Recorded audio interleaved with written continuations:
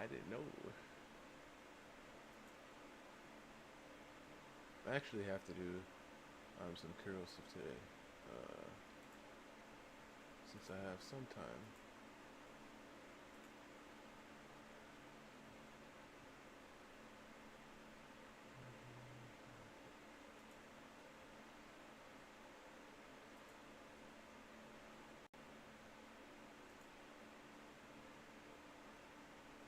I like the top.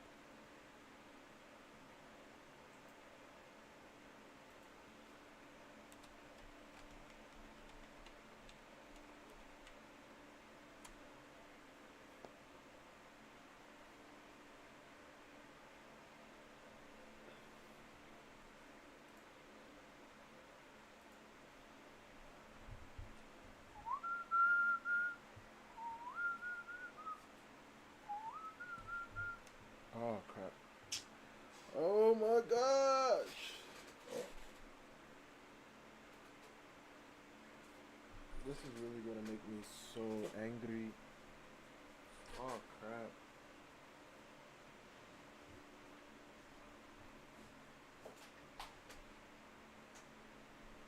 This is going to make me angry. Okay, so let's unplug you. Wait, are you working? No, you're not. Of course you're not.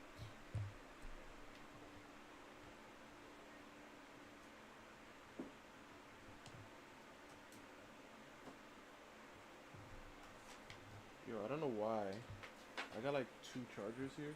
Three. I got 3 chargers. None of them are working with my phone. The one that I use for my iPad, I have to. Oh, wait. Uh-oh. Hold up. Oh, it looks like we got one working. Let's go. Okay, now let's unplug you. Put you over here. Yes. Yo, I just randomly saw that one on the floor. I randomly saw that one on the floor. Now this one can get back to where it's supposed to be. And now we should be able to get things going. Okay, my glove, my pencil. My pencil might not be charged. I mean, when is it ever charged though, right? Okay. All right. So let's just continue. I was thinking about this yesterday. I think I'm gonna redo this completely. I think I'm gonna redo it. Like I'm not liking it. Like it's not. They're not looking right to me. So I'm going to redo it. Yeah, probably. And honestly, I mean, I I did this one. I did this. I liked it. I liked it. I think it's looking good so far. But um hold up. Wait. Okay. I heard myself. All right, good. It's funny. It's funny. I saw like I think I just saw randomly cuz I had the reference for it cuz I have like a like the meme references that I posted on Discord. I have like a lot, right? And I randomly saw somebody did one of this and I was like, "Yo, I have this reference. Should I use it?" And it looks like I did. All right? Looks like I did. But we'll see. Because I have to, like I said, I think I'm gonna redo these. Um, here, this I don't really need this sketch. Let's delete it. Like I don't know, they're like not looking right to me. Wait, I can leave that there. I want to leave everything practically, like, but the like I'm trying to delete all of this. I'll leave everything else though, just so I can have the sketch. Yeah. So I can have the sketch, and then or the line art thing. Yeah. But yeah, I'm not liking these right now. Like, I'm okay with the pose and the overall framing, but I'm not liking the end. So I think I'm gonna redo it. I mean, I'm not liking how it is now. So like, they're not looking enough like themselves, if that makes sense. Like, Jin is fine, Shazu's not so much. I don't know, bro. You know, I think I'm just gonna let it go. Huh? Oh, I'm just gonna let it go, bro. Because I feel like sometimes I just get too much in my head. All I gotta do is finish it, post it. Especially like after I throw a whip, I feel obligated to post it. Cause sometimes I'll just draw something, and then I'll be like, you know what, this is actually looking good, and then I post like a whip on Instagram, whatever, Facebook, TikTok, all right, and then I'm like, you know what, I don't think I want to continue. But then I'm like, wait, I said whip, so people are waiting, especially when people like a whole bunch of people like it. I'm like, oh my gosh, I have to do it now. So I think what I'm gonna do here, I'm just gonna throw it together, bro. I'm gonna color it, do some quick coloring, nothing too crazy, and then we'll post it. Like, cause this one doesn't have a background. I was thinking of putting a little background, but I'm like, nah. Yeah, let's just color it, bro. Forget it. Forget it. Forget it. Let's combine this down. Excuse me. And then we'll do another one, and then combine this one down. So now I'll reference this layer. And wait, oh, I deleted it. I mean, it was obviously colored in a place. Wait, let's see. Ah. Ooh.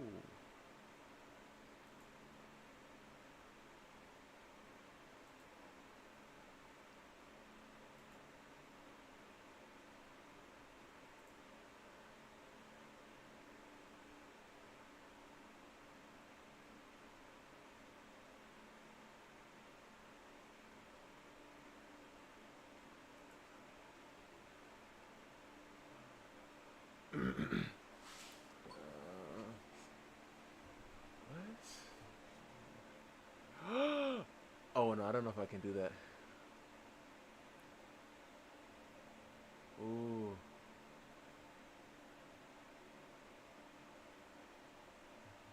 Ooh, how about this? I got it. Got it.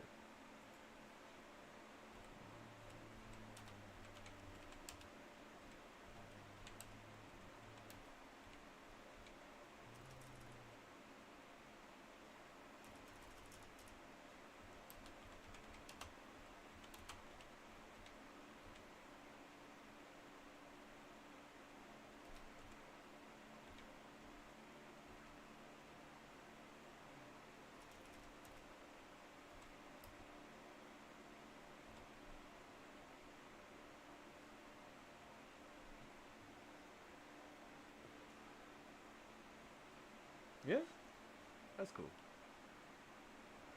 But let's do. Oh yeah. Can't do 3 because 3 is my number.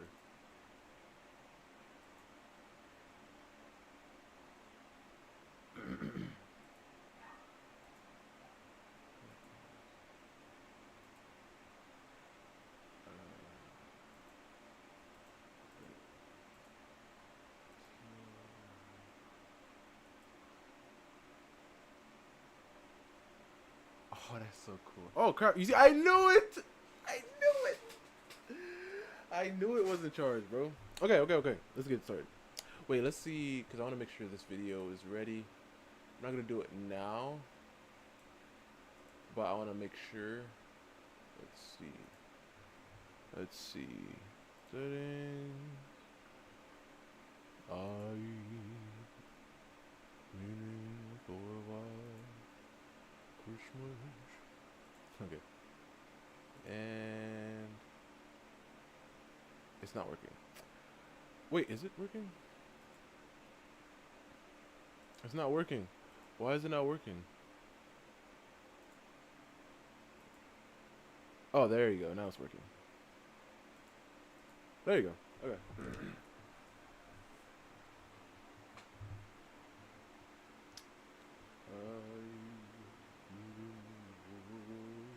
Alright, so now I have to post this. Give me one quick second.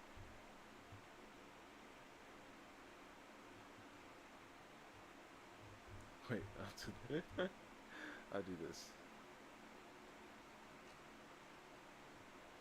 And then,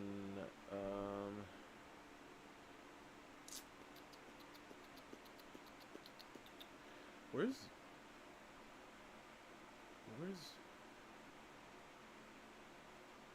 uh,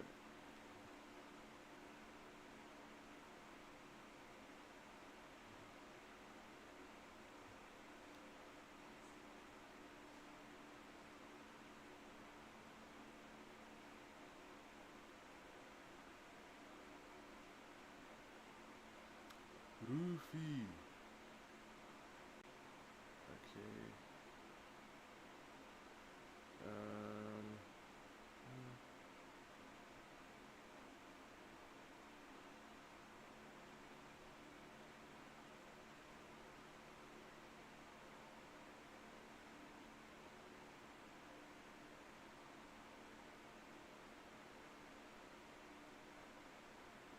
And then this.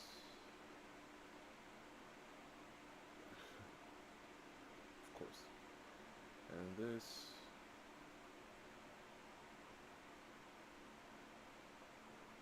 And, yeah. Oh, I gotta.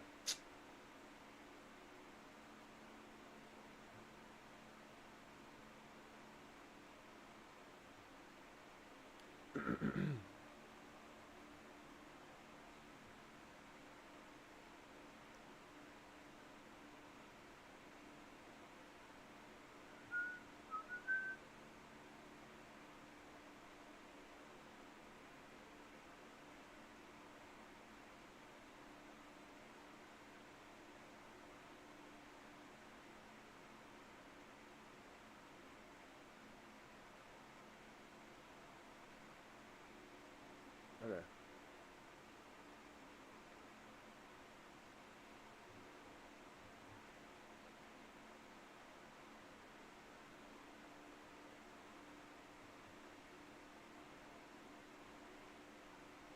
Okay.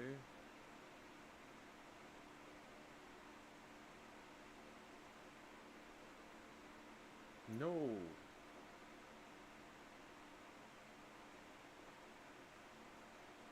Okay. Alright, we're good. We're fine now.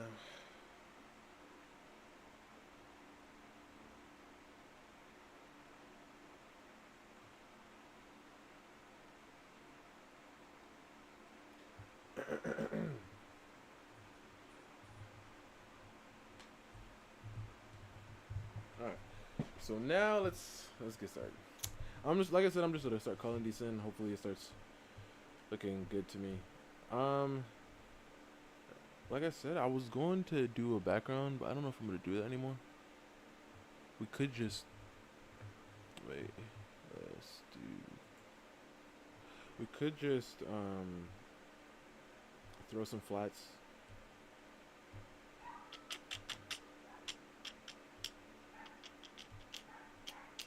Hopefully she starts looking good to me, because she's not looking good to me right now. And I don't know why I put her earrings in black, because as you can see, they are pink.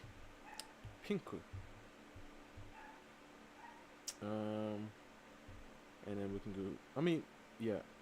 You know, I'll do his skin on the same layer.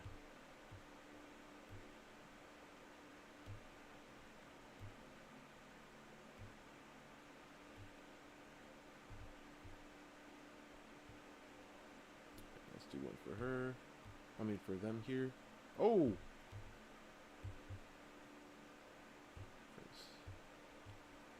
I haven't drawn them in a minute. I feel like that could be one of the reasons why it feels so off to me. But this one doesn't feel too bad. You know?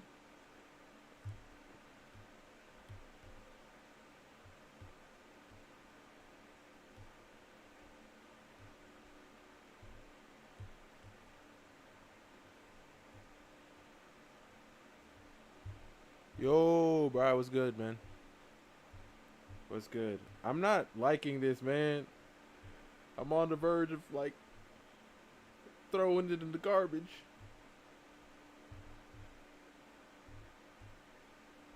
Like it's not feeling good to me. Like these don't feel like them. But like I said, it might be because I haven't drawn them in a while. So I don't really know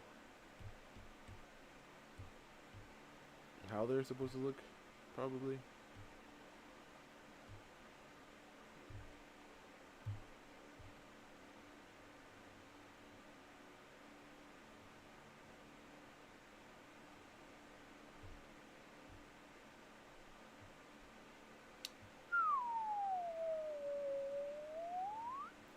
And actually, I mean, we'll save it for a little bit later today.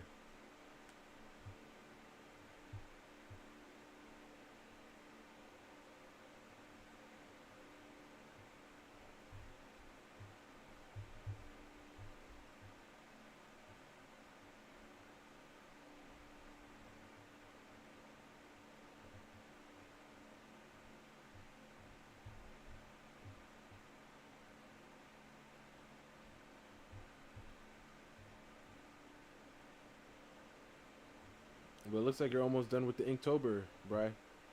What's the plan? Like, what is the last thing on Inktober, by the way? And on the list, does the list, like, appear somewhere?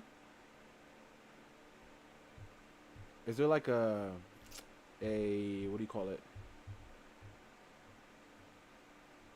Like a list that they put out so you all know what to draw? And, like, how does everybody get the same list? Is it? Oh, I mean, it could be like just like the official Inktober account. I don't know. I've never really done Inktober. Is Inktober the only one that's like that? Because I feel like I've seen something else similar, but Inktober is the most popular one.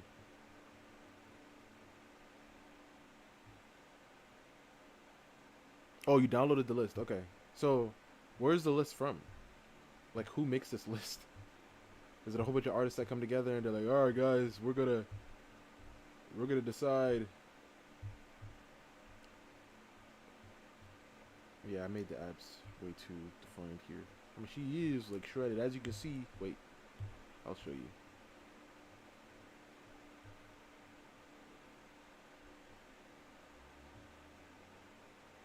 They have other versions? Okay. So how do you know which one to choose? Like, which one's the best one?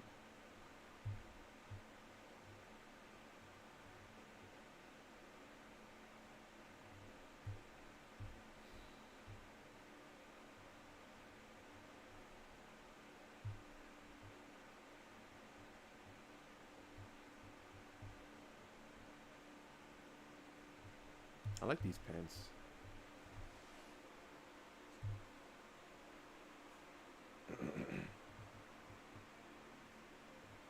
She's pretty jacked, you know, she got them arms, you know?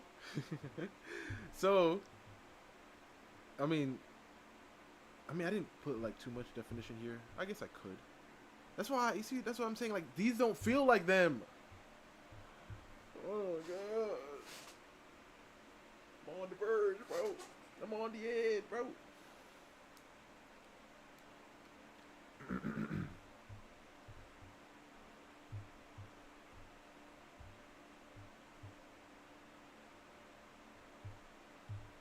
Alright, let's just clean these up. And there's this new method that I found from this artist. And this is how I've been coloring lately. As you can see, I've been coloring the lines. But there's rules to it. Alright? There's rules that I've been following. Listen, I'm not perfect yet because I just started. like recently, like in my colored pieces. But I've been actually, I've been doing something. I've been doing something, right? Listen, like I said, they ain't perfect, but I'm actually liking them. I'm actually liking. Ooh, right here. You see, right here, there's a mistake that was made. You see this line right here? It's supposed to be colored. Where is it? Is this? Yes.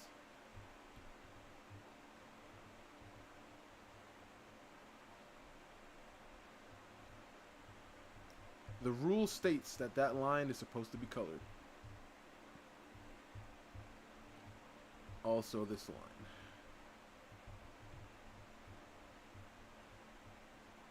I'm telling you, there's rules to it. And like here too, there's some colored lines. Hold up. I want to make them even more colored.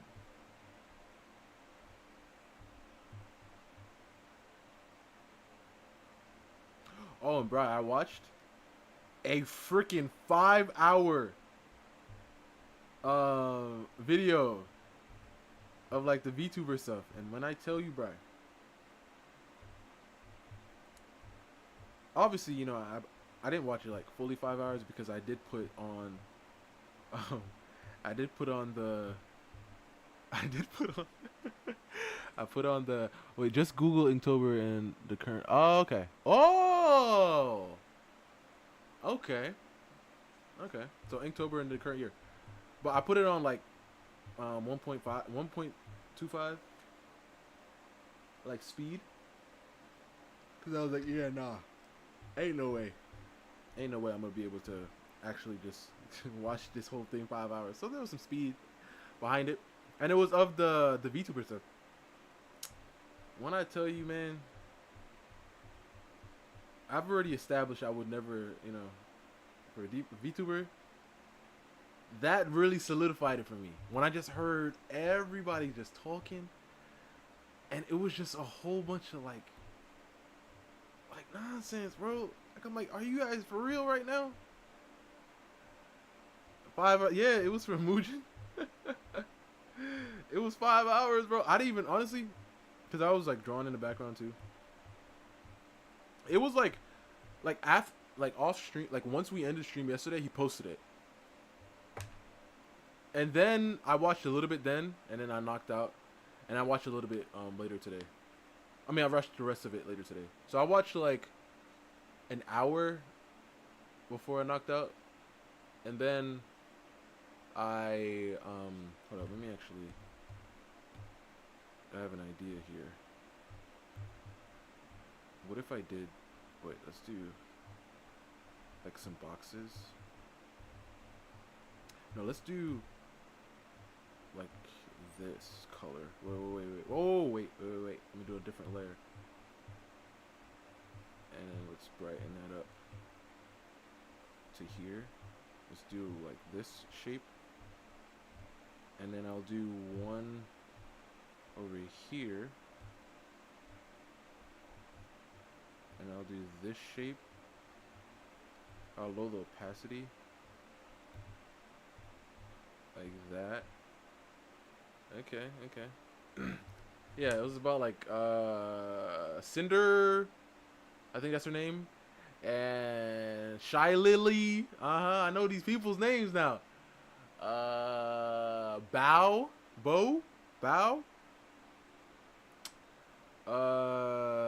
That's it. I don't know the other people. But man, when I tell you, man, just the whole drama behind everything, truly insane. Truly crazy.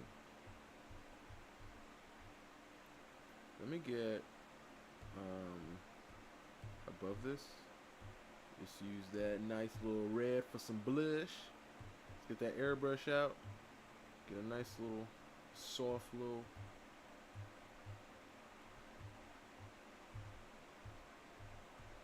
Let's give her a little bit. Just darken it.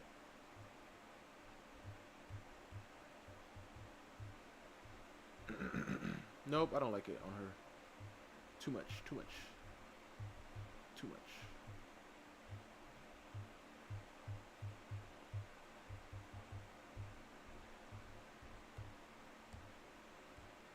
I feel like that pillow right there actually looked like a pillow to me, and I'm proud of it. The hellhound, the orca, the whale, man, bro, I don't know, bro. Something like. Hello, I made no progress today, and hey, listen, there's days like that. Don't do that. Don't kick yourself. Cause listen, man, you were hitting it, um, like that. Was it a week? It was about like a week, right? So listen, and for me, this happens to me a lot. I'll hit a stride of consistency. I'll be like bow, bow, bow. Like just look at my Instagram. Look at my Instagram. You know what? I'll do it for you. You don't have to do it. Let me go Instagram. Instagram. Where are you?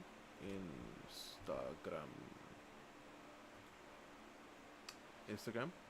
All right, and then I'm gonna go to my profile.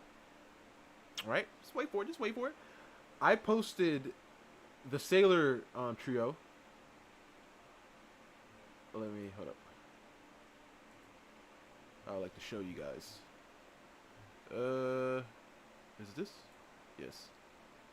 And then this, yes.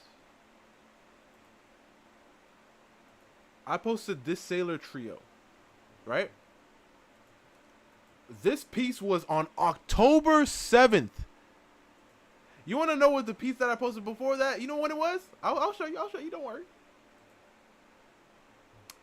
This, which is a older picture, I just showed the time lapse. This thing was September 30. Let's go before that. This, September 12. What? Did he just say he posted September 12? No. But, like I said, sometimes I be getting on the stride. So after this one, October 7th, boom, we hit you with this one. October 12th. Now you're like, oh, okay. All right. And then I hit you with boom. October 16th, y'all like, oh, he hitting it for real. And then boom. This was 7 days ago. So how 7 days? Wait, what's today? Today's the 30th? Is today 30? I don't know. Is today 30? Yeah, today's the 30th. So 23rd, right? And then boom. This was 4 days ago. 26. I've been hitting it. Wait, I mean, I recognize that reference. Oh, you talking about this drawing, right? Yeah. I randomly saw like a picture of somebody drew. I don't know who they drew. I don't know who it was. It was some. Hold up. Let me see if I can find it. 30th tomorrow, Halloween. Oh, give me a second. Let me switch this back to this, just so I remember. It was. Hold up. Let me see if I can find it. It was a picture.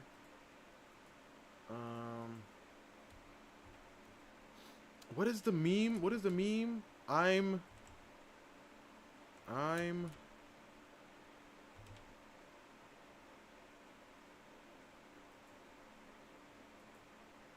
What? No, that's not it.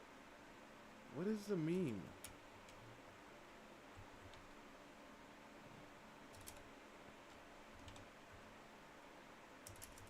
I don't know what the meme is called. It's I'm something. Oh, yeah. I'm this clingy meme. That's what the meme is. I can't find the person that I saw. But I randomly saw it today or yesterday. And I was like, "Oh shoot. Wait a second. I have this reference." Then I went into my reference folder and then I found it and I was like, "You know, I got to do it." So then I drew it. I drew it. I was thinking of drawing it with Roy. You know, Roy is somebody I really need to draw. I need to draw Roy. Like I want to do like what I did with Vera. I got to do it with Roy because just to get an understanding of like every angle. Like I've drawn Roy like cuz right here in this like drawing that I did of Vera, let me see. Wait, I want to open it. Hold up, I'm going to put it on. I'm gonna put it on my this right here so you guys can see it better.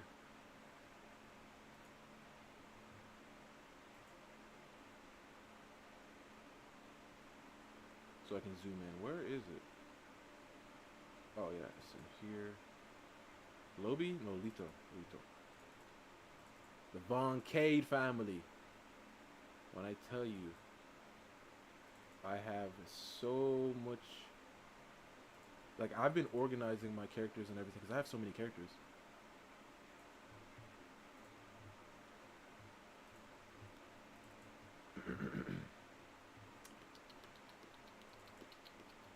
Ooh, I think it was on X. It was I think it was on, I don't know where it was, but it was Tifa and Cloud, I think. Is Tifa and Cloud from the same thing?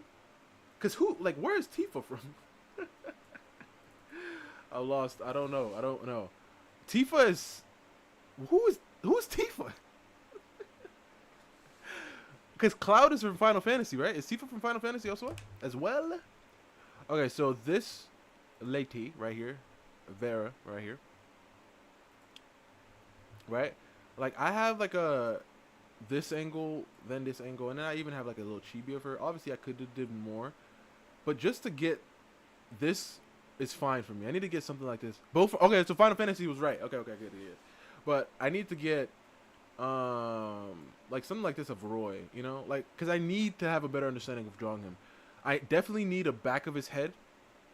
I need the side profile, especially because I like to draw sometimes just random hairstyles. I have to make sense of it. I have to, because if I don't, then how will I draw them in different angles, you know? This is why these ones are pissing me off, because I feel like they're not as good as they should be.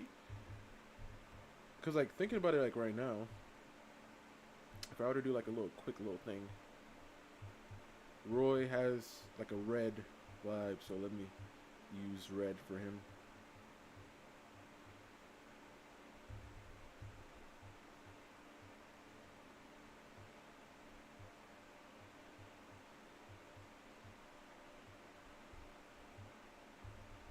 Wait.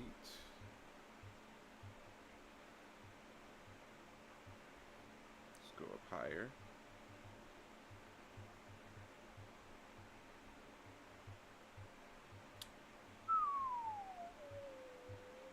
I don't know.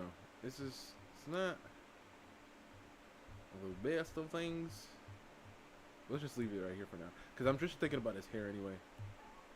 But his hair is like, is like a star kind of, or that was the point. That was the plan, for it to be like a star. Let me actually try to get a reference of him real fast. Roy, where's you at? Okay, so in here, here, there you are. Alright, so yeah, Roy's hair, yeah, there you go. So Roy's hair is like rounded like here, and then it would come out like this. Right? When I draw him from the side, let's do, alright, his hair aligns right here. Excuse me. So his hair will come like back like this, and then from right here it'll curve like to here, and then from the back this section will curve like this.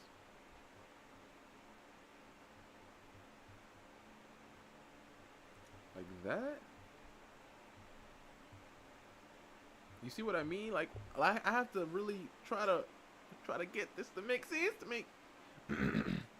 But what's tomorrow's prompt, Bri? Oh, wait, when you do Inktober, do you draw everything that day,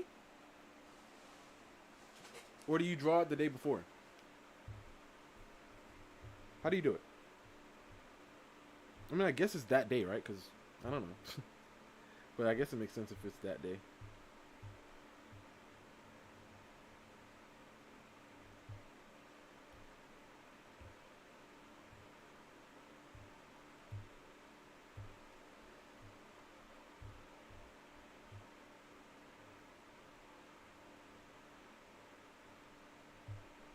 Yeah.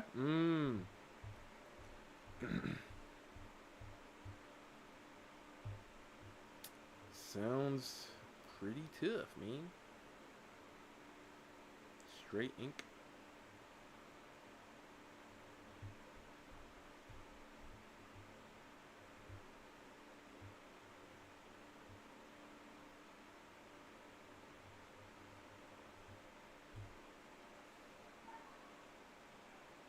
Tomorrow is award.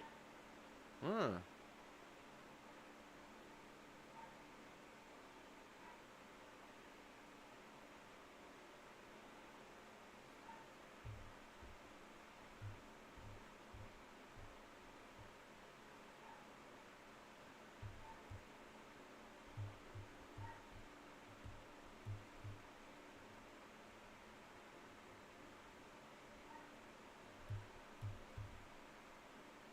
Alright, I feel like this is okay. Um, the colors that I want, obviously, her hair is. Wait, let's do it on a different layer. I don't think I have any enough layers, honestly, to do this. Let's flatten this together. This don't need it. This will keep. We can actually flatten it onto this.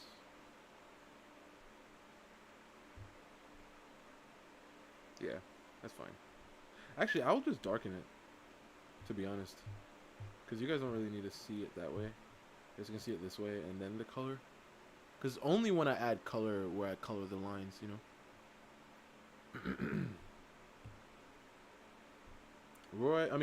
Jin likes to wear red, so I like to do that. What if I gave her red pants so they can, you know, have like a little combo thing going?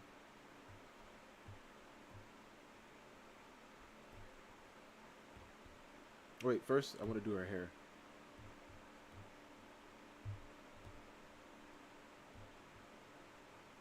Oh crap. I'll be forgetting these things.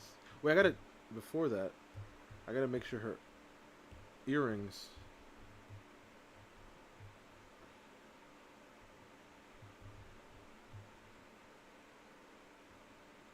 are ready to color.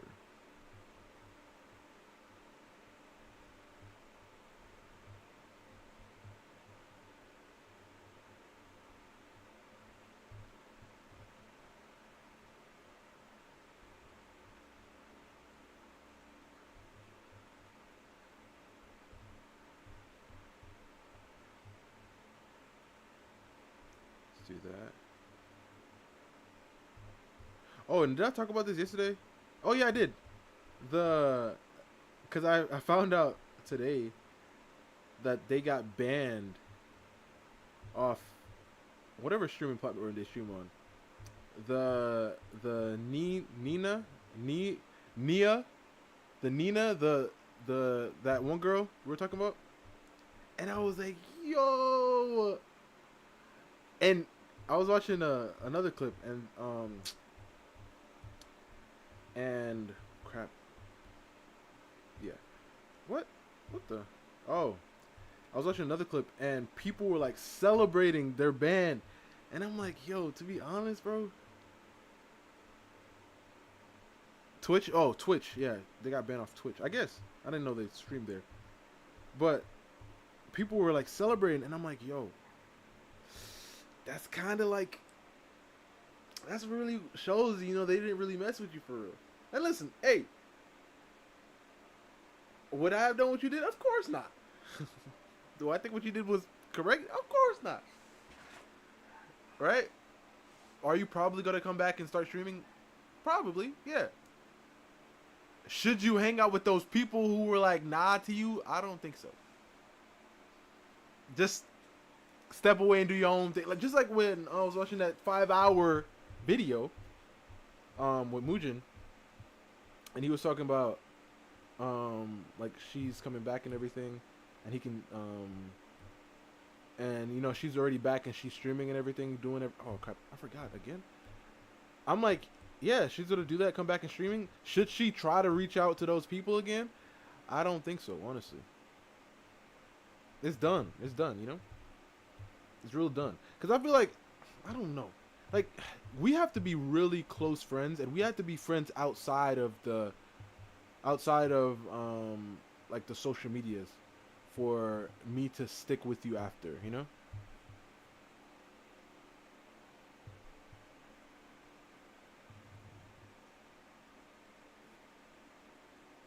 Ciola, Ciol sister? Who the heck is that? Who the heck is that?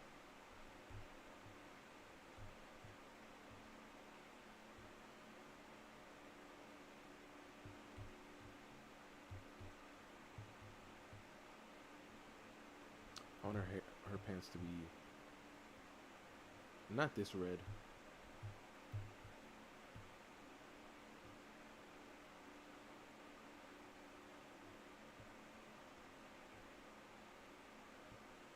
All right, chill out though, because you know her skin. Oh, it's a joke. My fault, man. My fault, man. Cause I was like, is that the other girl's name? Listen, we were talking about Imaru, and we were talking about Miss Kiff yesterday. So I'm like, yo, these names I don't even know. I don't know what they could come up with now. You know, I have no clue. Yeah, let's do something like that. Maybe not that color. Let's do green. Why not? Because with that purple, like a nice little green could work. You see how I did that with her shorts? Yeah, you see, she got some green shorts on right there. I thought these through. So we can give her like some green and purple, green and red work together. Green and pink because her eyes are pink. That works together as well.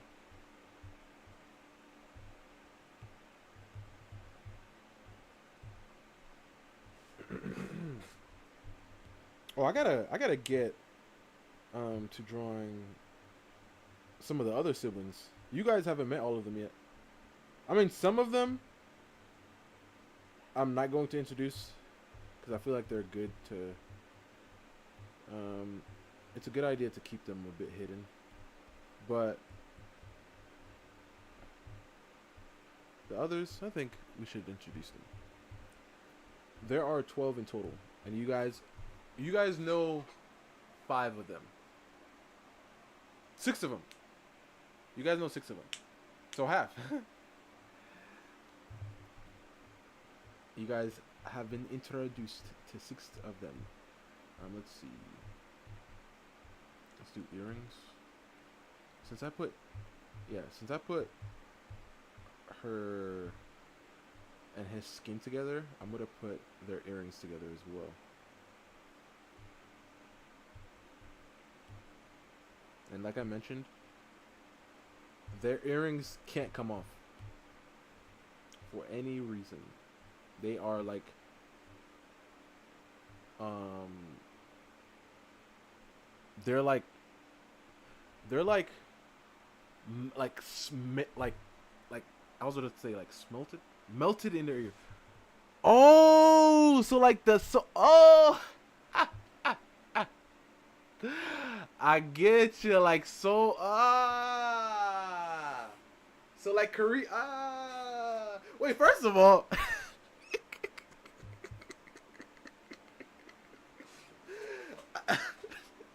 let's not talk about because technically I'm playing.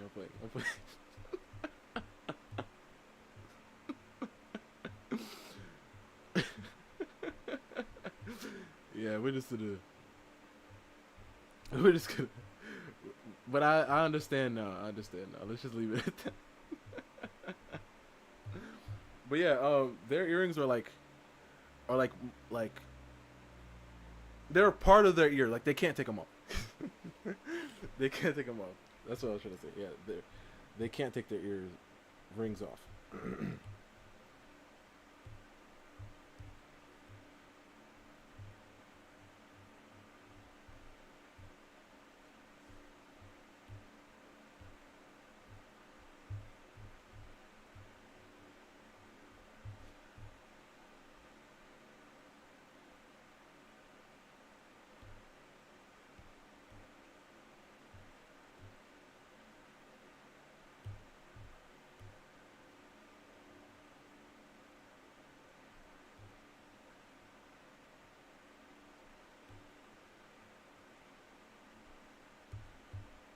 section right here is pointless, but I'll do it anyway. Wait, I can go underneath it.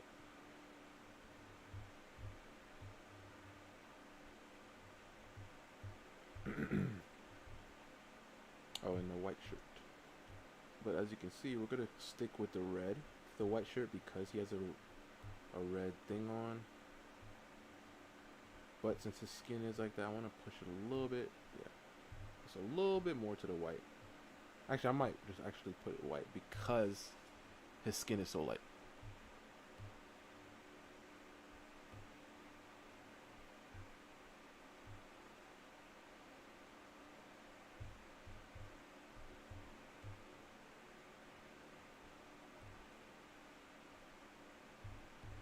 I'm thinking of doing. Oh, I'm thinking of doing like something like this, like a zipper for the transition. That looks really cool. I think my favorite thing about like making these like little comics is the transitions and like drawing panels or people on top of panels. I just love it, you know, like drawing panels over things and covering things. It's the best, you know. Like right here, what if I drew another panel?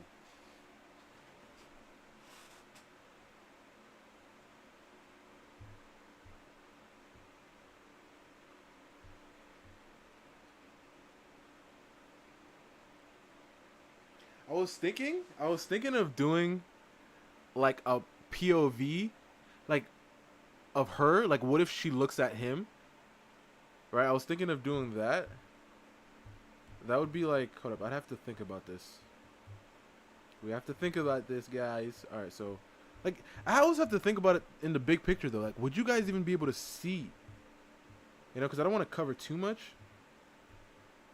So if I were to do something like this, would you guys even be able to see, like, the detail, you know? That's kind of what messed me up with the drawing that I did of Fiora. I mean, it's not bad. I think it was readable. Where is it? There it is. Because I was worried that you guys wouldn't be able to see it. Like, see the... I mean, no, I did it pretty correct. But I was doing too much detailing to it, like, on it. And then I had to stop myself. I was like, no. And I had to redo it over and over. So, like, let me see. Here. So, like this one right here, I was like drawing it and I was like, yo, I'm doing so much details. Like, I literally, because if you look at her things right here, I tried to add like some flame motifs because obviously she's part of the Blue Flame Pirates, right? So I was like, I want to add a little thing there. I didn't even detail it there, right? I was like, how many of y'all going to really pay attention to that, you know? I really like how it turned out, though. She looked nice. I was hoping that she was gonna be the one, you know, that literally changed. Titan. Oh, I love her hair too. Like I should draw more of the characters to the side, because I bet when you guys saw this picture, you guys didn't know that her hair was like that on the side, right? And by the way, these are her eyebrows.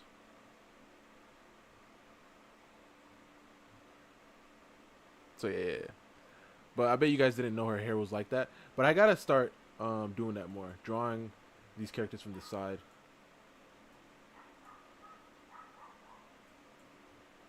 Yeah. Oh, I messed up. But it doesn't matter. You guys didn't catch that. The thing wasn't supposed to be red on this side. But you guys didn't catch that. It's fine. You guys couldn't even see it, really.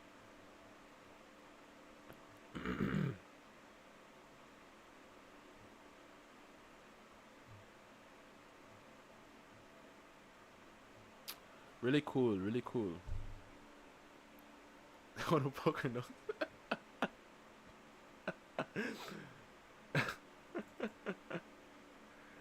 You see, even here, because I was doing more of a fully rendered thing, so that's why I detailed her nose so much.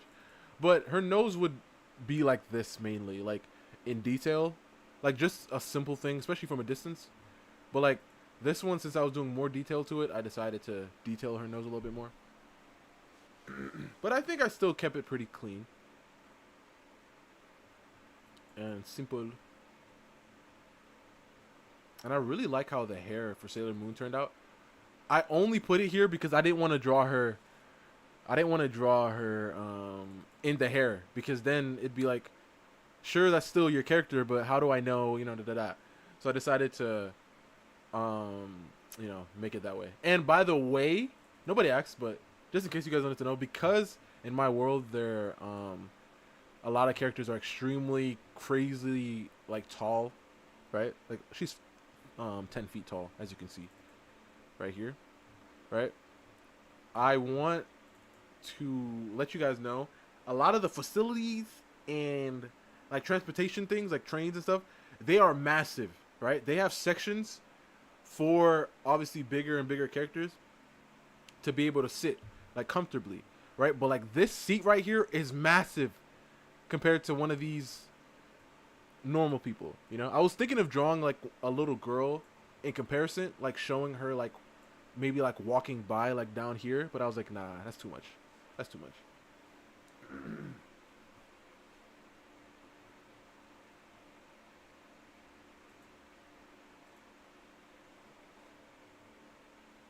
What made you draw them in Sailor Moon outfits? I gave you guys a choice. I gave you guys a poll. I said, what do you guys want? And I posted it on Discord, and I also posted it on Instagram. And since I did it that way, I had to what do you call it? I had to combine it, So let's see. The rating on on Discord, it was literally everything was even, right? Everything was even on Instagram. I mean on Discord, but on Instagram, Sailor Moon won. Listen. I wanted to do like,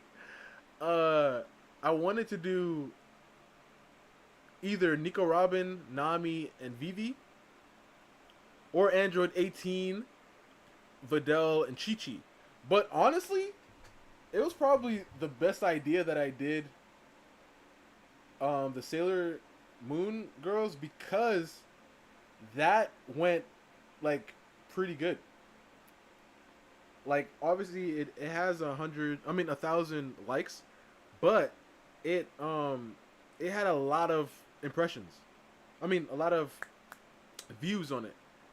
And I was like, oh shoot. Okay. And I think I piggybacked off of the Sailor Moon hype was going on at the time. Because Sailor Moon was blowing up, at that time. I don't know why. Like everything, like Sailor Moon just started coming up. I was like, oh shoot, this probably was the best time for me to do this. But yeah.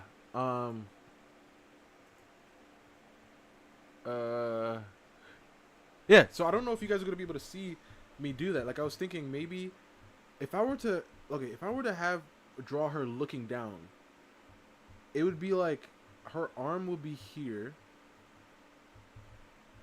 because her shoulder's right there. So if she just looks down this way, her shoulder would be like right here, then her arm would be going here, and his head will be here. Her leg is over his head, or on his head, so his head would be like right here. Her leg is right here. Her other leg, as you can see, he's laying on it, so she's like it's like right here. Like you guys wouldn't be able to see that, even though it's like sketch right here. You guys wouldn't be able to see it, so it's no point. There's no point. Like if I planned it out beforehand, then probably, but there's no point.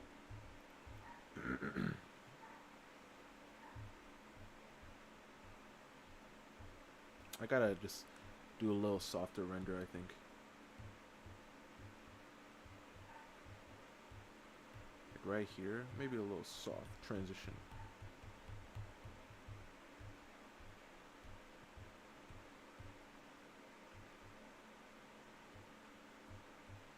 Oh, I forgot. I have to.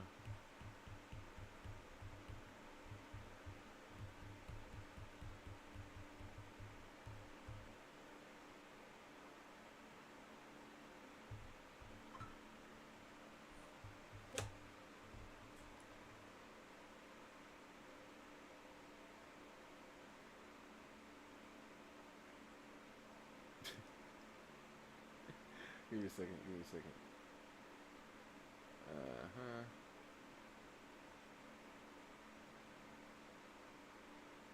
All right.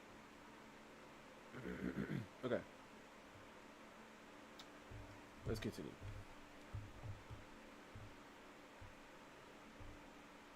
So we have that. Let me actually use this color. I mean, this might be a little too bright for her eyes.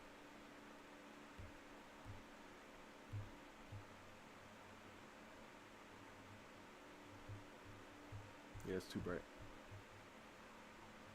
It might be good for his eyes though, because his eyes are so.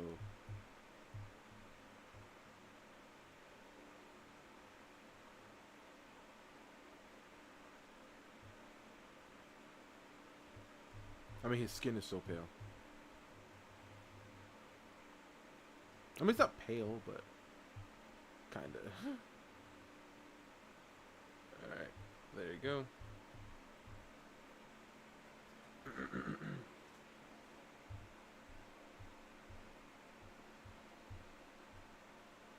And we'll do the speech bubbles. I mean, actually, like, should I do like a white? I mean, honestly, maybe not. Because when I did the Vera, the gray was fine. So yeah, I'm gonna do gray. Or like, yeah, I'm gonna do like a gray. And then we'll just do white speech bubbles.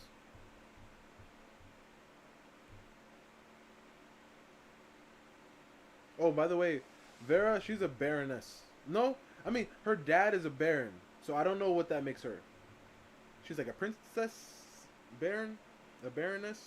I mean, that's what I thought. But I don't know.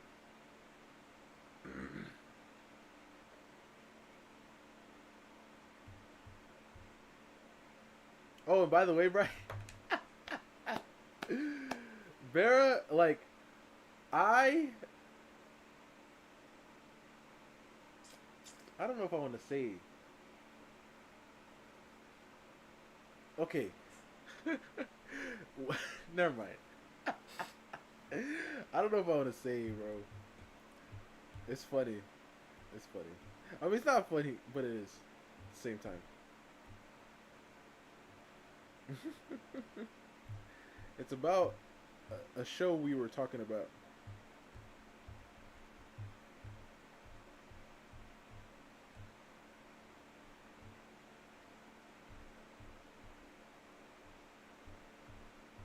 Yo, what's happening right now? There you go. Yeah, I don't know, bro. It's like, it's something else. I'm gonna like, I'm gonna just keep it to the grave, man. Nobody ever gonna know. I mean, it's not crazy, but it's just, it's funny. Ooh, what if I just made that zip right there white?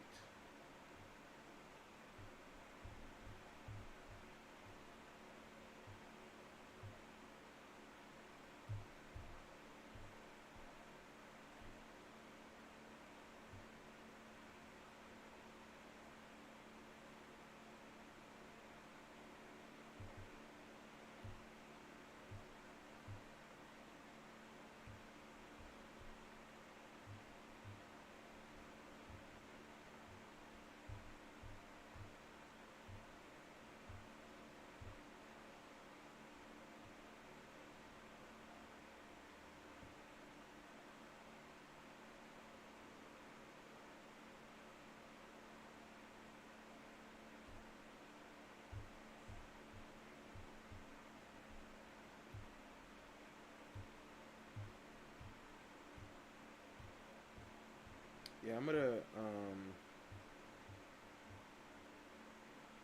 going to flatten this probably. Yeah, I'm just yeah, yeah, sure. Let's just, Let's just stick to it. Because I'm, like I said, I'm not really feeling this drawing too much. But we're just gonna push through. We're just gonna push through it.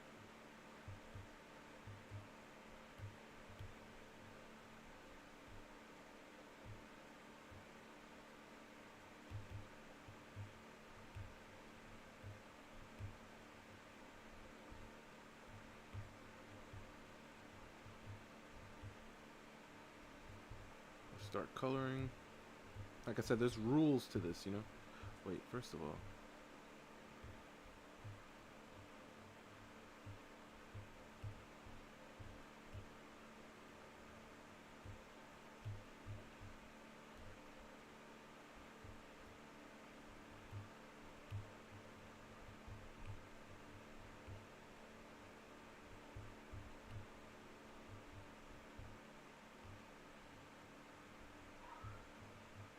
there she is barking.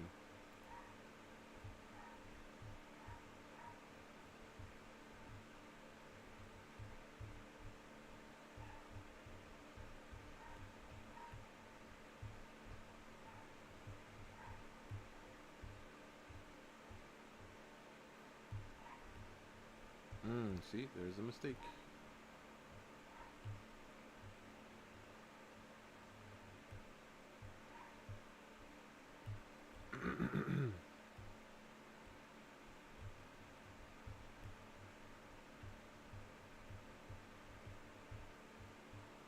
It's only supposed to be on, like,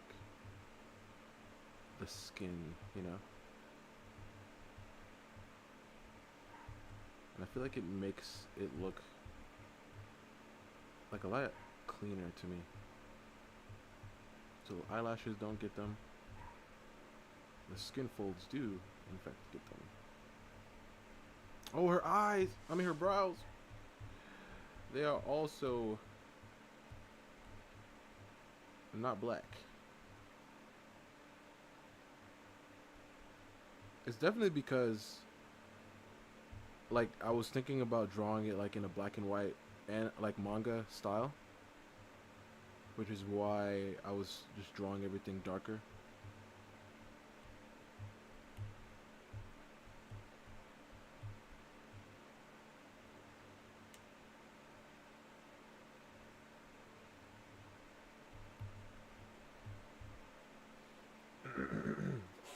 So, Brian, what was the last time you drew your OC, man? Because we haven't been here for like 50 years, you know? So don't tell me it's been 50 years since you drew an OC. Because I thought what you were going to do was Inktober draw your OCs. Because you, like, from a lot of the Inktober's that I've seen, they're like fan arts. Alright, which is cool, of course, you know. No issues with that. But like, ow, ow, ow. When are we getting a, you know, an OC thing? Like, if there was like an OC version, I mean, obviously, Inktober is literally just a prompt and you just draw whatever you want. So I could technically just draw my characters with it. Oh wait, you know what, bro? I wanna finish this thing because it's 2 hours or an hour left. I want to finish it because I don't want to mess around and keep it. I mean, technically, some of them are. Oh, really? Which ones exactly, man? Wait, did you even post any of them in Discord, or are you waiting until it's over to post them?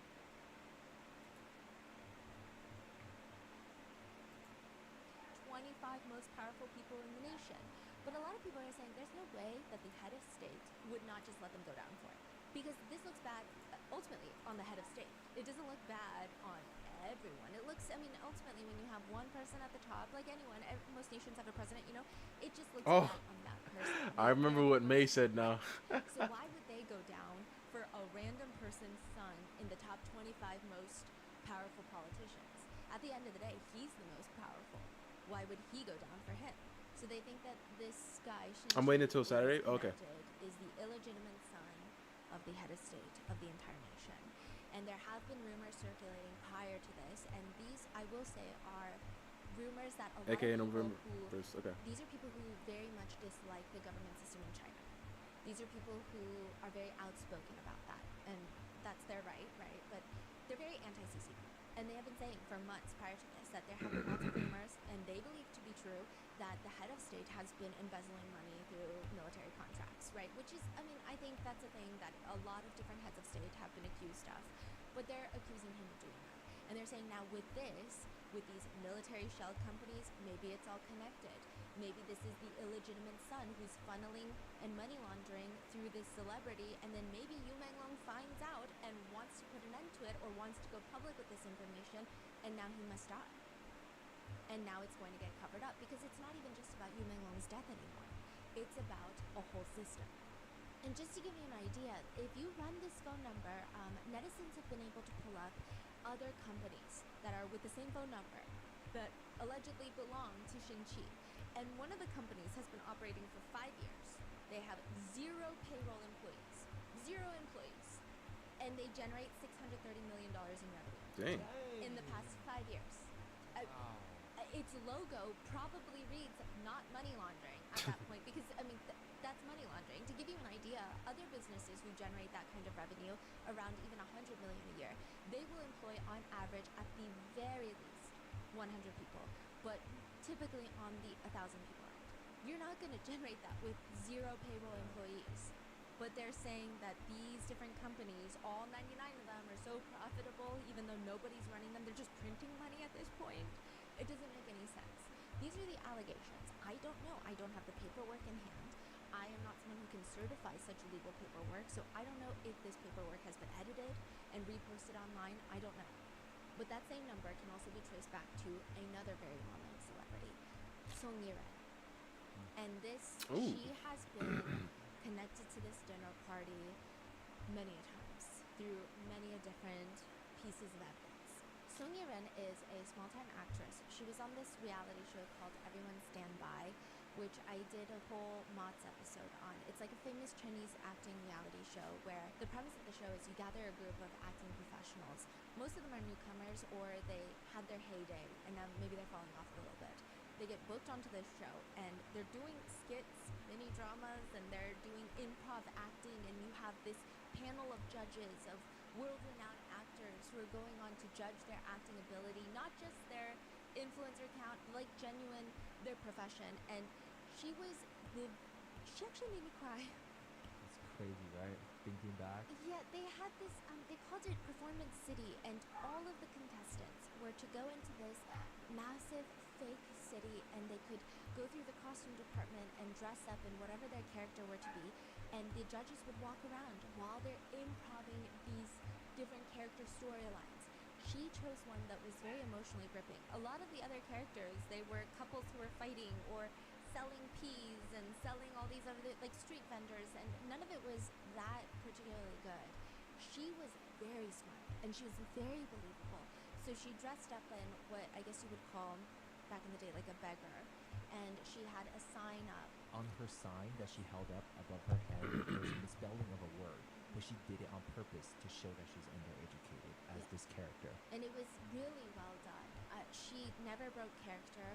It was freezing cold in there, and she was shivering because she was that dedicated to the character. I cried watching that because I just felt like it was so good. That's her.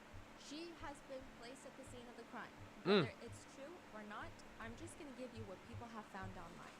There have been rumors circulating long before she was even on that show that I didn't know about, but they said that Song Yiren's personal and professional lives were vastly different. They were just saying it's weird. They said online her career is very much girl next door, soft girl image. Oh, I've never seen anything inappropriate. Like that was always strongly associated with her. But sometimes other co-stars and other friends would talk about her. Hold up. I just flip that her nickname for a really long I just just tried some just now.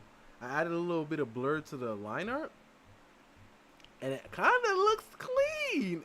Hold on, let me try it on this one too.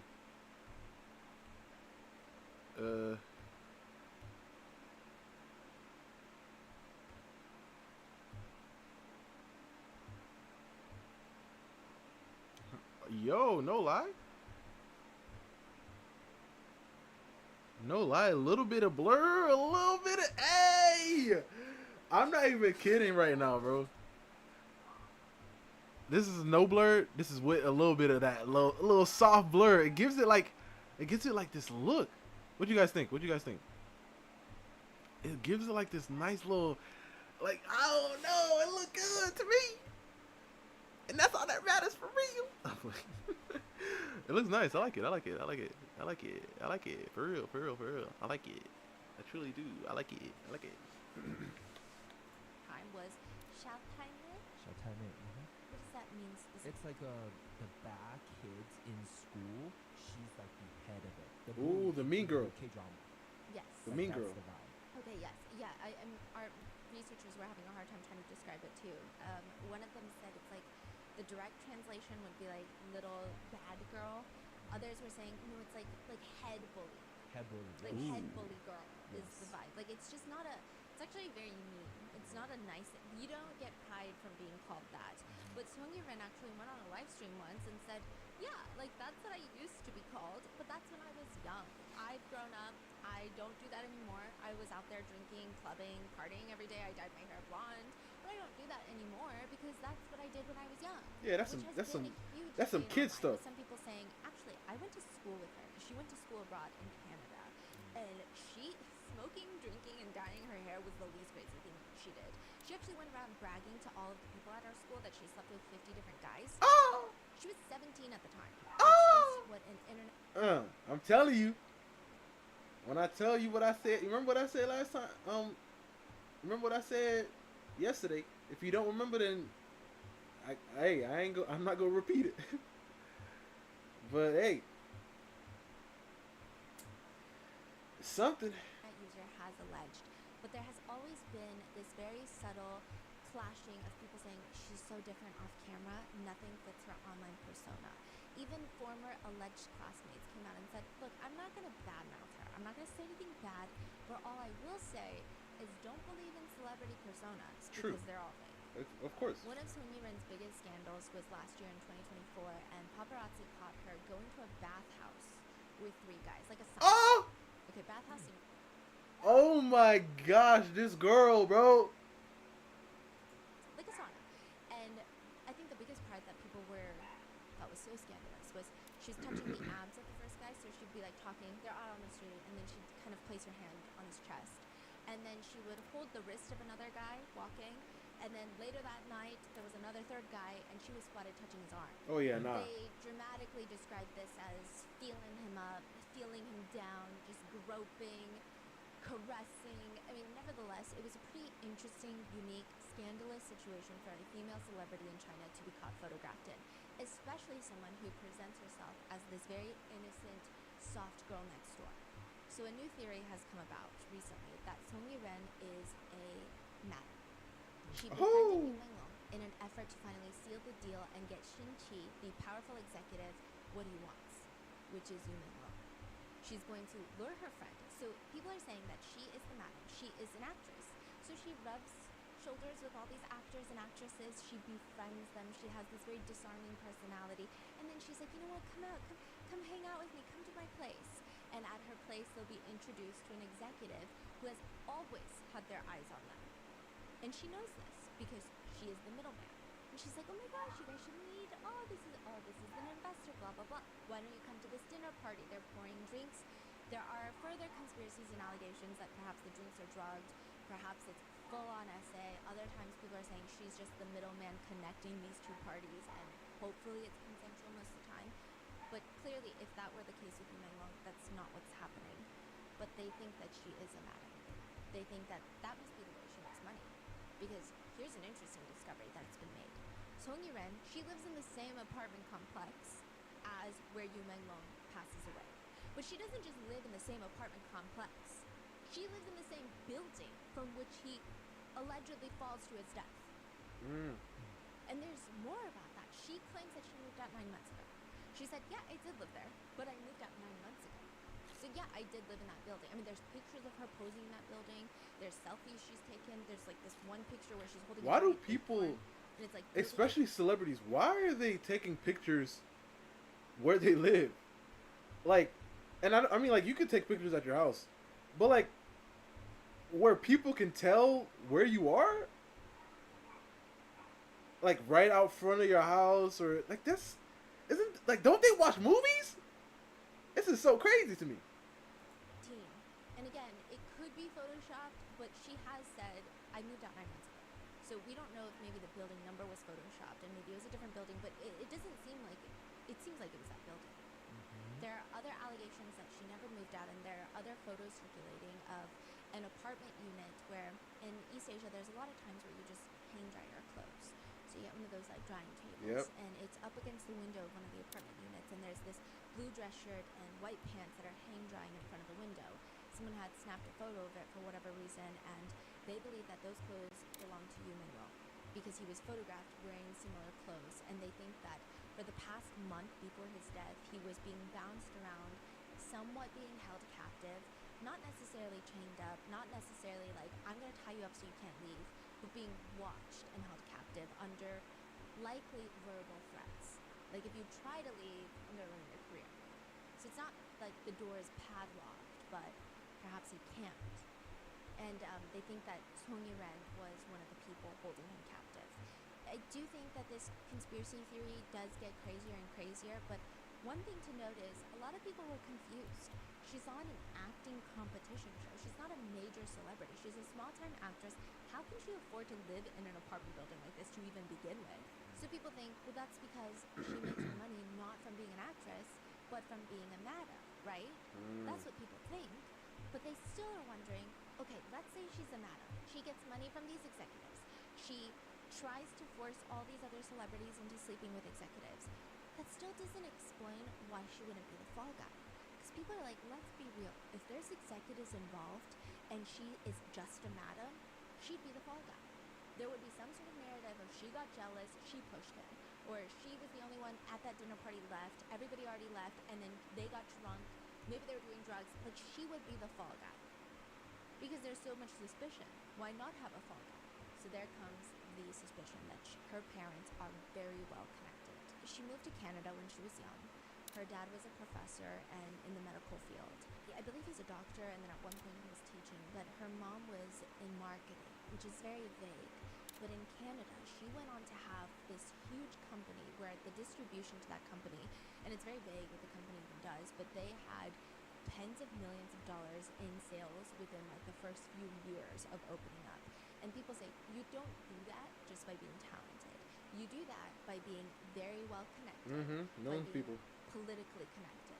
Yep. She has had multiple talks and conversations with business leaders and government officials who run business sectors for like international trade and foreign trade and international businesses.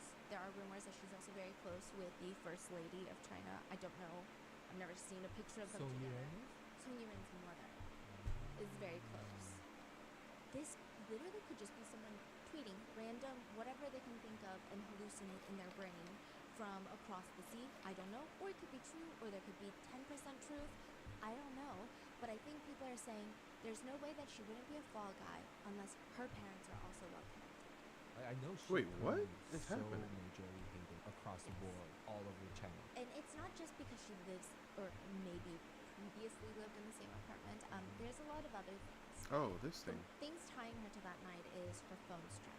She's initially placed on this list of 17 people because she posted a ton of pictures outside the building, living in that same building where Yu Mengling passes away. But also there are these selfies where she's pretending to be on the phone. I don't know if she's promoting the phone, her phone strap, her face, I don't know, but it's like Oh, that's pretending to be the on a phone. the flip And phones. she's posing with her phone. And her phone has the world's largest blue ribbon phone strap. I don't even know if it could be called a phone strap. It's like a giant dangling blue ribbon. It's like putting a labubu on your phone. It's that big. It's just huge. It's a charm, right? Yeah, it's a massive charm.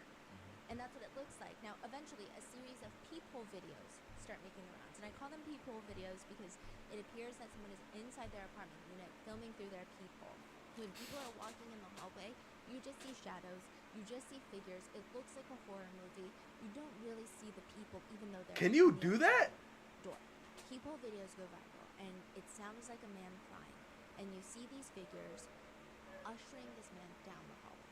and then behind them is a woman on her phone, and it looks like she's filming them because her phone is propped up all the way up, and there's just no reason for her to be holding her phone like that unless she's trying to Oh see. my So gosh, bro. and the phone shadow on this wall has this giant lanyard attached to it.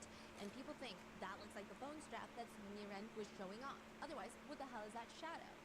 Now, I will say a lot of people have more or less debunked these peephole videos. They were posted by a Thai woman September 16th of 2025. So technically, the timeline makes sense in that it was posted after Yu Menglong's death, because there are a lot of other leaked videos that people found the original videos to have been posted before his passing. So it wouldn't make sense because, I mean, time just doesn't work like that. But timeline-wise, it makes sense. However, a lot of people are saying you can clearly see that this was not in China.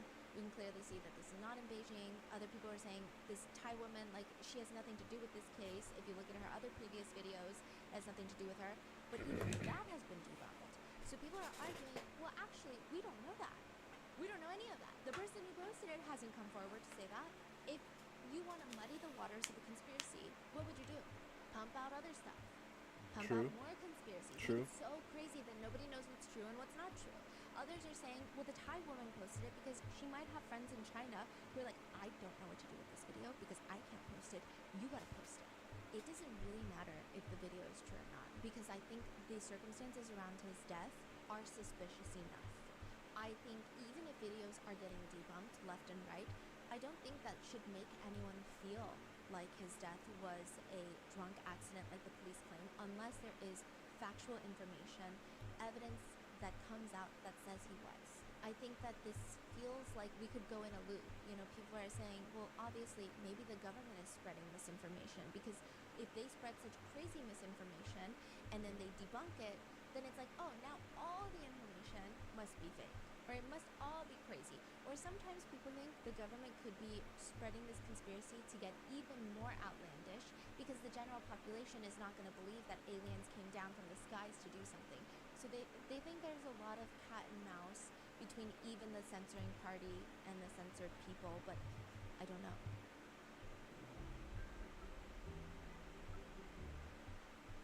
Starring Academy Award winner Patricia Arquette and Jason Clarke, Murdoch, Patricia Death in the Family Arquette. is the new Hulu original series that explores the unraveling of a Southern dynasty through a deadly boat crash, double homicide, and a massive embezzlement scheme.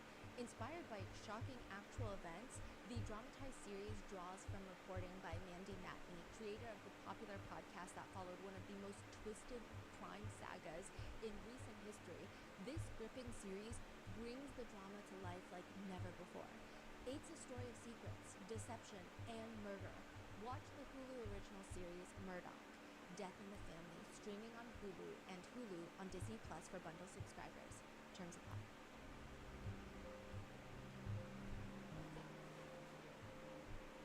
However, if we have to go with the safest option, which is, let's say, the peephole videos are in fact completely debunked. They do not exist, or they don't exist in the context of this case. This is not Yu Menglong. This has nothing to do with this case. It's just a random video that has been connected. Let's say that's the truth. Then what connects Song Yiren to this entire incident, other than the fact that she may or may not have lived in the same building, she may or may not have moved out 9 months ago. There's lots of celebrities that live inside of this apartment complex. What places her at this dinner party? August 10th, she uploads a series of photos. So this is exactly 1 month before Yu Menglong's passing. And I don't think that she knew this. It's clear that she doesn't, because you know when you upload photos, you can upload live photos. And when people click on them, it's like that awkward 3 seconds of motion, and you can hear some things in the background. There's a lot of selfies of her where, I don't know, maybe it's an artistic choice, but I would just never upload those of live photos. It's not cool. She just looks like she's posing very awkwardly. And then she posts a series of them. So some of them are selfies of her. Some of them are photos of all the food that she's been eating. And you can hear people in the background. They're like mini little videos. The first one that has been a giant point of contention is of her taking pictures of food. And she's talking while taking this picture. And you hear her saying, he keeps resisting. He's still resisting. Resisting what? Who is he? Then another live photo, you can hear near the end, it sounds like someone saying, is painful or what? Like, it's hurting or what? It sounds a little aggressive is what people say. And then there's almost like this smack noise right before it. Like, it's painful or what? Now, some people are saying it doesn't sound like it's painful or what. It kind of maybe sounds like hurting. People are pointing out you can kind of hear pain or some variation of hurt and some variation of a slap. It's not entirely clear, but you can almost also hear someone say no or something along that line. This has been a huge point of contention. Now, in another live photo, people think that someone in the back is saying, "Why did you kidnap Long Long?" which is Yu Meng Long's nickname. I will say that one is a little bit more debatable, as people are saying, well, I don't hear it. Some people are saying, I absolutely hear it. It's been back and forth. But the he keeps resisting one, it's clear. That one is crazy. The audio is like as clear as this podcast. And there's another picture that has also been in that little photo dump timeline. She's at a sushi restaurant, and you see a little cloth on top of someone's phone. Oh, And that my phone fault. is very specific. It's an iPhone with this silicone orange phone case on it. And that same month, Yu Meng Long took a picture. Someone's taking a picture of him taking a picture, and it's the same phone case. I've never seen one singular person outside of Yu Meng Long have this specific phone case. No, because the new iPhone is orange. Yes. So that's common. But this is before the new iPhone came out. And Which it's is like very uncommon to see someone have a orange, bright orange phone. It's like a orange juice color silicone phone case. So it's like a very specific texture. It's a very specific look. Oh my and it's goodness, sitting bro. on the table, and there's a Like little everybody out here gold playing handle on detective, top, bro. which makes people believe that he's still resisting. He doesn't have control over his phone. They took his phone, and they're slapping him around to do whatever it needs. These are the live photos that make Song Yu-ren part of the 17 list. Now, she does go back and she edits this original post. Of course she These does. pictures are still boldly up. I mean, I don't know if it's just maybe she thinks it makes her look less guilty if she doesn't take it down, but they're still up. The comments read, "This is the most popular Song Yu-ren will ever be. Who are you talking about resisting? Who's resisting, huh? Explain, who is resisting?" Others are commenting, "Hell is empty because all the demons are here." Netizens also report that Song Yu-ren has a personal alternate account on Weibo, where she allegedly starts asking people who are questioning her online. So let's say Song Yu-ren, someone's commenting, "Song Yu-ren, why are you doing this? Why were you there? Tell us, why are you so evil?" And then this random account that people have connected with Song Yu-ren keeps commenting, "What are you?" to the person who hates Song Yu-ren. What are you? If you don't want your personal information exposed, be good. Otherwise, you won't even know how you died. What? Damn. It's unclear if this account is truly hers and if these messages were actually sent. We don't even really know where she is right now. Clearly, she has not been detained. She has not been really questioned. Sometimes her social media account's IP show that her location is in Jiangsu, China. Other times it shows Japan. So people were very briefly confused, like, is she fleeing the country? Did she flee to Japan to try and get away from all of this? Or is she changing her VPN so that she can throw people off from her location? Song Yu-ren has come out to state that she has nothing to do with any of this. In her statement, she says, "Recently, I've been bombarded with online rumors, accusing me of introducing these big bosses to entertainers and luring people to drink and conspiring." What if she isn't? Fleeing abroad to I think she might be involved, but These what if she rumors isn't and though? obscenities are Imagine. significantly impacting my work. I just take pictures, you know. experiencing I was watching unbearable TV in the online background.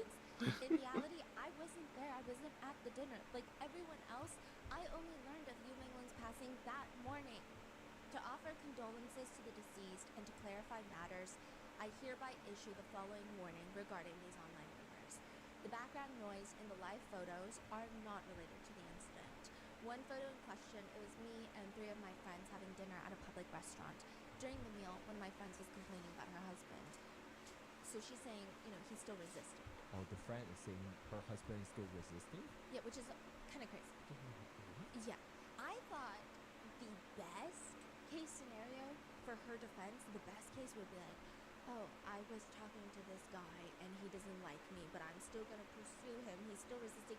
It's still alarming to say in that phrase, but I can't think of, or like maybe a deal, you're like trying to get a deal done and you're like, "Oh, he's still Or resisting it's the this one." TV. It's still weird. But Like, is that the too way hard to she say? said my friend was talking about her husband. It makes it even more unbelievable. What is your cousin resisting? maybe he's resisting buying a Porsche. I don't know. But it's just the amount of coincidences in these live photos don't make sense. Another photo, she says, I was eating with my assistant in a restaurant. There were waiters and other guests around. I don't even know. I was completely unaware of what was being said at the time. So she's saying the smacking sounds and the what, is it painful or what? She's saying, I don't know. Those are just like waiters and other people at the restaurant when I was recording this, I was taking this photo. I had nothing to do with it. She said, I used to live on a high floor in that building. I didn't live in that unit where people are putting out the pictures of the clothing that they saw that matches Yumeng Wang. She says, I lived on a high floor.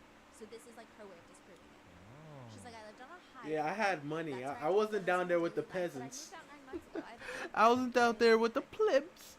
There are some low light photos circulating on the internet. Those are not of me. This seems like she's referring to the people names. I am a Chinese citizen. I have been in Beijing since the incident, and I have not fled abroad. I don't know any so-called political tycoons. At work, I have always relied on myself, and I have not done anything weird. After being cyberbullied, I've never deleted or edited any content or photos I posted on social media. I want to thank the social media platforms for their legal and regulatory cleanup of rumors after the incident. Because of my contract with the former agency expired in June this year, I was unable to speak from the company or studio. In response to this urgent emergency, I believe that if I come out to clarify, it might have been easier to focus on. So she's saying the reason that I didn't come out forward sooner to talk about all of this and to try to disprove all these rumors is because I thought that if I came out during the wake of this tragedy, all the attention would be on me. And it would fall into larger scale online bullying and questioning. So I decided to wait until the dust settles before responding. Spreading rumors and online violence will only cause more innocent people to be implicated and hurt. After going through so much, I really hope that the person who spread rumors can apologize. I've reported the case to the Public Security Department and have entrusted a lawyer to take legal measures. In short, she denies all allegations. She says that she's still in Beijing. She has nothing to do with Yumeng Wang's passing. In fact, if you utter so much as a word about it, she's probably going to sue you. That's her threat, at least. I will say September 28th, a new drama, The Moment I Met You, starring Song Yi-ren, went up and immediately gets taken down 48 hours later. Dang. People are boycotting. Oh my god. You see what I mean? Like I said, I feel like she might have something to do with it, but what if she isn't?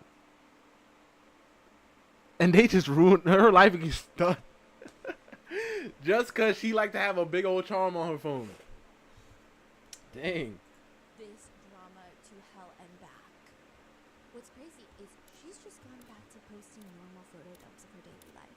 Really? Acting like none of this is happening. I mean, that's all she can do, right? No more live photos? Oh, so you're just gonna pretend nothing Oh, she should happened? have kept posting live photos. In a lot of her comments. So I was like, oh my gosh, what is happening with Dylan Wang? If you guys don't know, Dylan Wang is another very beloved actor in China, and he's huge. He also did a lot of fantasy shows too. Dylan Wang and Song Yi-ren were on a reality TV show together previously, and this clip is so weird. He is sharing the story about how he was invited to a gathering at Song Yi-ren's house previously, before all of this. And everybody is like, oh my gosh, like what's going on? Like tell us about it. And he's like, yeah, I mean, it was like this weird, she was having a party, and the whole time Song Yi-ren is sitting next to him and she starts looking very uncomfortable. It's like she starts fidgeting, she starts taking sips of her tea, she starts looking side to side and kind of smiling sheepishly. And he's not exposing her for anything. He's just like, there was this one incident where she's saying, you guys are tired. Everyone come over, and I prepared these foot baths for everyone. Okay, just to clarify, Dylan Wang and Song Yi-ren is on a reality show. Yes. They're sitting there sharing a story with a group of other celebrities.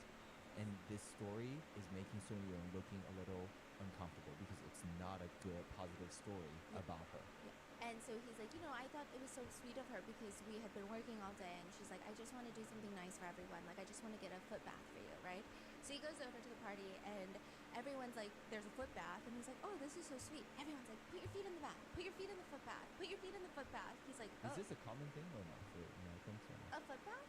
Oh, maybe, perhaps not. It's like a soaking tub with Yeah. hot water. It's like, maybe it's a more, I Yeah, don't know. it's a very common thing we do growing up. Like Yeah. after a long day, steaming hot pot of hot water. You Oh, dip no. your feet in there. It's like relaxes with the whole body. It's like, also in Korea, they say it releases toxins. I guess it would be Yeah, like yeah. taking a regular bath, but Yes. obviously just your feet. You just roll up your pants, right? Yes. And So it's so- like a very relaxing, Yeah.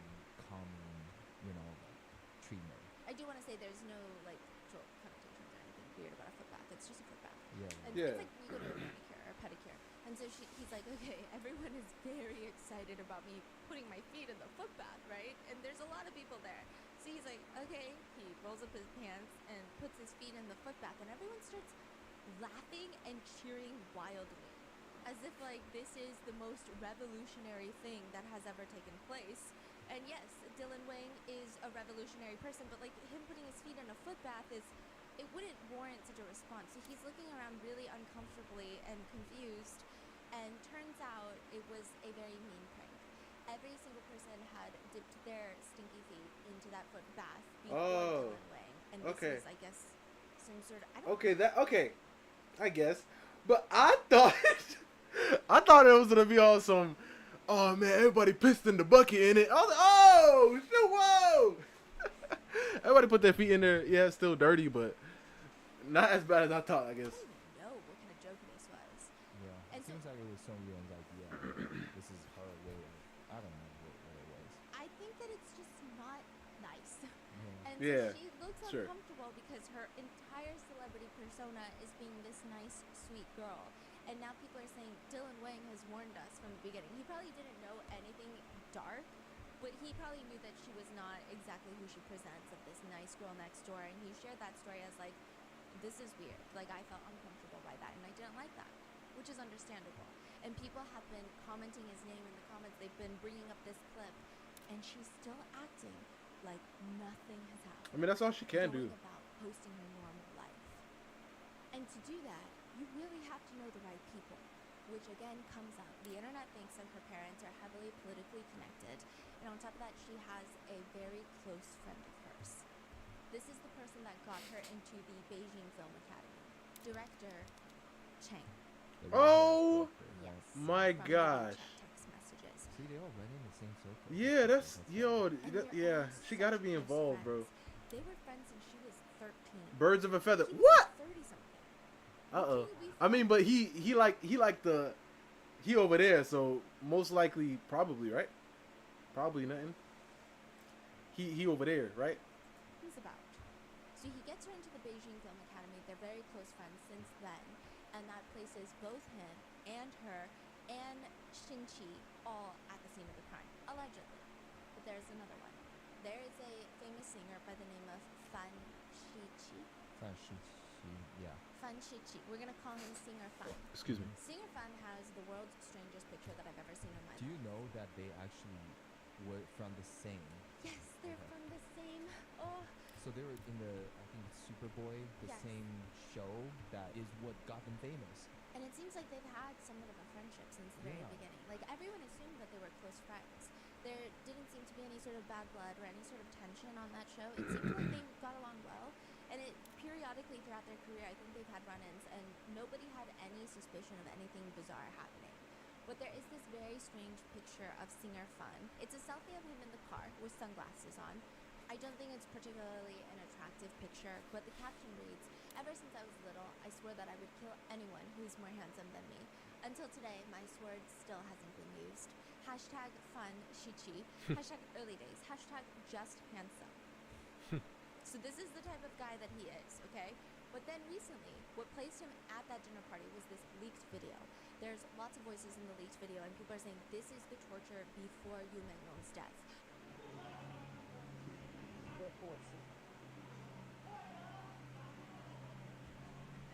A lot of people are saying there's just no way that Yu Menglong died from falling off the 5th floor. That's been a huge conspiracy, is that people have this theory that he was tortured to either A, get information out of him, such as a USB. Remember, I went over that theory.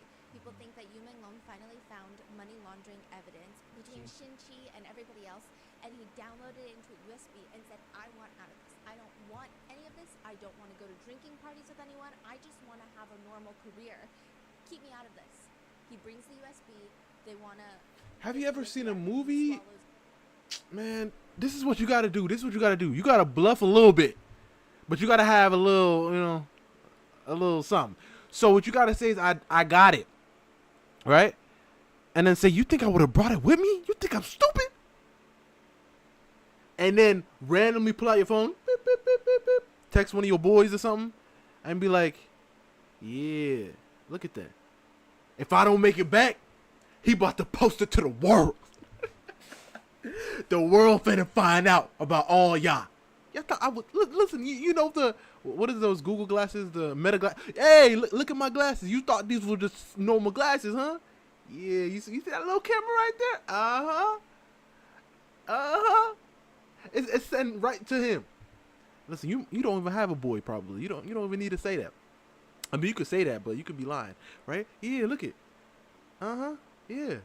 I was just playing along this whole time. And listen, you might get like pop, pop, pop a couple times, but just know, most likely if they smart, they finna be like, all right, this man thought this through, huh? And they go probably step away. But listen, once you do that, you can't keep working with them. You gotta get up out of there. You gotta leave the country, you gotta pack up your bags and leave, because they go end up finding out, or they gonna end up trying to find a way to take you out. JFK, they go try to find a way to take you out that way. So you gotta be smooth with it. Be smooth with it. And they're trying to torture him to see if maybe he can spit it out. Maybe he needs to tell them if there's another copy elsewhere. That's been a huge running theory. Another running theory is that they're just torturing him because they like it, or perhaps they want him to consent to sleeping with them and he just won't. There's this leaked audio where you hear what sounds like singer Fun's voice, and it's saying, "You're lucky that I didn't beat you to death. As a man, it's just a little blood. What's the big deal? It's not a fucking thing." A lot of people say it sounds just like singer Fun, and it is a very venomous way of talking. I don't know if this is AI generated. I don't know. I mean, with cases these days, my gosh, exactly. cases where authorities will not come out and confirm or deny anything, it's getting so crazy with AI. The amount of times that we have to look for frame by frame to see if we can spot any sort of discrepancy that would indicate that it's AI generated. But even then, it's not like I specialize in discovering that. Like, I barely know anything. So it's just been so difficult, and there's the fact that we've run into even like there are real photos, and then people use AI to make that photo move. So now it's like, oh, that looks like the video because it looks just like that photo. And then we have to look frame by frame. And then we turn out it was AI, it was fake. I don't know how it's gonna be in 6 months. I mean, 6 months is bad. Like 6 years would be so, so bad. This one specifically, I think it was I was talking to you about it. It was the craziest thing. We were all sitting there, and I was like, something about this is so weird. This is the video that gets singer Fun roped into all of this. He's saying all of this, and Yu Meng Long, you hear dog howling, and then Yu Meng Long's voice comes out, and it's the weirdest, calmest voice, and he says, "Oh, Fuli is here to save me." Fuli is his dog. So people were saying, listen to this entire leaked video. This guy, singer Fun, is torturing Yu Meng Long, bleeding, making him bleed. He's like, oh, blood's nothing, right? And then the dog starts barking, and Yu Meng Long is like, my dog is here to save me. And then you hear just seconds and minutes of the sound of a dog howling and Yu Meng Long wailing, like sobbing. And it sounds like his dog is being tortured. Dang, bro. 没鸡巴什么呀？徒弟来救我的，没鸡巴打死就不错了，他妈忍着点吧，没鸡巴事。大男人他妈流血算鸡巴什么？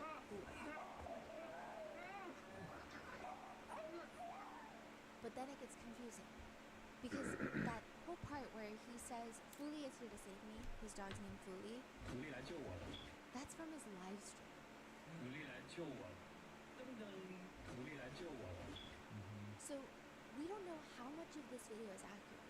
Singer Fun saying that, it sounds like him, could be AI, but it sounds like him, but it could be AI, we don't know.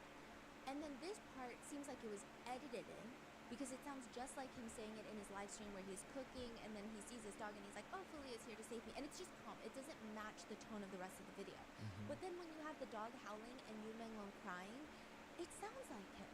Yeah. It sounds like him crying. So it's like, what is it possible that 80% of this video is true and the 20% is edited?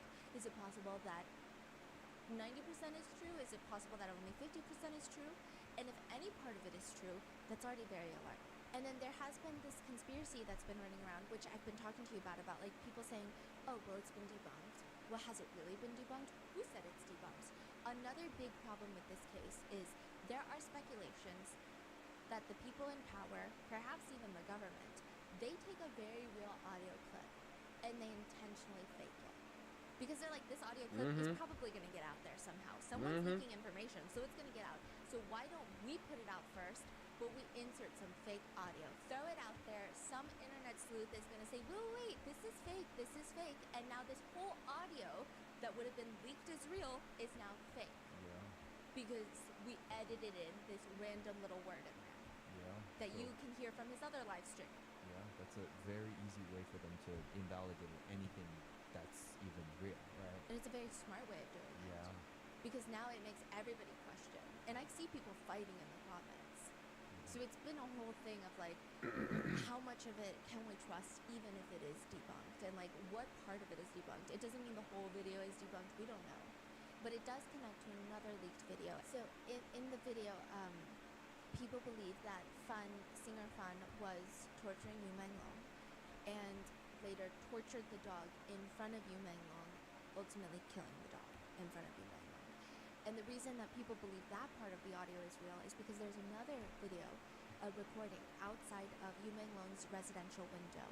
And this is from allegedly a neighbor of Yu Menglong. And again, this could be fake, this could be real, this could be half fake, we don't know. But you just hear muffled wailing, and it sounds like Yu Menglong sobbing. Fuli, I'm so sad, I can't do this, I'm so miserable. Fuli is his dog's name. There's so much blood, you killed my dog.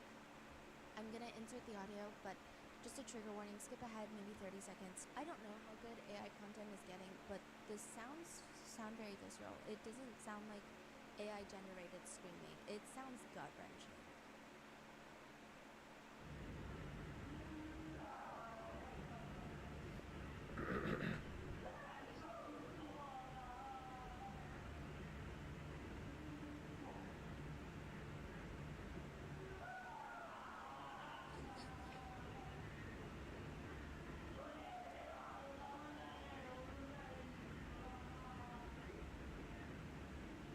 Dang.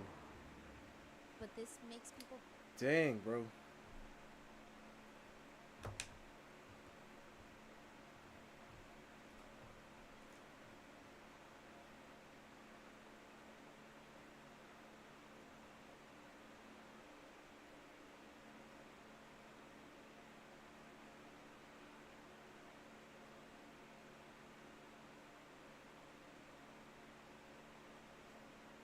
Yeah. Like, gosh.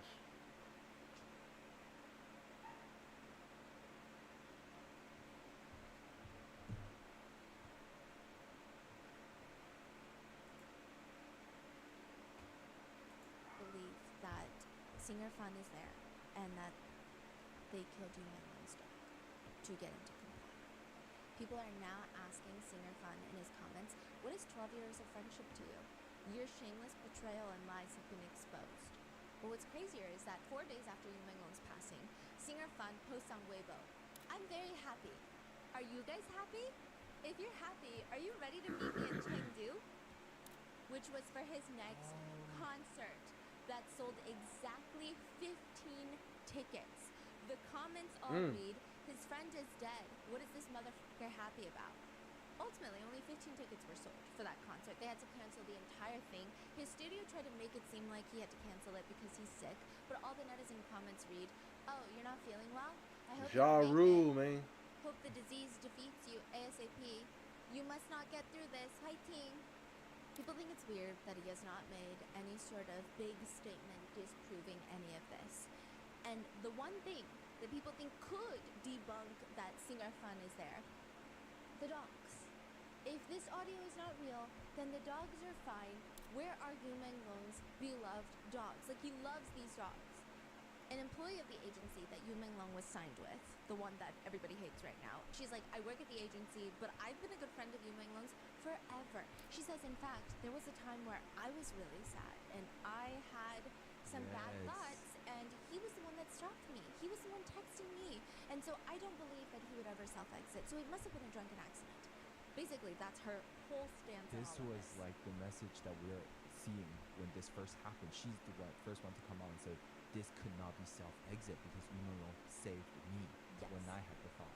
But she's so convinced that it is a drunk accident, which people are saying that doesn't make sense, because if you work at the agency and you are a so-called close friend of Yu Minglong's, you would know that he would not drink that much right before a CCTV giant performance that he has the next day on a government-run television program.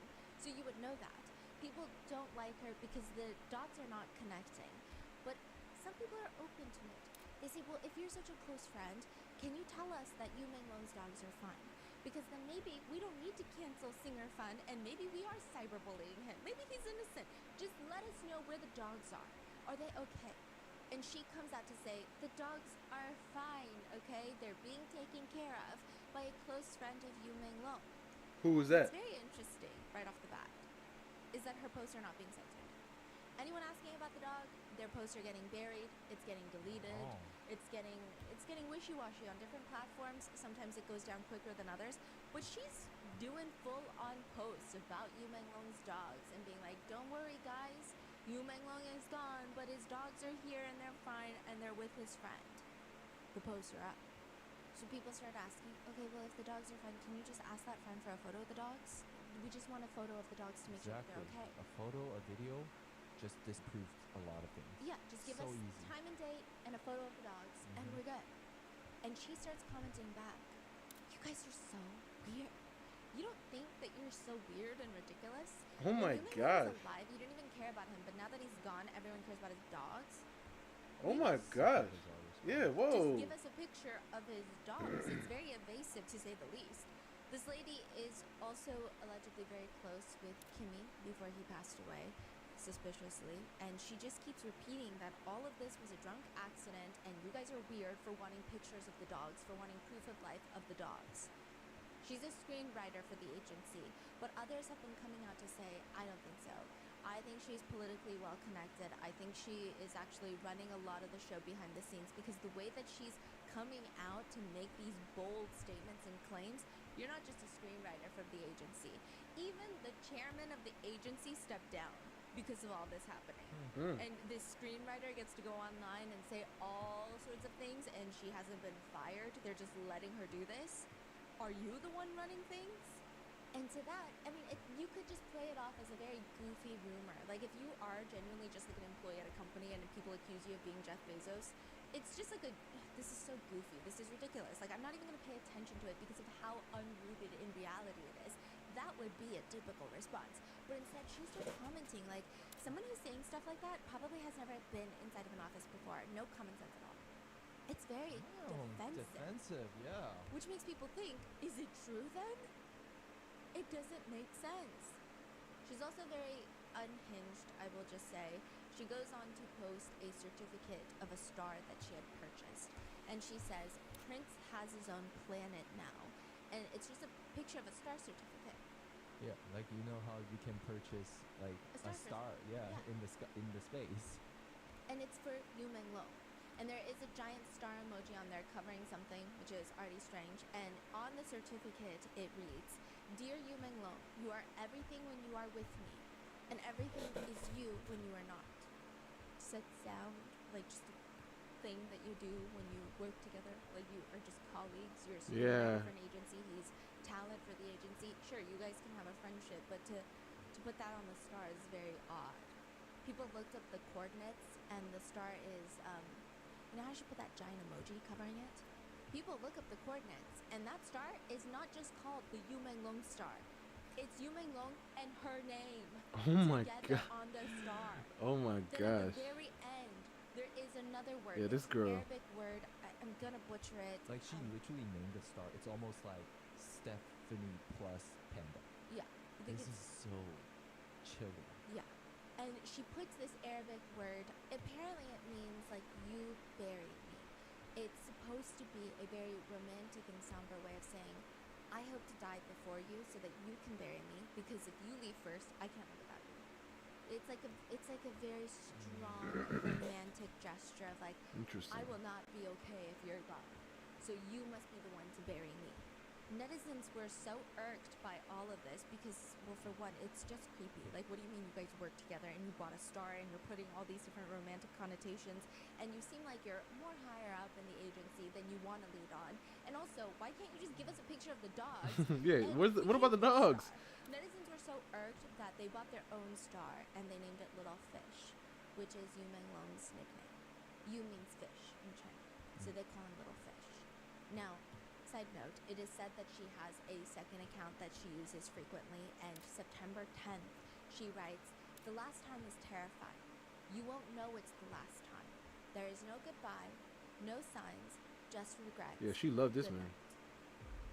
That's a very cryptic message. Before everything went down the next day, Yeah, before the first post goes up at around 11 in the morning the next day, she posts this allegedly on her alleged second account. There's no way to prove that this is her account. There's no way to prove that this has any relation to the Yu Menglong case, but if it is, it seems like she knows a lot. yeah, this woman is so weird. Yeah. Just like the dog thing to me is the biggest red flag. She inserted herself into this whole dog Yeah. thing. She's like, no, the dogs are not dead. And then as soon as people asking for a photo, she got so mad. And she's yet to send a photo, which is such an easy thing to do. She could easily just take a video of herself going to see the dog. Or just even ask a friend for a photo. Yeah. It doesn't add up. This places her also on that list. People don't know if she was there that night. People don't know if perhaps she just knows a lot, coordinated a lot. A lot of netizens are on the belief that she knew more than she's leading on, that she knew more than September 11th morning came around, paparazzi released the information. They think that either she was called that night or she was there that night. Then we have the red-haired director. We're coming back to him. So the reason that he's placed at the scene is because he's always harassing young men. It seems like he was very into Yu Menglong. And another thing is, there is a picture of him at a fashion show the next day after Yu Menglong's passing, and these are paparazzi photos, and there appears to be what looks like blood on his shoes. Like if you were to step in blood and it would dry on your shoes. It's not like splattered where he would even notice. It's not so obvious where it's like, oh, no, that seems like a design choice, or that seems like this. It just seems like on the very edge, near the sole of his shoe, coming up the ridges a little bit of his sneakers, it looks like he stepped in something dark and red. It is weird. I mean, I don't remember the last time I got red on my shoes. It's a very specific color. Yeah, that is weird. Yeah. It's not like brown and dirt, it's red.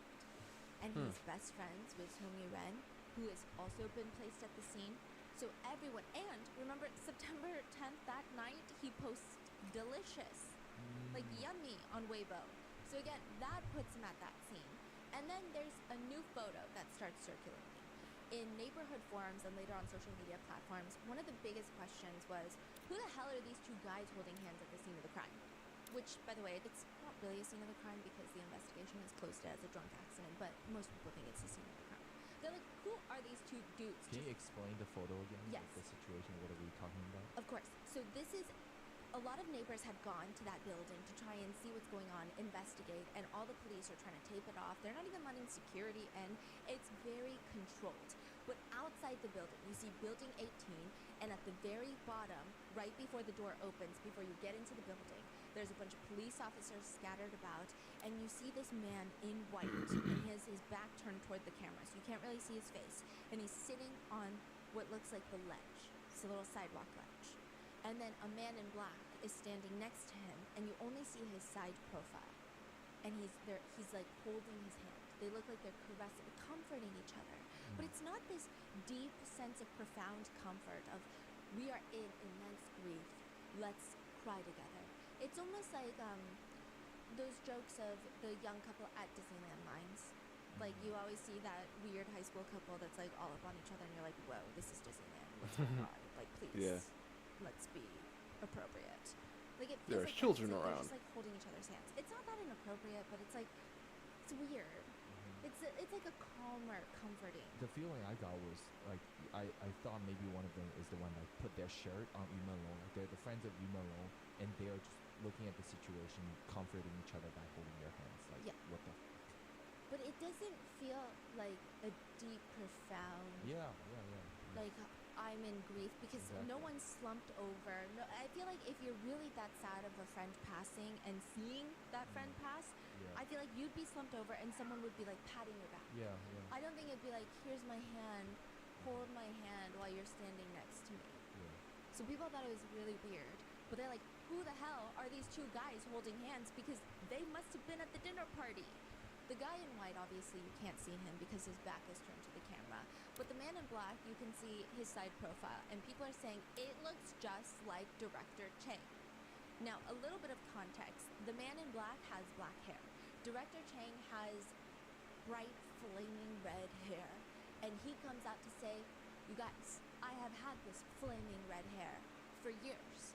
I've never had black hair. I didn't have black hair September 10th, September 11th, and I don't have black hair now. People are saying, okay, well, we didn't see you September 10th and September 11th, so we don't know if maybe you just dyed your hair back. But I will say the day after, when he did go to the fashion show, he did have red hair. So he's saying, that's not me, but people still believe he was there that night because of the delicious comment that he made on Weibo, that random post. He's friends with Hong Yiren. He's known to be very creepy, and a lot of people believe that he was trying to sleep with Yu Menglong. And allegedly, I don't know if it's true or not. I read that when Kimi passed away, he also posted delicious on Weibo. Not only that, he was obsessed with Kimi as well. People Oh are my saying gosh. that his obsession moved on from Kimi after his passing to Yu Menglong. He was obsessed with Kimi, still posts about Kimi on his anniversary of his passing, posts all sorts of nonsense. And this has actually been a huge point of contention. After Yu Menglong's passing, he posts about Kimi. And people are like, why is he posting about Kimi? Because it's making him look more suspicious. So not only do we think that you are connected to Yu Menglong's passing, we also think you're reminding us that we think that you're connected to Kimi's passing. Yeah. Why would you do that? Yeah, because the whole world thinks you did this to Yu Menlong, and you brought up another singer that passed under very Suspicious Yeah. circumstances. that's a really weird action, and people are thinking, yeah. People are thinking that's his way of telling people, the very powerful people, you know you need to protect me. Because he's getting a lot of the heat. Him and Hong Yiren and the singer Fan are getting a lot of heat right now. Because there's just a lot more to dig through. A lot of the other people... See, that's the yes, they're thing. I feel powerful, like a very lot of well. these people, they've been doing these things for years, right? And the thing is, because we're in a world where the internet is everything, right?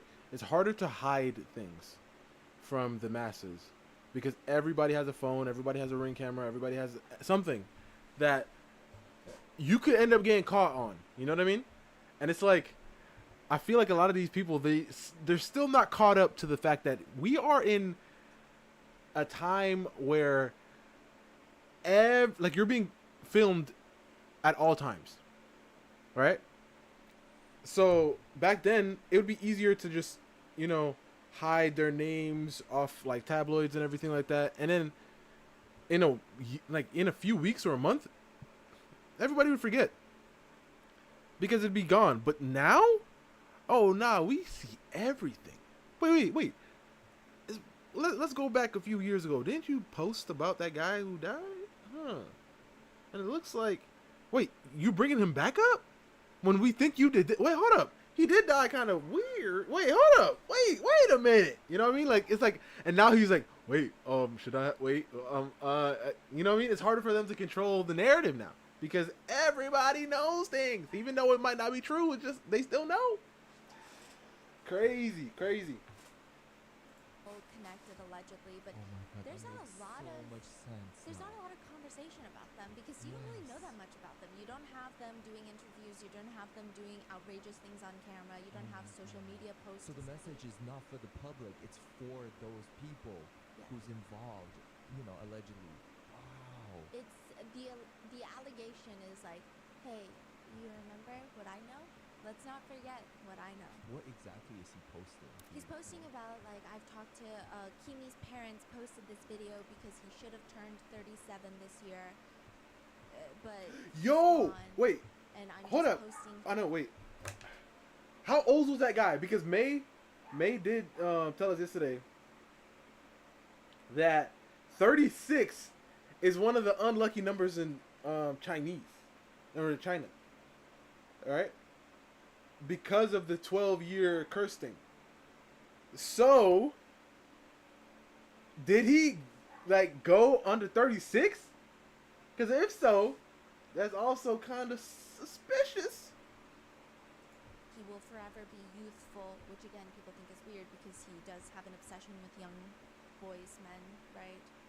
It was just like very vague and weird stuff, to the point where people are like, okay, we think he's posting this to remind these powerful people, since he is one of the few It's getting crazy out here, dragged man. through the mud. Don't forget that I know a lot of stuff too. But if he's not the guy in the black shirt, because people are saying, we think that he was there, but we don't think he's the guy in the black shirt. I mean, like, the side profile is alarmingly similar, but you're right, he does have black hair, and Director Chang always has red hair. Who are these two guys holding hands at the scene of the crime? That's where Ji Guangguang comes in. Ji Guangguang is the owner of the apartment building in which Yu Menglong passes away from. He's a writer, screenwriter. His biggest work was, I think it's a show called Come On, You Are the Best. He's also written some books. According to an online detective, he is the Yeah, online owner, detective. and he was the host of the dinner party, and he's not necessarily the most successful, but that just means he's well connected. He's politically powerful. He loves Rolex watches. He loves spending a lot of money, but he doesn't really have the success to back it up. So, like, he must be one of the politically well-connected people as well in there. It just doesn't make sense. So those two watches were allegedly his in Yu Menglong's pocket. Yes, if it is true that there were Rolex watches, people think that it was his. He seems to be a huge fan of the brand Rolex. That is so weird. Shi Tao is Ji Guangguang's husband. So they think that Ji Guangguang is the man in white, and Shi Tao, his husband, is the man in black comforting him. So they are at the scene. But Okay. I gotta say something. I'm just like, hey, listen. I'm just seeing a pattern here. Like, everybody in this story, I'm like, it's just, hey, let's just press play. Let's just continue. we don't really know that much about him. We just have this rumor that Ji Guangguang's father was the former premier of the state council. So it seems like there has already been allegations at the forefront since a long time ago that he is very politically well connected. But being politically well connected is not necessarily a bad thing until now. So they get placed at that dinner party. And Ji Guangguang doesn't really make any statements that are convincing. He just goes off to immediately turn off his comment section. And people think that is very suspicious.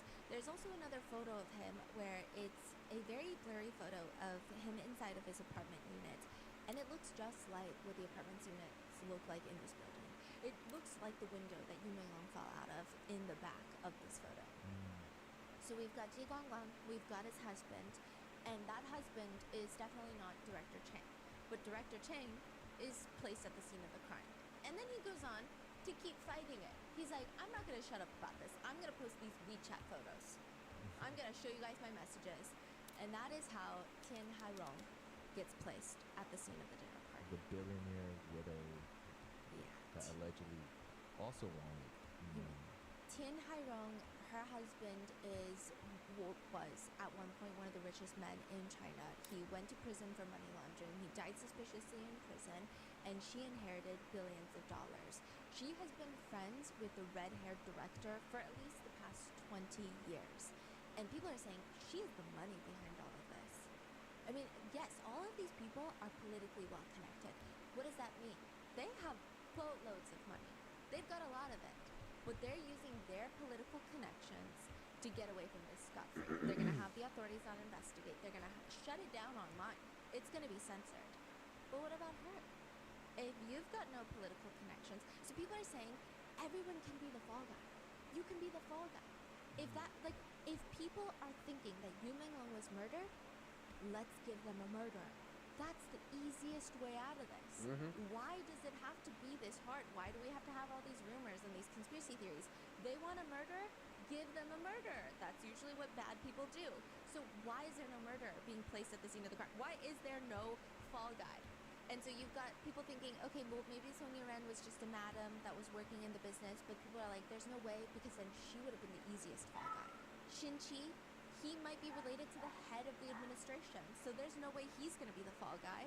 Director with the red hair, he's telling them straight up, allegedly online, I've got so much information, you don't want me to be the fall guy. Same with the manager, Yu Menglong's manager, maybe they know too much information. Then you've got Ji Guangbang and his husband, perhaps they're so politically well connected that they're not going to go down for it. And now you just have Ting Hairong. She's a billionaire, but it's a little bit different in China, where billionaires have so much power. They do, but they don't have as much power as they would in America. They are still subject to the head of the administration. At the end of the day, they are not the top dog. And so why can't she go down? They could just say, hey, she's a creepy widow and she was obsessed with this guy. He didn't want her because she's older and like maybe he doesn't like her. Whatever. She got enraged. She kicked him off the building. She pushed him off the building. She hired one of these random people off the street to push him off the building. They could have made her the fall guy. Allegedly, she is the pockets in all of this. Neighbors have reported that people were going around offering tens of thousands of dollars per resident to not talk to any media, to not talk to the police, and to just shut their mouth. Don't post anything. Don't go on Instagram. Don't go on Reels. Don't go on Threads, which is where a lot of people have been circulating information. Just shut up, and here is money. People did calculations. You're talking about tens of millions of dollars. The only person that would have quick access to that kind of funds is Tian Hairong. It doesn't make any sense. Additionally, some people said that they didn't take the money. There are allegations that netizens there did not take any of the money. They didn't want it, and they were perhaps talking to some reporters, posting a bit online. Their tires were allegedly slashed. That has been the rumor that's been going around. Dang. They've had red paint splashed on their doors, and within days, a lot of the units in this complex go up for sale. These units are going up for sale. Yeah, bet. Crazy. I don't want to live here no more. People are panic selling. Now, originally the thought was, well, that makes sense. You have very bad news in an apartment complex. You don't want that to affect your equity in the house. So maybe you want to be the first few to sell before it really starts plummeting and people all want out. It's kind of like the stock market. Everyone's panic selling. That was the initial thought. With the amount of money that people would be losing, it doesn't make any sense. And also, lots of tragedies happen in Beijing at all sorts of different apartment complexes. And typically, like, you just ride the wave, and like in a year, you won't lose any money. It doesn't make any sense that they would be panic selling unless they're scared to live there.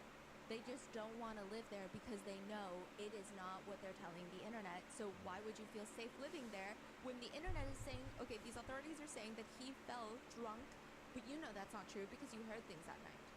Yeah, I think I read somewhere that it was like the neighborhood before was like they have 90 units that's listed for sale. Overnight, it went to like 153 or something. Just like boom, double. In like 12 hours. That doesn't make sense. You know, something happened.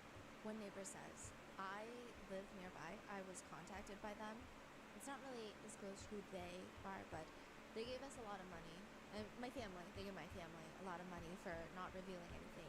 We did hear the sound of something falling down that night, but security told us that one of the units was just like throwing trash away, so we just assumed it was that. They asked us to ignore the sound.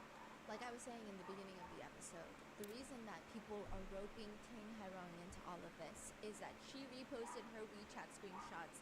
They don't align with everything that's been happening.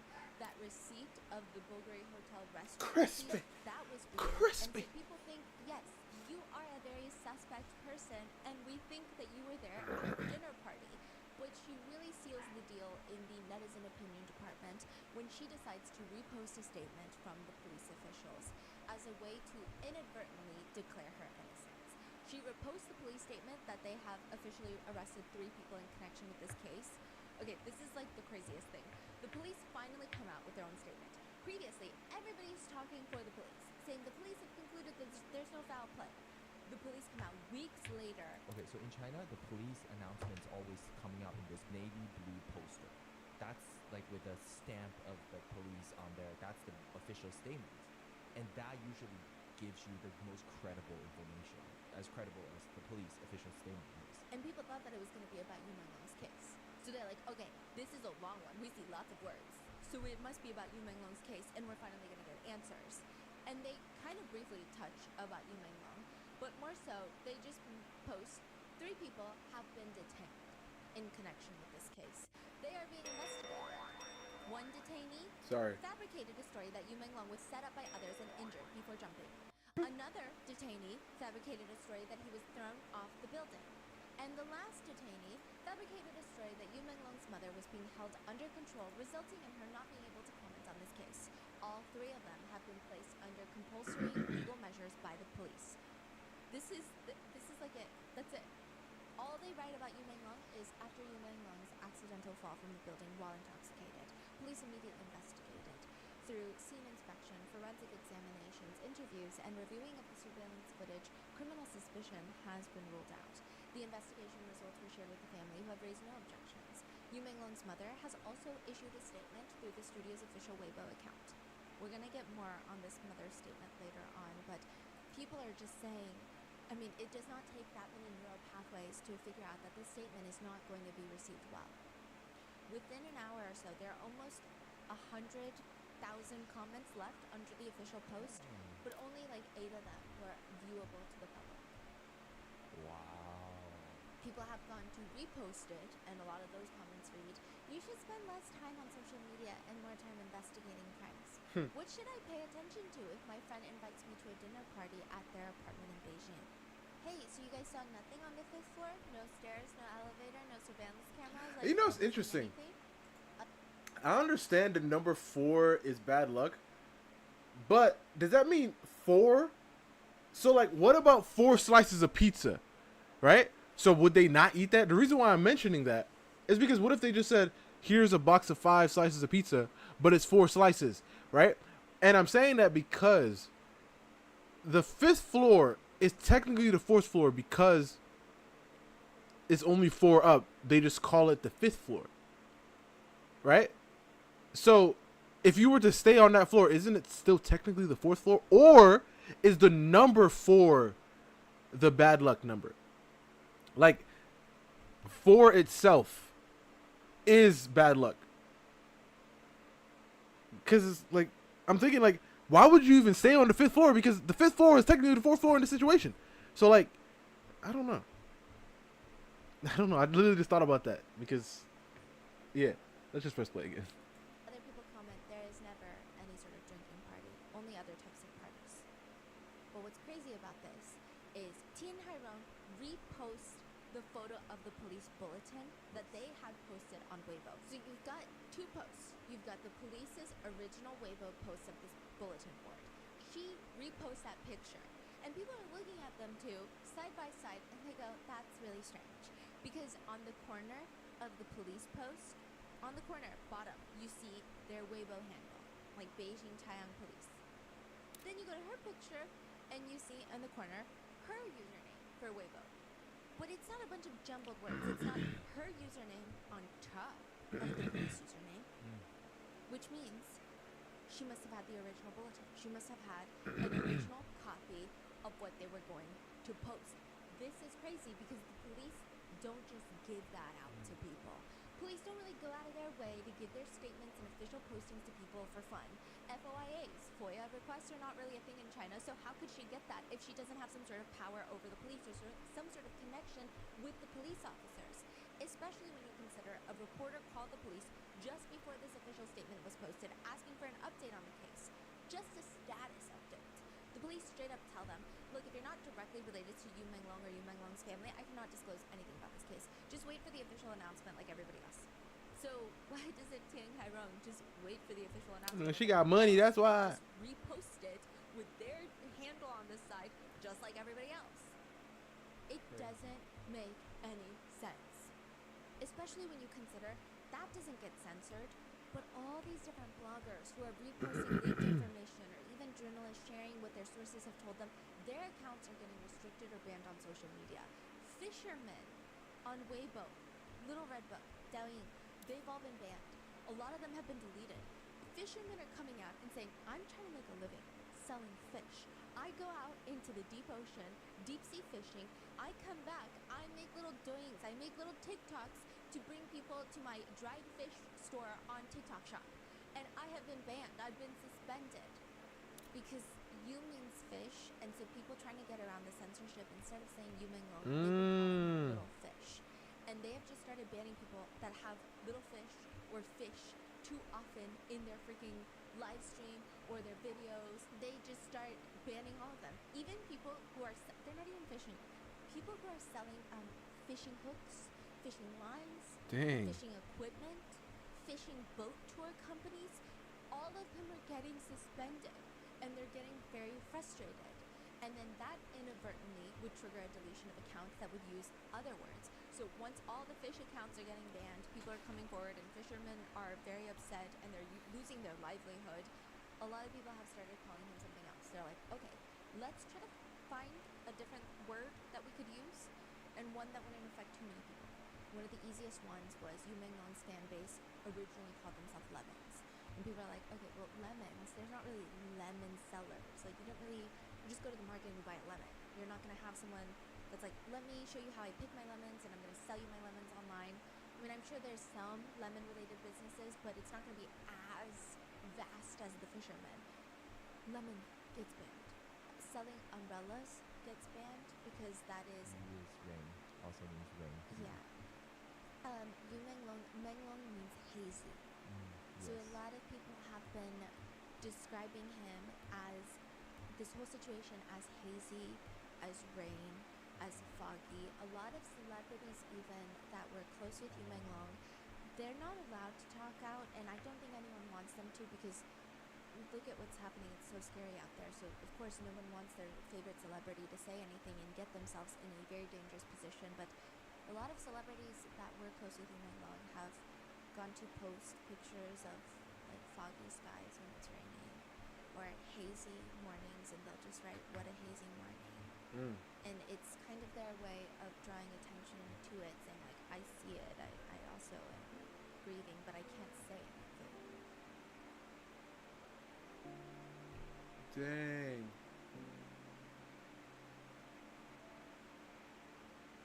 Dang.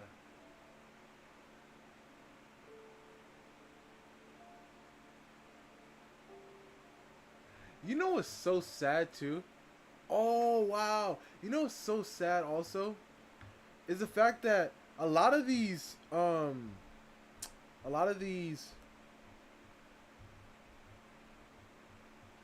like, how did I say, like, I guess you could just say like celebrities, because they can be movie stars, singers, whatever. They know. You know what I mean? Like, a lot of them, they know how it is in the industry and all these places. So them, like just imagine the things that they be going through too, you know? Like with businesses and stuff. Obviously, probably not all of them are going through the same things that he went through, but still, bro. Sad. Truly sad. That's why I'm like, what? Like, is it worth it, bro?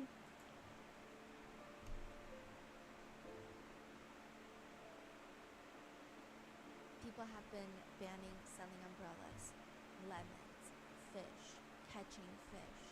It's said that if you are doing any of those or saying any of those words, even if you're not talking about Yu Menglong, if you're going at the fish market and you're talking about the different types of seafood that they're selling there, it's likely that your live stream is going to lose internet connection. One netizen jokes, but not really. It's depressing. Crazy, Saying, yeah. Yeah, soon enough, they're probably going to even ban selling fish at the market at this rate. A lot of Chinese people actually have a term for all of this, and they say it's a serpent eating its own tail. And that's how a lot of times censorship has been described. And like, I do want to say, I think we're lucky to live in the US where censorship is maybe not as obvious of a problem, but censorship exists everywhere. Yeah, it does. Like, even in the US, like, there's no such thing as, I don't think there's any country that does not have censorship to any varying degree, but They say that when censorship gets really bad, it's a serpent eating its own tail. Because something is getting censored, naturally it causes everyone to wonder, why the hell is this getting censored? Which then leads to a bigger conversation of the intent of the censorship, the conspiracy theories, the dark, different allegations and suspicious points, which again could not be true, could be absolutely true, we don't know. But this cycle starts and the conspiracies get darker and bigger, and then that conspiracy getting censored almost adds credibility to the conspiracy, and Mm-hmm. it's a serpent eating its own tail. And it's like this vicious cycle of just, we don't know what's true, and everyone just gets hurt in the process. And it's not even like the government really benefits either.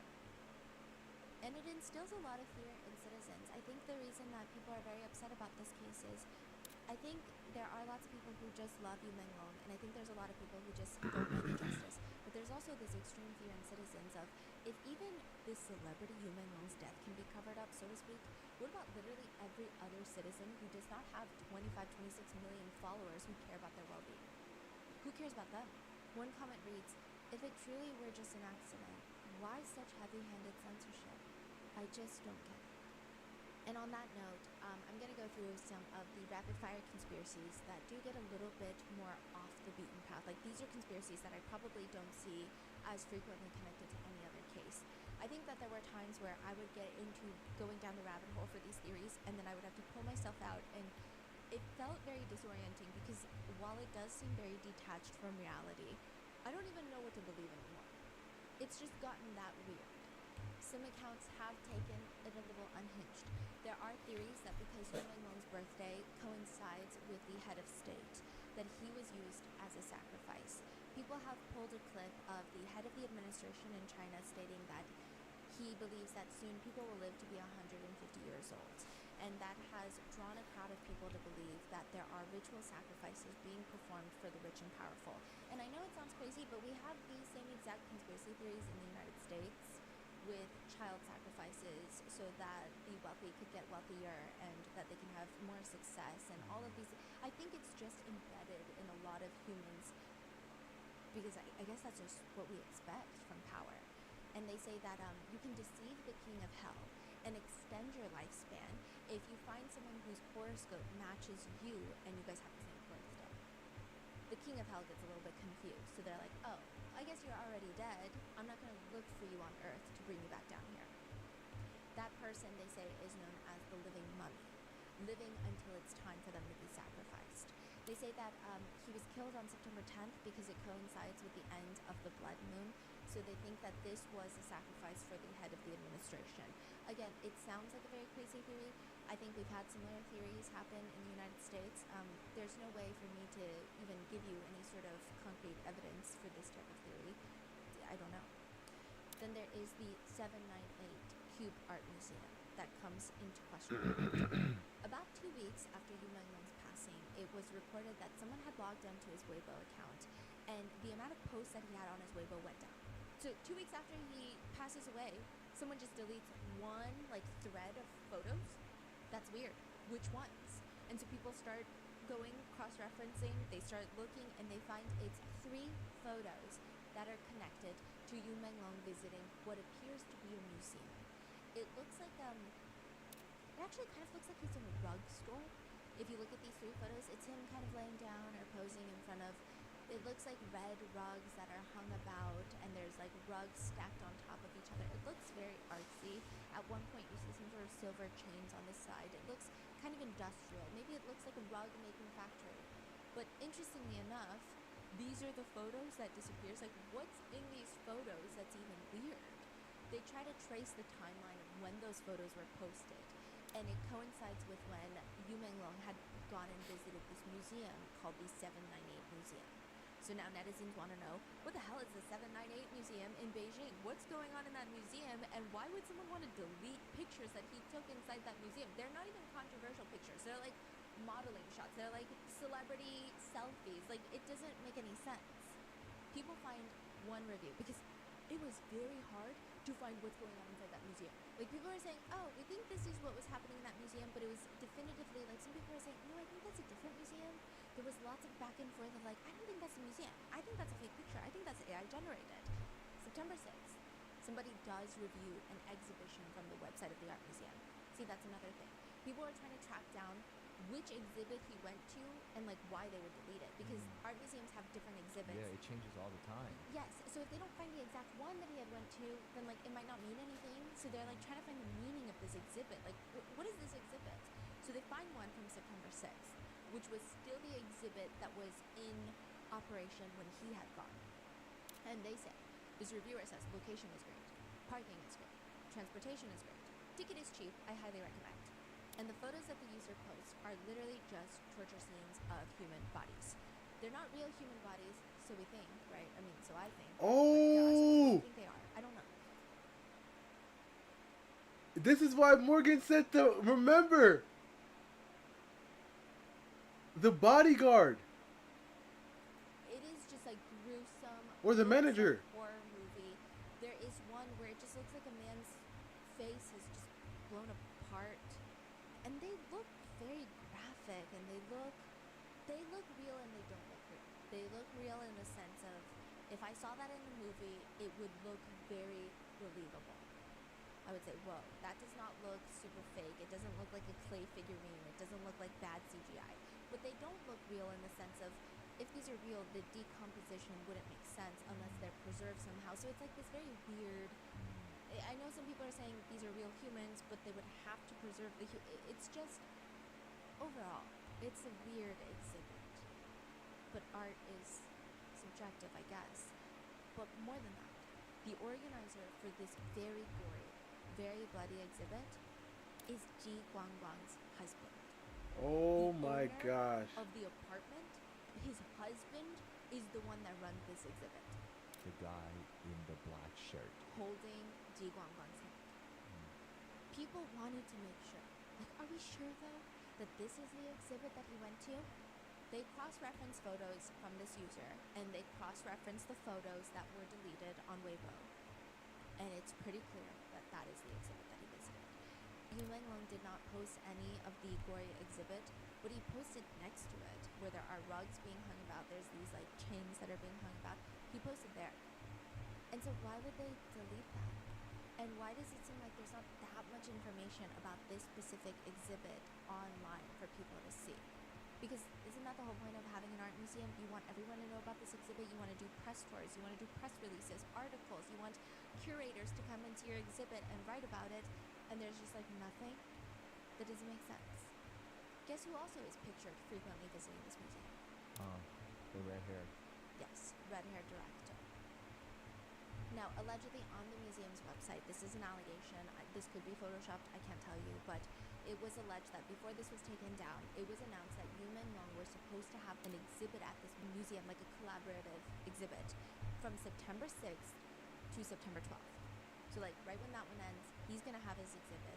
But after his passing, they removed everything about it, is what people are saying. I don't know. I don't know if people who had gone to that exhibit would come out. I don't know if he would have fans that went, because these are his fans who support him, and then they would feel inclined to come out. So I don't know if any of this is true, but there is a rumor that it was called Unfinished Borders, which people are now definitely reading into it, wondering if people were thinking that his life and exhibit were going to be unfinished. That part, I don't know. But it does, there is a connection between Ji Guanguang's husband, it seems, to the exhibit and those pictures being deleted. There's another piece in the museum. This museum has been a huge topic of discussion. There's another piece in the museum. It's an old raggedy jacket that looks like it's been rolled around in dirt. Maybe there's blood on there. It just looks like it's been soiled. This jacket is just hanging on the brick wall of the exhibit, and Yu Menglong was pictured, allegedly spotted, wearing a similar looking jacket at the airport before. Some people are saying this art museum feels like a bunch of rich people, sick rich people who probably are into gore, who like these very bad, nasty things, and they are almost incorporating real life victimization and this museum all together in one piece, so blatantly in front of everyone, and they might get off on that aspect as well. They're saying, what if Yu Menglong was tortured in this jacket and then they hung it up in the museum? Because they get off on it, because why not? People are wondering if this is just like a rape museum of all the artifacts and product of them essaying and they're sick Oh my of gosh. conspiracies. That's what people are saying online. I can't tell you if any of this is true. I will say the jacket does look similar, but that jacket could be just like I don't know, a Uniqlo jacket, a Target jacket, like a jacket that everybody wears. I don't know. Like hanging a jacket is like, what kind of art is that? Even so weird. Everything's so weird though. Then come there's even more about the museum, by the way. There's like this conveyor belt that people have been posting online. And again, I haven't physically been there, and like I'm just getting so cautious about AI generated content, so I can't tell you definitively if this is even a picture of the museum. But they say, you know how you go to a dry cleaner and they have that conveyor belt where they hang the shirts and they push the button and it just rolls. It seems like instead of shirts hanging, it's like skin suits hanging. It looks like someone just skinned someone's torso and then hung them on this conveyor belt, and it just keeps moving around and around. And the skin looks very realistic. A lot of medical professionals allegedly have been posting online like, hey, so I work in the medical field. I'm in a research lab, and I'm just going to tell you, it's a very good artist, or it's something else. So that's what a lot of people have been saying. But overall, they're saying this museum is creepy. Another one is there was this one exhibit, a picture going around of an alleged exhibit, where there are just so many shoes. It's not a pair of shoes. Just imagine if you were to just buy one shoe of every pair and fill an entire massive grand ball. Oh my with it. gosh, And bro. then each shoe is tied to It's a like red some string. And they what's all his go name? up into Jordan the ceiling Peele at one type stuff, focal bro. point, and it's like this mammoth-sized red string shoe. It's very eerie because of how much string there is. You can't even see through the string. And then also it's eerie because you're human and you're like, why is there only one shoe? Why isn't there a pair of shoes? Whose shoes are these? Where did you get these shoes? The shoes look lived in. They look like people wore these shoes for a very long time. So whose shoes are these? People are pointing to one specific shoe, which they believe, they are alleging, this is a conspiracy theory, that is Kimi's shoe. They said that he wore shoes like this very often, and they think that is his. And like we said, the red-haired director was always seen at this museum, and he was seemingly obsessed. Bro, I'm telling you, bro. The whole idea of conspiracy theories, I feel like they had to, like, it was a master plan to create that word in general. Just the conspiracy idea. Just to fool people, bro. Because they can blatantly do all this, and then once people are talking about it, like, come on, guys. You know it's just a conspiracy, right? Like, I'm telling you. Because I'm not saying that is... Wait, what the... Additionally, a lot of people think that Kimi's alleged photo from his funeral many years ago, they think that he was mutilated and tortured to death. That is a conspiracy theory online. They think that it just... But yeah, I'm telling you, they had to have, bro. It had to be a plan. Because it's so easy. It's so easy for them to just dismiss you by saying it's a conspiracy theory, you know? A conspiracy theorist. Does not appear like his body is intact. His family did come out years ago to say that's not true. Our son was very depressed. I don't know why people don't want to accept that he was depressed and he self-exited. We didn't want to see his hands.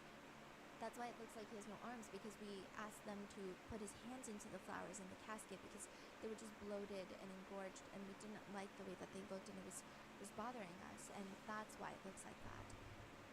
People don't believe that to this day. They think that his casket photos are unnerving. They say that it doesn't look like he really even has a torso. It looks like he's almost been stuffed with like a cardboard cutout of something to make it seem like his shirt is in place, but again, these are conspiracy theories. And then come the tunnel theories. I feel like every case, once the conspiracies start getting a life of its own, there must always be tunnel theories. I know with the Sean Combs case, there was tunnel theories between the tunnel of the Playboy Mansion and his house, and everything is always a tunnel. It comes back to a tunnel. But they say that the museum is connected with an underground tunnel to a very big hotel, the Bulgari Hotel. The same one that the red-haired director and Tin Hyrone had dinner in that night. They say there is a tunnel, an underground tunnel, so that they can transport him from the hotel to the museum. I could believe that there's a tunnel to his apartment complex that his husband owns. depending on how far it is, hey, if you want to say they got tunnels going that way, maybe. They got all this money already, you know? Having a secret location, probably. I don't know. And however they please.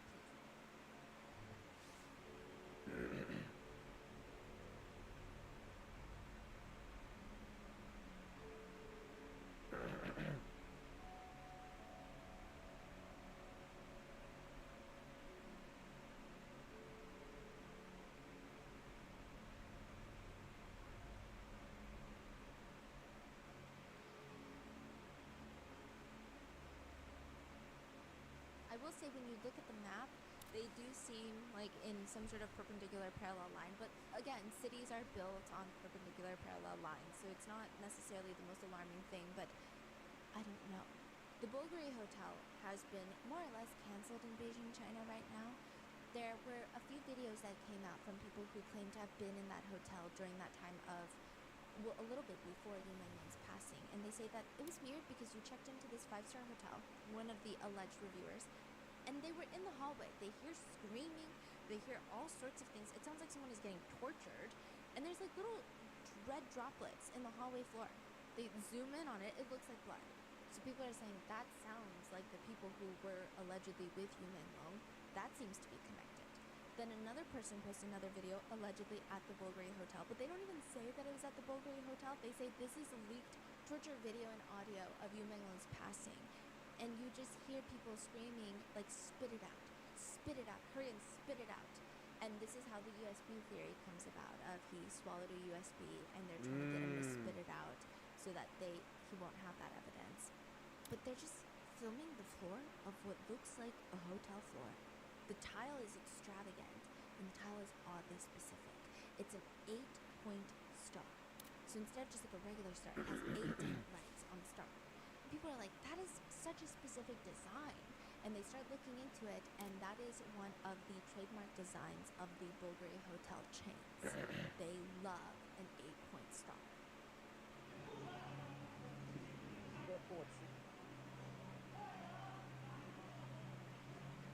And that is how the Bulgari Hotel, the museum, they all become points of captivity in this theory of what happened to Yu Menglong, as well as the residential building. Most of the 17 people have denied any sort of involvement. I just went through the core group of people, but all the other ones, there's not as strong evidence tying them to, these are the main ones that people are focused on. They have denied any sort of involvement. Some of them have come out to say they don't even know Yu Menglong, to which netizens are now, I don't want to say they're making jokes, but they're sarcastically asking all these people, oh, nobody knows him?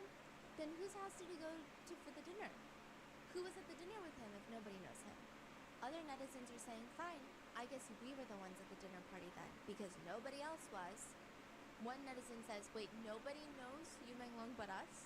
Only netizens know Yu Menglong? They're just providing character statements almost for Yu Menglong. Is there light flashing behind you? Do you feel like it's flashing? Or? Okay, continue. I'm sorry. Oh my People God. just want someone to be He's like, is there something? And someone yes. September 12th, the day after Yu Menglong's passing, someone claiming to be Yu Menglong's cousin comes out on Little Red Note to release a statement that very quickly gets banned, but it reads, I'm Long Long's cousin. Long Long is Yu Menglong's nickname. Right now, Auntie, Long Long's mom, and several other relatives are in Beijing, keeping watch over Long Long's body and waiting for the police's final investigation results. The autopsy results haven't come out yet. Auntie and the other family members landed in Beijing late in the Why night. wouldn't they have his dogs, you know, if anybody? On taking care of Auntie, so please don't worry. And he goes on to list a few very strange things. First of all, nobody alerted the family. This is what the so-called cousin allegedly claims. No one alerted the family that Yu Menglong passed. They found out through social media just like everybody else on Weibo. The cousin claims a few things in this post that are alarming. The police said that it was an accidental fall. According to them, what happened was pretty much what the media reported. So he's saying, like, the police haven't given any of our family members any additional information. They say that they were drinking at the friend's house until around 4 a.m. And then Long Long went into the bedroom, locked himself in the bedroom. And then at around 6 a.m., 2 hours later, The dinner party guests, they decide to leave and they go downstairs and they discover that he had fallen. And a neighbor walking her dog also discovers that he had fallen. Can you at And the least say police whose are called to friend the it scene. is? Like, who's the friend? Police take statements of everybody there, and everybody said that they were very close friends of Long Long. But this cousin is saying, I mean, I have talked to other people in this agency that I believe were close to Long Long, and they have told us specifically, the family specifically, Hello, that Long Long Morgan. doesn't even know these people. I see what you meant about the red flag, about the He doesn't the- know them like that. He just went because his manager asked the him. bodies. He also goes on to state that a few very strange things. I mean, the manager. Long Long left his phone on the living room sofa. So he goes and he locks himself in this guest bedroom of a person he doesn't even really know. Because again, they're like, we don't even know that he knows these people. But he's gonna sleep over at their house after getting wasted. It doesn't make any sense. And then he's gonna leave his phone on the living room sofa and then go into the bedroom by himself. He also states that there were footprints on the windowsill where he fell. There were dust on the screen window that was found underneath his fingernails. There were marks of his feet scraping the screen window downstairs. He says that police spoke to the neighbors, and all they know is that there were like 3 bottles of liquor and 3 bottles of beer that were drunk, but there were no signs of drug use. Like, there was security cameras in the hallway captured everyone going upstairs, but nothing else. They didn't capture the fall. They just happened to be not working that day. That's what the cousin, the alleged cousin, claims. The cousin also claims to say that statement that was released by You Long could Long's barely hear her? agency, that was written by the police and posted at Was the it- police station. Was it low for you guys He's like saying that whole this time? is weird. Like, it just doesn't make any sense.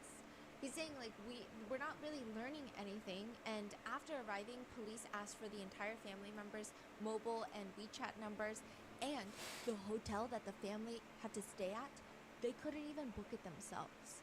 They were like, no, the talent agency must book the hotel for the entire family, and we need to know which hotel, and we need to know which rooms you guys are staying in, just so we can coordinate better if we need to reach you. But he's just saying, it feels kind of weird.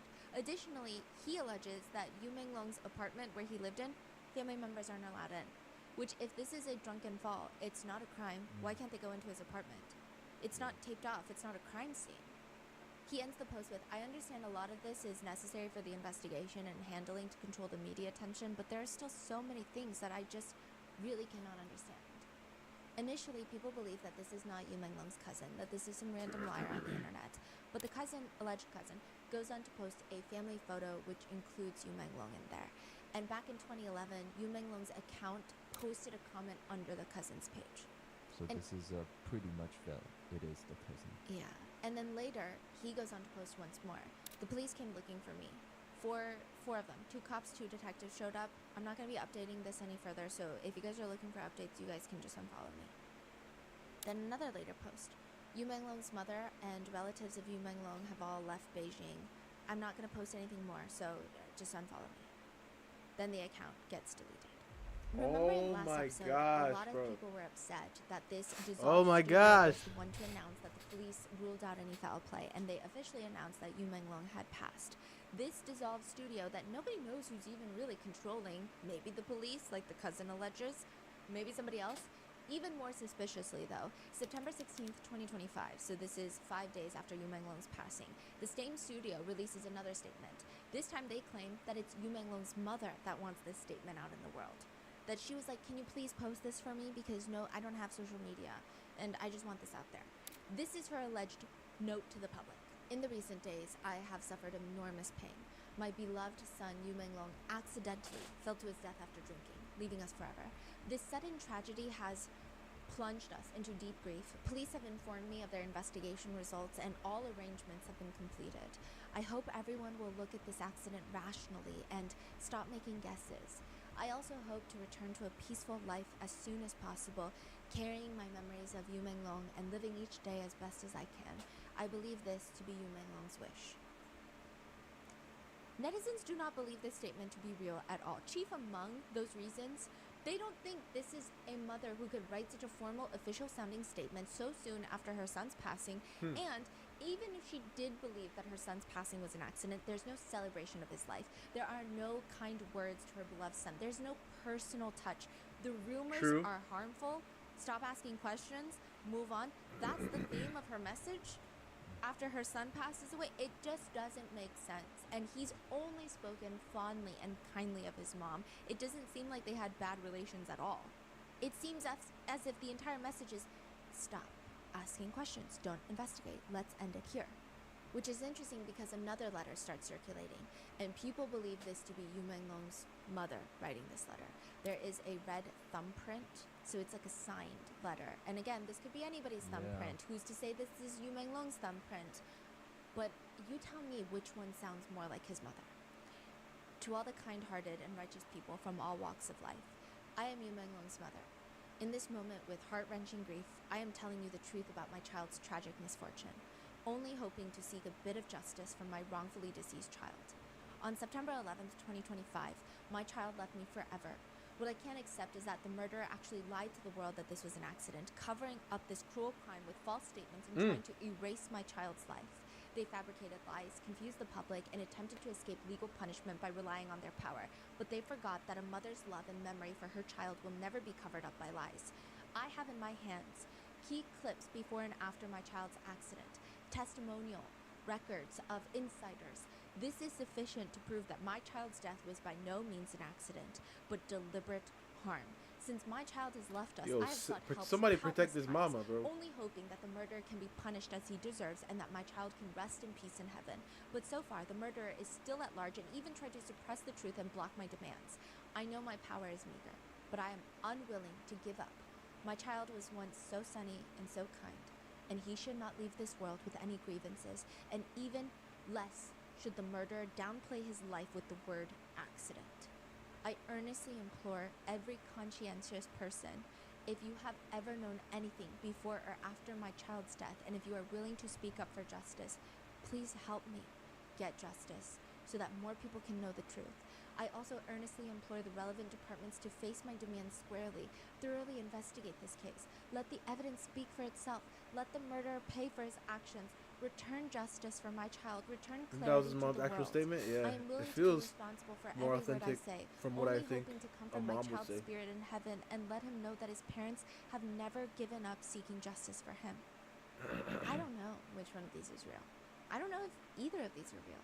But if you had to choose, which one sounds real? Yo, somebody gotta go. And then there are She needs some speculations Secret that the Service mother has protection, been bro. detained. I know that's There what are I'm also thinking. They concerns probably detained the that, mom. soon, if this conversation keeps going, that the authorities are going to start sharing information that looks badly on Yu Menglong. There has been growing accusations, not accusations, but there has been this alleged leaked document that has been going around with the official Beijing public security seal in the corner, and it claims that Yu Menglong was under investigation for child molestation. Nobody believes Oh! it, and I But know listen, that these are things that we Listen. should not cast out on. once again. I mean, no, I didn't say this before, so not once again. But listen, I'm not saying he did it, but this is a way that they be getting these people, bro, for real. Like, for real. They just instantly just try to smear your name, add all these allegations on you, and then people are like, wait, oh, so... Because you got to think about it. A lot of people typically don't do, like, deep dives. Whatever they hear on the news or, like, the front page of TikTok, they'll just take that and run with it.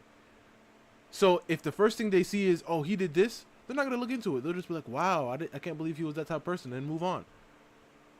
But, hey, I feel like that's what they bank off of, you know? They bank off of those people because most of those people who just are casual, like, watchers, they have the loudest voices, you know? And it's kind of scary because that's how they get you, you know? That's how they get you. But with everything I've told you so far, could Yeah. you believe this without What further kind of- proof? Yeah, what kind of person would like make something like this, right? This is crazy. I don't think there's anyone online that actually believes this. So one person just comments, it's really depressing that he tragically dies and then he becomes an enemy to the government overnight, but nobody knows why. But that's the There's thing, though. a video of Yu Menglong where he is seen interacting with kids, and people are saying, like, I mean, look at him. He says in the interview, if I didn't get into the entertainment industry, I would have become a teacher. He should have. He A should lot have of people stayed have come out, bro. forward to say really amazing things. He should have about stayed him. away. His former middle school teacher has come out. 这是我的学生，我还记得啊，他的英语学得特别好，他的理科呢要差一点，但是呢，有时候把他叫到办公室去，提到他的作业做得不好的时候，他总是笑眯眯的，你就没有办法 This story 用 makes 这 me 个 think of that one Chinese 狠 lady, 话去批评他，因为他总是那样温 the 和的。 one, 这个事情我可能 the one. What happened to her? She was like on The Voice or the America's Got Talent of China. And then all that stuff happened to her, and then her husband and everything, and the stepkids and everything. Yeah, I feel like this story is making me think of that. 不会一直要带到余生都要去关注了。前几日开始吧，就是给自己安排了一个任务，每天呢发一个朋友圈，然后每天发一个不一样的，不是为了让别人点赞，就是想让别人知道啊。Alright, give me 1 second, I'll be back. 点点滴滴呢，我把它 I'll be back. But the video, wait, hold up. The video's almost over, so. 保存下来，然后每天发一个不一样的。Oh my gosh. 不是为了让别人点赞，就是想让别人知道啊，我们新疆走出去这样的一个好青年，他捐款过，而且还支教过，因为又有多少青年能做到这一点呢？ It seems like a lot of people say that he likes to live in harmony with the world. That was his energy. He was never super Man, bro. extroverted. He just seemed I mean, this almost like time that Morgan wasn't the peaceful, one who sent this to wise me. It was character May, that's so. always there. Even 10 days after his passing, there was a donation made to a charity, and people saw his name and they were very emotional because it seems like he has these donations on auto pay. It seems like Wow. automatically every month he's donating to people who need it more than he does. And as of right now, that's all we know about Yu Menglung's case. I don't know if we will ever know more, but it does seem like every time someone suspiciously dies, the conversation seems to get bigger, and it seems harder to censor it. And the first video that we posted about Yu Menglung's passing has been age restricted. Yeah. I don't think that it's I don't know if my stream nefarious. I don't was think it's anything age-restricted. related to any sort of government entity. I think it's just the content of the story is just it's going to be age restricted. So it's inadvertently suppressed in its own way. What are your thoughts on this? My thoughts. Man. Wait, I'll be right back, and then I'll give my thoughts. I'll be right back. Give me one quick second.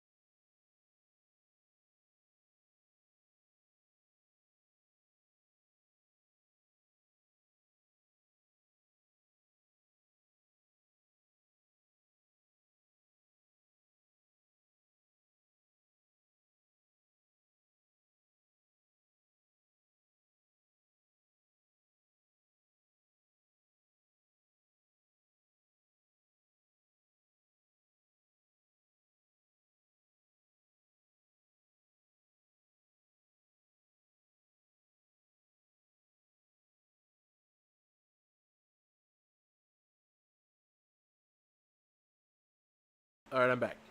Okay, so my thoughts on this story, man. Honestly, don't be famous. Stay away. Like, listen, and if let's say you want to be like a movie star, a singer, any of these things, you know. Let's say you do want to. As soon, I'm telling you right now, as soon as they hit you with these propositions, bro, just leave. Just get up out of there. Or if even if you hear about them happening around, just leave. It's not worth it. It really isn't worth it. Oh, that's scary. But it really isn't worth it. Just get up out of there. Just get up out of there, bro.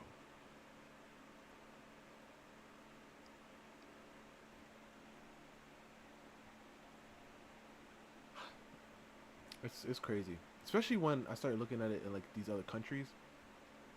I feel like it's even worse over there. Especially in these East Asian countries because of like that whole face thing that we were talking about. It makes it so I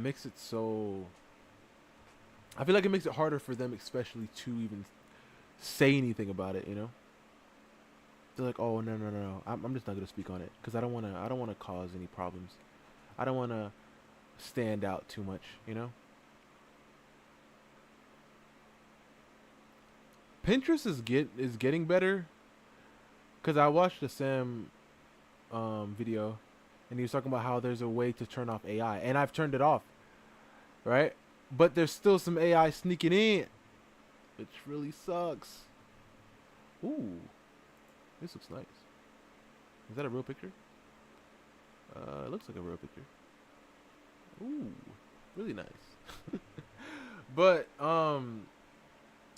yeah, bro, just stay out. Wait, whoa.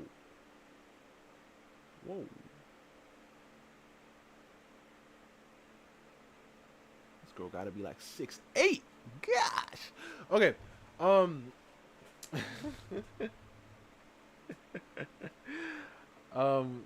Since that looks like that's the last video of this situation as of now. Wait, what? 5 pro hockey. Oh!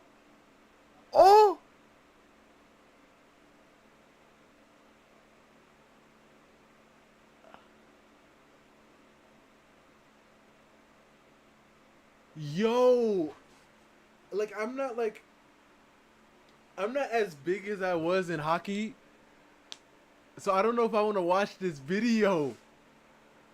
What? She posted it 10 hours ago. So, like, around the time, like, when I was streaming? Yeah. Around the time when I was streaming yesterday. Yo! Do I watch it? I don't think so. Bro.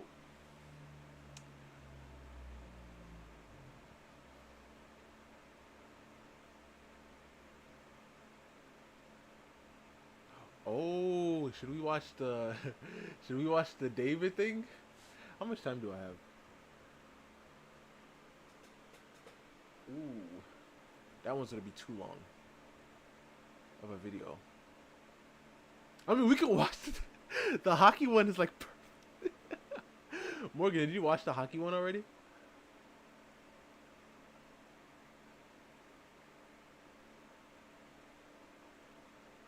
Did you watch the hockey one already?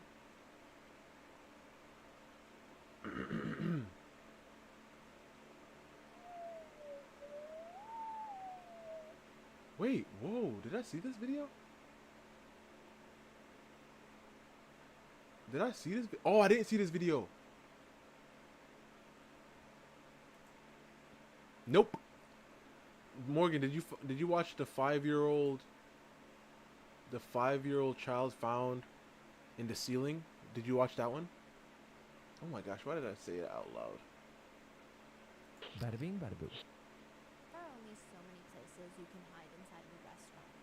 But the problem is, almost every single spot Hide and is seek? relatively easy to search. The bathroom, require someone sticking their head under the stall, you're gonna be caught. They're gonna peer, they're gonna make sure nobody is hiding, and they're going to see you. The stockrooms, the kitchen, same thing. You get one person poking around, hide and seek is over. There's not that many hiding spots, which leaves just that one door, the steel door. Yes, I have seen this one. The size of a small closet. Sometimes the room is, it's like a small room, and if you step inside and you close that door behind you, you might as well have taken a portal to a different world, because once that door clicks shut, the gasping, the shivering, the numbness, you can't feel your ears, you can't feel your fingers, you're trying to bang on the door to be let out, but you're more clumsy. It's normal, because this is exactly what happens when you're trapped inside of a giant freezer. The idea of working with a freezer big enough for you to walk into and then being trapped inside of one has seemingly become one of the top 15 slightly irrational fears of the everyday person. I have yet to step foot inside of a commercial walk-in freezer, but I do have random, perhaps I have. intrusive thoughts about being trapped in one. I remember. So much so. I remember when I was younger, I went on a field trip to CC's Pizza. I don't know if you guys know what that is. It's like or it used to be like a buffet place where there's like pizzas and you could just get up and eat as much pizza as you want. I think it was like $8 or $5 a person, I think it was. I don't remember. But I remember I went on a field trip with them and I was able to create my own pizza, right? And they let us walk into the freezer and stuff. So yeah, I have walked into I have walked into one of those freezers. You love CC's? I feel like, isn't it like really expensive now? Isn't it like really expensive now?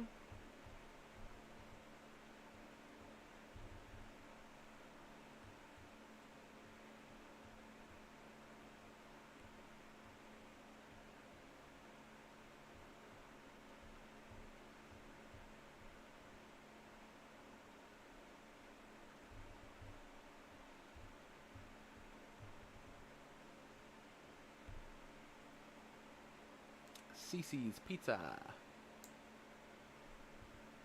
I mean, CC's my. Oh, yours closed down decades ago. Dang. Bro, hold up. You can't be saying that. You know, they gonna be thinking we old out here, man. Decades ago. Come on, man.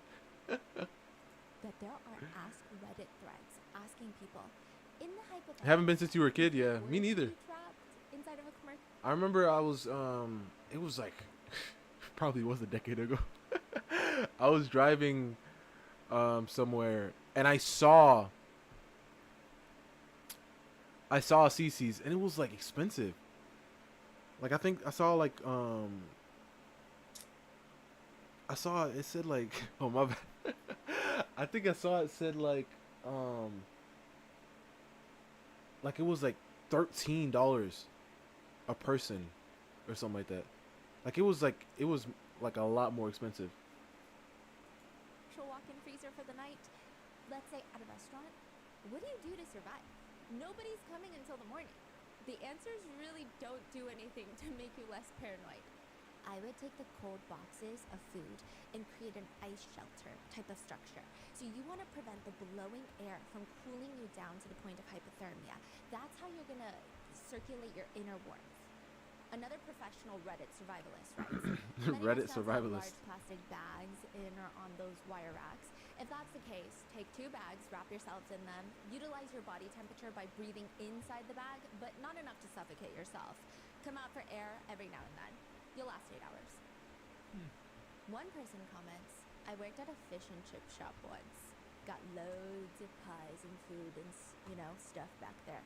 I would just stuff them into my clothes. I would put them in my pants. I'd put them in my shirt. Yeah, they're frozen pies. It's going to feel freezing for the first 10, 20 minutes. And then after that, it'll actually somewhat insulate you. That's how it works. That is crazy how creative people are. Yeah. I mean, probably the best advice, the most simple advice comes from one professional that works with industrial freezers.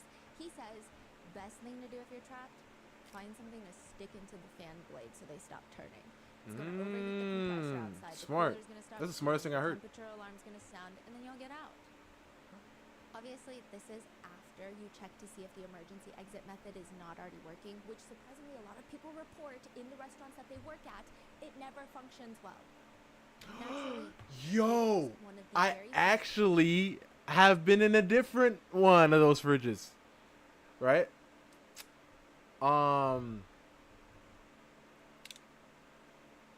Yeah, it was at a job I worked at, right? And I remember I was in there, and then my boss was like, I told my boss, oh, the door was closed on me, right? And she said, yeah, but you just gotta press this right here, and you'll be free. And then I was like, bet, right? And then it didn't work, and I was like, okay, well, hold up. But then it worked after, so I was like, whew. But then I was like, yo, like, what if it don't be working? What do I do? And she's like, oh, just hit this wall, just bang on the other side of the wall, and hopefully I will hear you. I was like, what? Bang on the wall?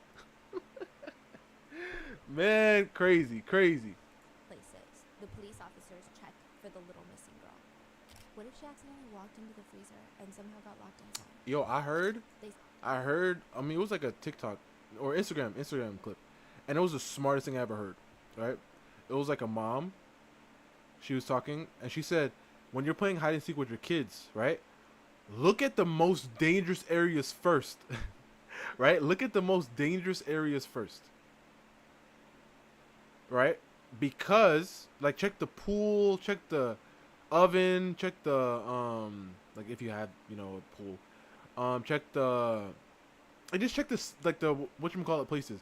Because if she's not there, or if they're not there, then who cares if they, like, under the bed still in, you know what I mean, or in the closet somewhere. Okay, you know what I mean, you got time to look, but just make sure they're not in those places, because those places would be bad. And you know what I'm saying, there's things that could, you know what I'm saying. So I was like, once I heard that, I was like, you know what, that's such a smart idea. That is such a smart idea. start going through the bins, the grocery bags filled with raw meat inside of the freezer. She is not here. They check and they double check, and when they're done, they walk out of that commercial freezer. I mean, it's clear she's not in the freezer. But that is the thing. Even police have their blind spots. When looking for 5-year-old Ashley, they look everywhere. They look on the shelves, they look under the chair, they look in the bags, they look inside that commercial walk-in freezer. But while they're in the freezer, did they ever think to look up? This is the case of Ashley Zhao, the 5-year-old girl that was found in the walls of a Chinese restaurant. Oh my gosh. Copyright.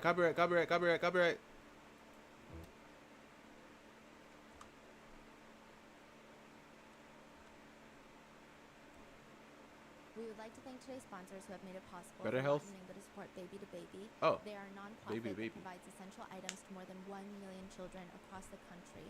This episode's partnerships have also made it possible to support Rotten Mango's growing team, and we'd also like to thank you guys for your continued support. As always, full show notes are available at rottenmangopodcast.com. Now, first, a disclaimer for today's case. There are mentions of CA resulting in death, so please take time if that's too much, and I'll see you in the next one. And secondly, this case is incredibly multifaceted. Any mentions and details included in this episode should not be taken as fuel for, like, some sick anti-immigration, xenophobic narrative, or What is a hatred against Chinese people. What is or a xenophobic? China at this What is a xenophobic?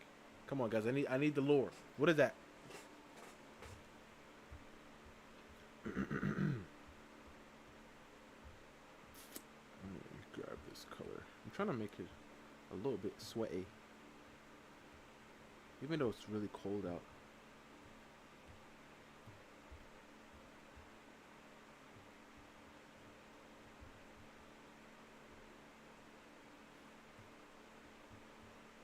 What? I don't know, Brian. That's what she said.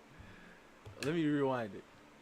same time, or just hatred against immigration, xenophobic narrative. That. What is xenophobic? She said it so casually. Hopefully it's not nothing crazy.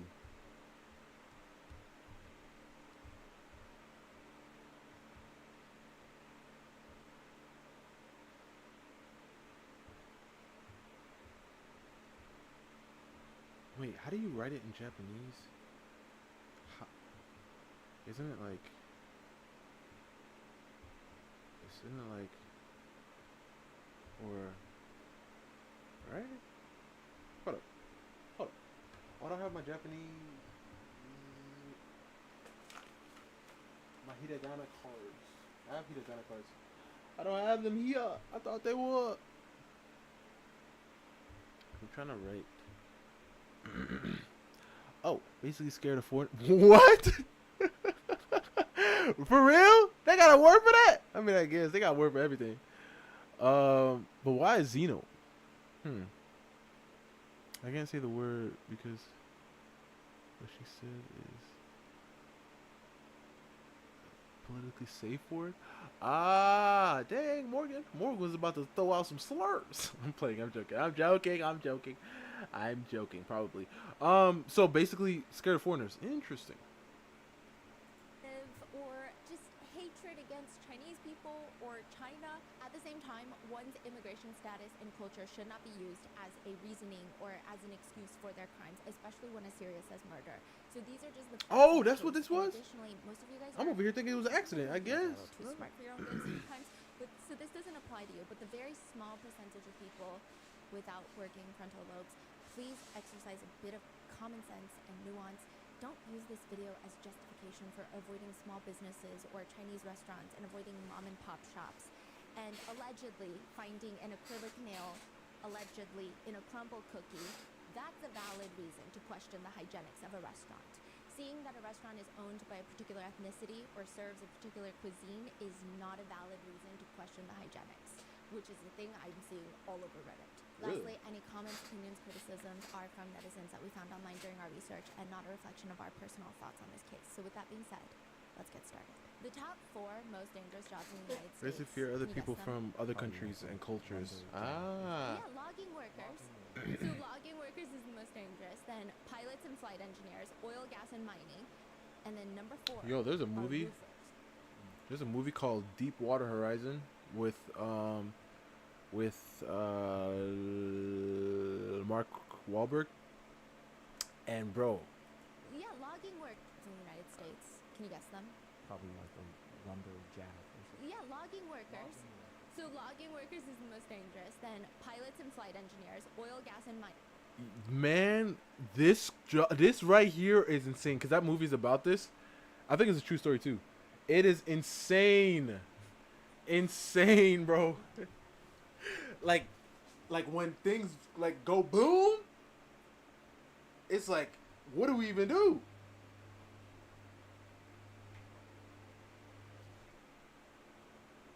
Oh crap! Oh crap! Okay, but yeah, it's wild. It's really wild. And then But logging, yeah, I seen like it's dangerous extremely too. and number 4. Especially are because the tree could just fall. And like, what are you gonna do?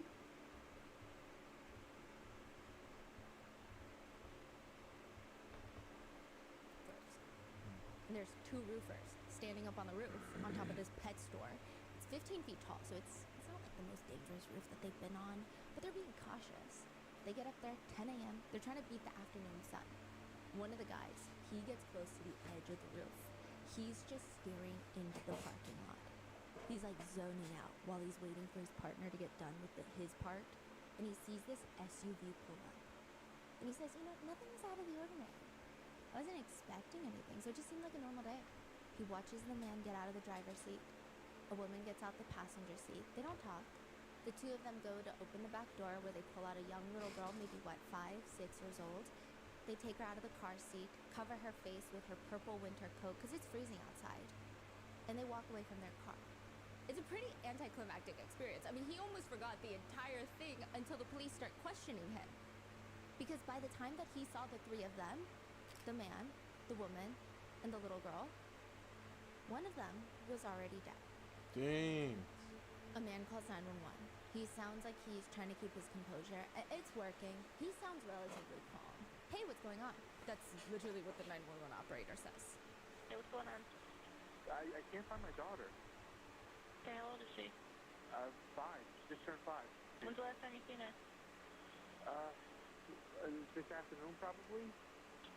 Around what time? 3, maybe 4. 3 and 5 hours? So he's calling around 9 p.m. and saying he hasn't seen his daughter since 5 p.m. This is a 5-year-old little girl, so it's not even like I haven't seen my 13-year-old daughter. Yeah, at my this is. friend's house. I would have called after 30 minutes. She's wearing a purple. with Not even purple. 15 minutes. 5-year-old I don't know kid. what those things are called, but they're not jeans. They're like, Like leggings? yeah. What color were they? Grayish. Okay, and you haven't seen her in 5 hours? About, yeah. I mean, she was there sleeping. I mean, you know. Where was she sleeping at? In the restaurant? The man is explaining that he and his wife own this restaurant, which they have this little mattress in the back, a tiny little mattress, where sometimes one of their 2 daughters, so they have a 6-year-old daughter and a 5-year-old daughter, and the 5-year-old is missing, and sometimes they just sleep in the back while their parents are working, and now she's gone. I mean, she was sleeping there. I picked Dang. up my older daughter from school. We all saw her sleeping there, and we went to work, and we let her sleep, and we got busy, and then after I got busy, we started cleaning up, and then we opened the door, and she's not there. Do you have any security videos or anything in there? No, we don't have What? any security cameras in the restaurant. Ah. We've been here for 6 years, never had security cameras. Oh my We all saw gosh. her, all of us. Like my wife, myself, my older daughter. When we came back, when I picked up my older daughter from school, we all saw her sleeping there. Okay, were there any suspicious people that came into the restaurant at all? Do you think that she could have walked out? Could she have run away? I have no idea. I mean, she was sleeping in the back. It's kind of hard to say. None of your employees had seen her? There's only 2 of us in the restaurant, just myself and my wife. There's nobody else in the restaurant. There's only 3 people in the restaurant right now. Okay, when you guys left, who was there with you? Who was there with your daughter when you guys left to go get your other kid from school? My wife. I got my other kid from school. So I picked up my eldest kid from school. My wife was at the restaurant with the youngest kid. But when we came back, she's here. The little girl is here. My wife is here. The restaurant is open. The restaurant's always open. I usually open up. I drop my daughter off at school in the morning, and then we come here to open up the restaurant, and then I go pick her up. Okay, right now, though, when you left, you said your wife and your daughter left to go pick up your daughter from school? No, I didn't say that. I said that my wife is here all the time. Did you hear the whole thing? Yes. Was he contradicting himself, or I would say that I think she was having a hard time understanding. Yeah, that's what I'm saying, 'cause I I feel like he said contradicting that or he anything went particularly alarming about the 911 with his call. daughter. I think the only thing that I would take away from the call that was like a little is that he seems a little calm. Yeah, he seems way However, too calm. That could be seen as a positive trait of a father trying to. That is get a true. He's goal trying to lock or in. He's like, mission okay, done. I need to find my daughter. No panicking. Tell me, yo, yes, I need. Like he got to be on point. I understand that too.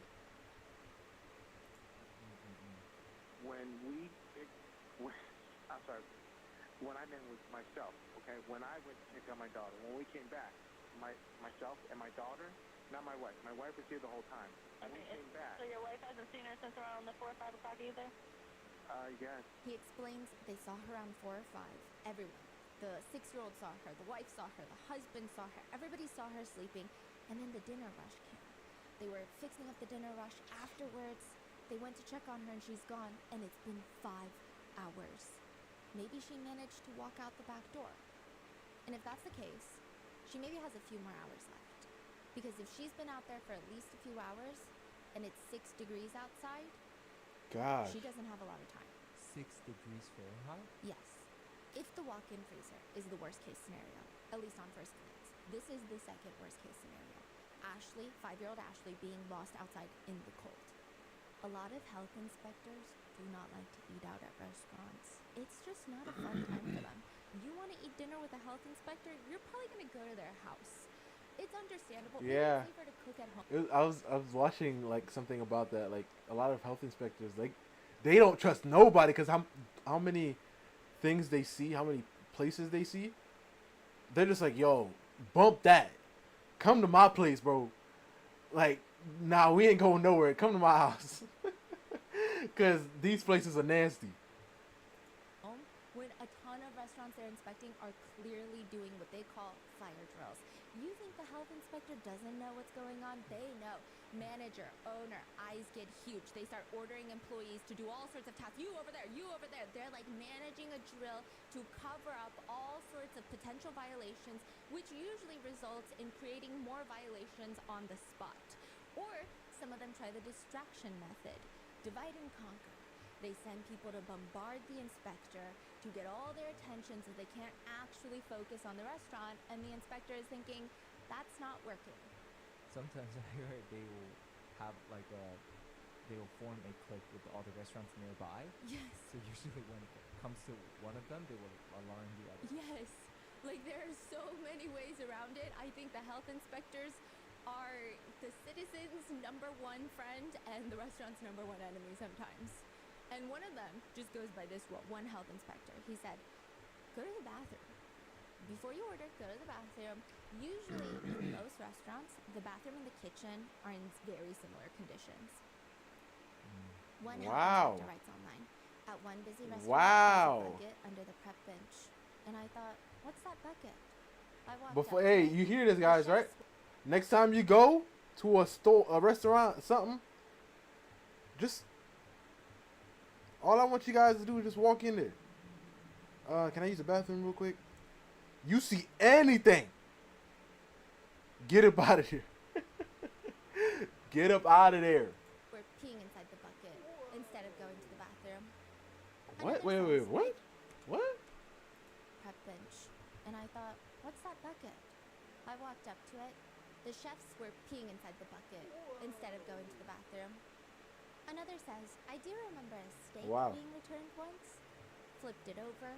There was a crispy fried cockroach cooked into one side of the Oh, I mean extra protein. You feel me? One netizen writes online, my mom was inspecting a donut shop in California and saw someone changing a diaper on the dough prep table. Oh. Their excuse was, what? We're not open yet. You see, this is the thing, bro. You can't trust. This is why you can't trust everybody with your food, man. Everybody? You telling me a random person I don't know, I'm going to let them chew, let them handle what I'm eating? And I know it's been normalized, in the world we live in, but that's something like imagine, go back 100 years ago. Nope, more than that. Go back like 300. Go back 300 years ago, and then go back 400. I'm trying to think of time. Go back 400 years ago, right? Walk up to some random person and say, "Hey, you want to go to some random place we've never been before, and let these people make our food?" They'll be like, "Are you crazy? I don't know what a hand's been." They'll be like, "Exactly." But we do that every day. Not every day. I mean, some people do it every day. Some people do it every day. I've seen soup being prepared in 5-gallon Home Depot buckets on the floor. Oh my I've gosh. seen soup being prepared without utensils, just using a bare arm to stir Oh! the soup. Someone said, I discovered, as a health inspector, one of the local restaurants have been washing dishes in the lake behind the restaurant. Oh my god. Another said, I'm not a health inspector, but I worked at a major fast food chain. I had a coworker that would lick her index finger every time she peeled a slice of cheese from the stack of cheese to make Yeah, cheeseburgers. I'm telling you, I have I mean, I don't like saying ick, but let's say ick, okay? When people are touching, let's say somebody's touching money that they're giving to me, like a bank or something. When people are touching money and or papers or documents or whatever they're giving me, and they lick their fingers and I'm like, yo. I understand why they're doing it, but no, bro. Do not. You put your tongue, and it just no. You better give me one from the bottom. No, don't do that, bro. Please don't lick my stuff. It's as if she was trying to separate a sheet of paper from a stack of papers. I would watch her do this all day long. I never said anything to the health department, but I sure as hell never ate the cheeseburgers. Another person writes, I worked at another major national food chain, fast food chain. When the health inspector came, the cooks took all the expired food out of the fridge, stored it in their cars by the dumpster until after the health inspector left, and then we put it all back. One health inspector said, we kept getting reports of a vanilla ice cream machine with black specks in it. Oh my gosh. Worried it would be grinding metal, like a little block metal. That could be a health hazard. The barrel for the ice cream machine was infested with cockroaches, just being ground up and Oh expelled my as additional protein. What's it, exactly? Extra protein. Right, you think that's bad? I saw a floor painted with non-slip paint, and they literally painted over a dead rat and sealed it there. Oh my gosh. Considering how Okay, bad listen. those infections can go. I'm gonna tell you guys something that happened to me before. Hey, I'm gonna say it straight. All right.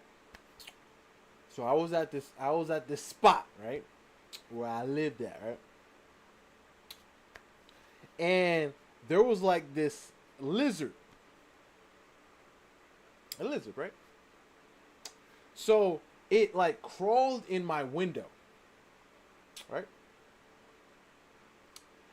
I brought it outside, right, but I didn't put it outside, because I had like a little thing, like a little screen thing, right? But I had a hole in the screen. So I put it out, boom, closed the window. Right? Then the thing started crawling up, like the window thing. And I'm like, yo, I don't know why I didn't take it out all the way, but I didn't. That thing crawled all the way up to like the inner line of the window thing. I pulled the window up. I picked the window up because I was like, yo, like, I don't want you to, like, crawl in that way. So I put it up, right? And then once I pulled it up, it, like, stopped. So I was like, oh, snap. Is it going to come back in the other way? I close it. The thing, watch. I'm gonna draw you a little something, right? So, like, here's the window, right? You pull it up this way, right? Like, there's, like, a little thing right here. You pull it up, and it goes up, right? Like, you know, up that way. Yeah, so the lizard got stuck here, bro. Here. Right? So it's like, right? And I forgot about it, right? It got trapped in this little place right here. I forgot about it. Time goes by, right? Time goes by. And then, I don't know how long it was, but then I was like, you know what? Let me open my window. Right when I open my window, I see something there. I'm like, what the heck is that? And then I remember, oh snap, the lizard. I open it, bro. All I see is bones, bro. I'm like, oh my god. Yo, I'm like, first of all, I don't know how fast they be decomposing at night, bro. It was just bones. It was bones. And I was like, I felt sick for like a long time. Like I was like, whoa, yo, there's bones in my. So yeah, that's the end of that.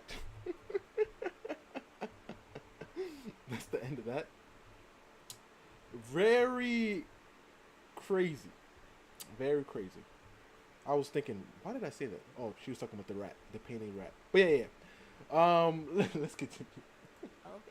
Ong's Chinese cuisine in Ohio is actually not that bad. Yo, no Ong's lie. is a Chinese carry.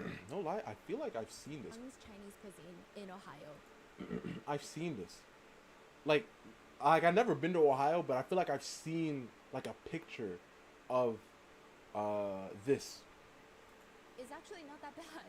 Ong's is a Chinese carry-out restaurant, so you don't really go there to sit and dine in. You go there, you order food, you get your dank Chinese food, and then you leave. You pick up, you do to-go orders. You have some tables lined up with some menus and like the soy sauce containers with the chili oil containers, but most of the time you see a row of people standing on their phones waiting for their takeout. Excuse me. Most of Ong's Chinese cuisine violations include chicken thawing on a rack at room temp. Oh Food my. should be thawed under a refrigerator or running water. Chicken that has been cooked is cooling at room temp. Food should be cooled by placing in shallow pans and placed in the walk-in cooler. And then lastly, chicken has been repackaged into disposable grocery bags. Food that is repackaged must be repackaged into food-grade packaging. These are comments from the Yes. inspectors? Yes. Now, regardless, once these problems are fixed, they pass all their health inspections. There's really nothing notable in any of their health inspections, except one that is taken by Inspector Christina, but none of the customers really care for it. January 4th, 2017, she says, while conducting my inspection, I noticed a little girl hunched down in a small toddler chair in the dry storage room. It caught me off guard because of her presence and demeanor. I only thought the owner and his wife were there. I asked the little girl how old she was, and I got no answer. And I stared at her and I said, "Are you 3?" She responded back, 5. The girl remained in the same spot during the whole time.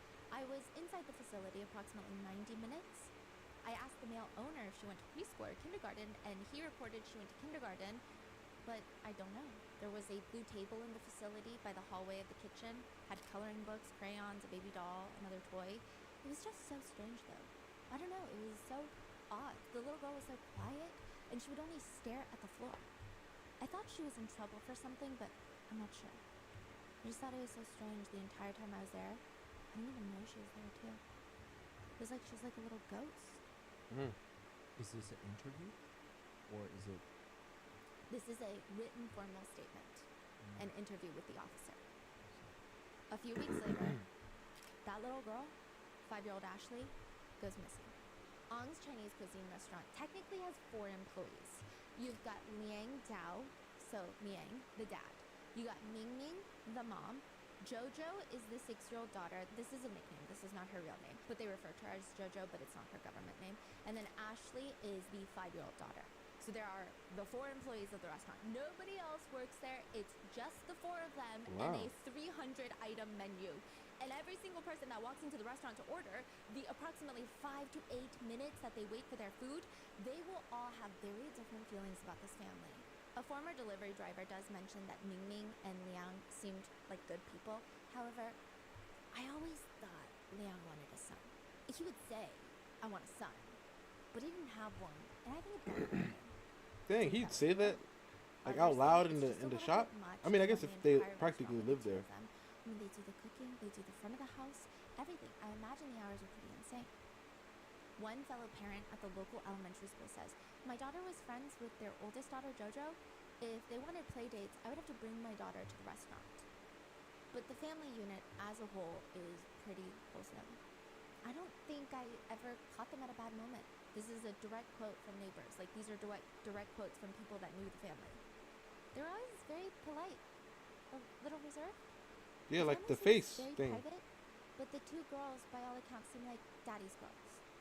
But now, Ashley is gone, and the only lead the police have is maybe she went outside. The doors to the back lead to the back parking lot of the plaza. Once you pass that, it's pretty dense wooded area. Oh my It's like one of gosh. those suburban areas in Ohio where you drive and it's tree, plaza, tree, plaza. Those are the trees. She's 5. I mean, she could have been anywhere. She could have been taken. We don't know. I mean, has anybody been acting strange recently? Liang, the dad, says there were 2 guys that came into the restaurant on 2 separate occasions, a few months apart, but twice. I remember because they were asking some weird questions. We thought, like, they were trying to see which restaurant to target for a robbery. They were asking, like, when are your busiest times? How long do you stay busy? What time do you close? But I didn't think anything of it after the second time because it just seemed kind of dumb that they would also ask all of that. And probably they realized that there's not much to rob here, so they moved on. But maybe Liang is wrong. Maybe they didn't come for the robbery. Maybe they were looking for something else. Because behind the restaurant in the woods, the police find their very first piece of evidence, and it's not looking good.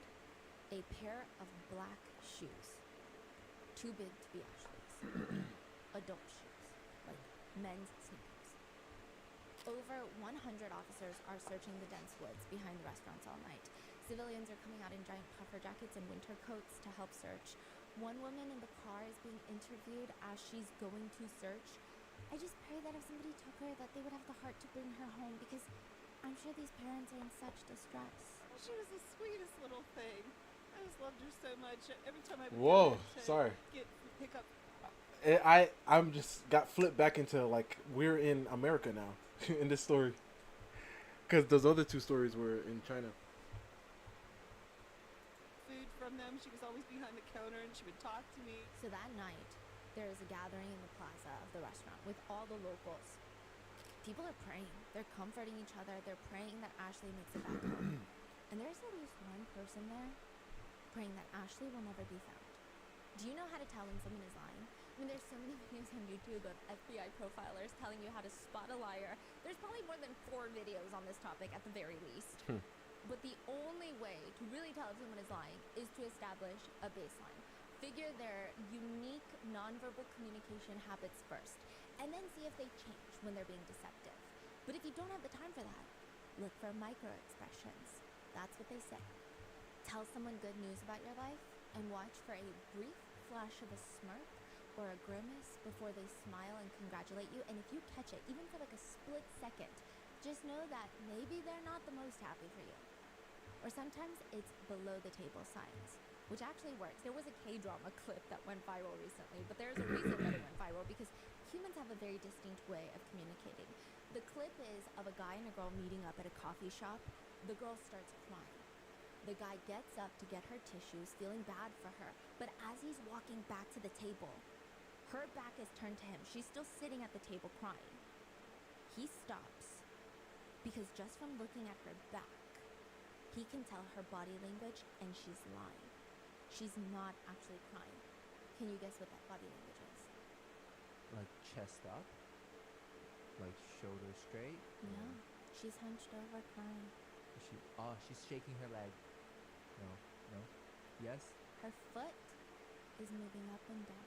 Like She's tapping. rocking one foot. Her legs are crossed, and she's rocking one foot, Oh.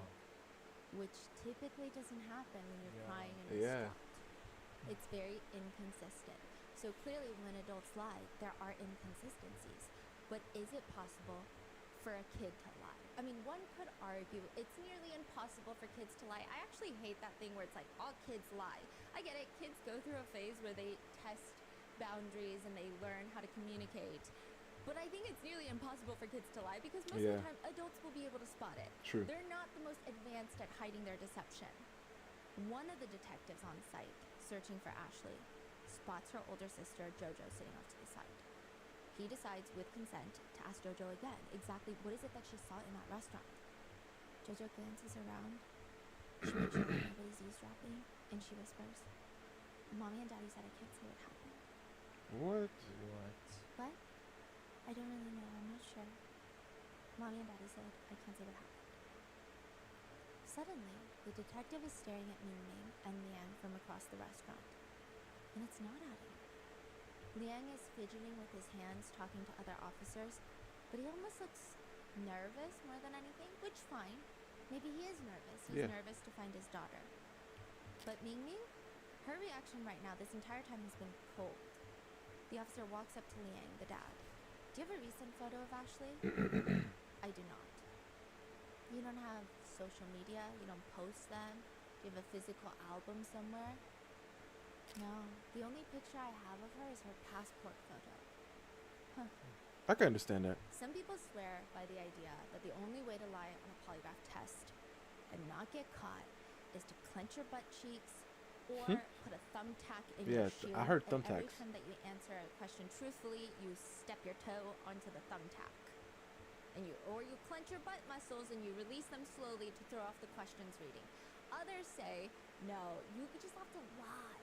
Like You just have to when lie. they ask you normal questions, so they do a baseline first. Control questions is what they call them. They ask you for your government name, your birthday, who the president is. This is your baseline. This is when you're normal, when you're not stressed out. This is how you're going to be. They said when they ask those questions, start biting the inside of your mouth. Throw off the baseline.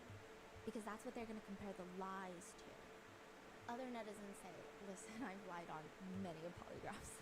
It's just 90% breath control. Just sit in the chair and keep a steady breath. Every once in a while during a control question, interrupt your normal breathing rhythm and breathe faster. And then go back to normal. Be very calm. They will ask you the same questions over and over. You will be bored. You will be frustrated. This is a game of patience. With some even saying that the best way to beat a polygraph is during the control questions where they ask you for your name, start counting backwards from 100 by intervals of 7. So like 93, and then from there, and there. Because that makes I guess it does something physiologically to you. Or recall emotionally charged memories during childhood to trigger physiological responses that are going to throw people off. It's actually pretty terrifying how a lot of polygraph administrators cannot tell when someone is using a deceptive technique. It's really hard to detect. But that means it could go the other way too. You can completely tell the truth and it will look like you're lying. Liang, the dad, is the first to go. He's welcomed into the interrogation room. He's wearing a black hoodie, dressed comfortably. But first, the control answers. Do you have any idea what the reason is for this test? To see if I hurt my daughter? Did you hurt Ashley? Answer truthfully by saying the word yes or no. Oh, he's going through a lie detector Yes. test? No. If I were to ask you right now, you physically have anything to do with Ashley's disappearance, what would the truthful answer be? Hmm? Have you ever had any psychological counseling? Yes. When was last time? About a month ago? What was going on? What were you having a hard time with? My wife's immigration case. Oh yeah, what is going on with that? Is she going to be deported or something? So Ming Ming is trying to get asylum in the United States, but it's not working. I don't know. Maybe. But you're an American citizen. Yes. And your wife can eventually become a U.S. citizen. My mom did the process as well. It's harder than it looks. So what are you feeling? What were some of the things emotionally that you're feeling? That my wife might get deported. Okay. I don't know what to do with my kids. So you were worried about what might happen, that she can't take them with her? I don't know. Even if she did, I would still have to support them. On Tuesdays, that's the only day the restaurant closes. What do you do on your day off? I pretty much do stuff for the restaurant. So you don't have any hobbies or things you like to do? I like to draw, play some games. He's very calm. What is your greatest ambition in life? Wait, how old are you? 34. Honestly, I told my wife I gave up on the personal stuff. I just want to raise the kids. I just want to make sure that they have a good future. Do you plan to have more children than 2? Yeah, I wanted 4, but it can be tough. What's the single best thing that it's ever happened to your life so far? My kids. What's the single worst thing that's ever happened to your life since the day you were born? Probably this. This is where it starts feeling less like a polygraph and more like a full-blown interrogation. A lot of people would categorize this type of interrogation like being buried alive. So I think it's very interesting when you watch a lot of interrogation tapes, each one has vastly different pacing, but they're all kind of across the board can fit into different categories. And it always depends on probably the interrogator themselves, how much evidence they actually have on the subject, and then the subject themselves. Each personality is going to be different. But this one is such a clear categorization of being buried alive. Just soil collapsing on the subject. The overlying feeling is supposed to be every lie you tell buries you deeper and it becomes suffocating. The interrogator asked Lane, why did you agree to take the polygraph today? I didn't know. I thought I had to, you know? Has Ashley ever run away before? Run away? Run away from home? She went out the back door before. Okay, I'm just talking about, you know, is she the type to kind of run off and go? No. You say she ran out the back door, ran out of the back room at the apartment? No, at the restaurant. Can you kind of tell me what you did yesterday? Yesterday? Oh, I'm sorry, I haven't slept for a while, so I don't know what yesterday was. Has Ashley ever wandered off before? Yeah, she opened the back door and walked out before. Can she unlock the door herself to get out? Yeah, both my daughters can. They both did it. They're not supposed to do it, but they do it. So how many locks are on the back door that they have to open? None. It automatically opens from the inside. Okay, and then you need a key to get back inside if you're outside? Yes. What do you think happened to Ashley? I don't know. So what do you think? If somebody took your child, what do you think should happen to that person? What do you want to see happen to them if you find out through the investigation that someone took your child, she was just wandering around, and they picked her up and took her? I would want her back. What do you think should happen to that person? Go to jail. What would be the possibility that an accident happened inside the restaurant? The possibility of an accident happening inside to where she got hurt really, really bad. I guess it's possible. I'm asking you because I have to look at every possibility when I'm doing the polygraph, okay? The child walks out the door, and a very unfortunate thing happens. Someone picks her up and takes her, and now they have their own child. Maybe there's an accident. She gets burned with grease or something, and the next thing you know, she's laying lifeless. You're scared. You don't know if police are going to believe you or not, so you just take her body and hide it somewhere. I have to look at that possibility because, unfortunately, those things happen as well. But if you know what happened to your daughter, you need to tell me. Because there's an awful lot of people right now looking for her. A lot of people, more than you can imagine. Highway patrols got helicopters, airplanes, they've got dogs, they've got all kinds of people looking for her. But if you know we're never going to find her, you need to let us know right now. Because these people are away from their families, and they will be for days and days and days, and that's not fair to them if you know, in fact, where Ashley really is. The other possibility would be that you sold her.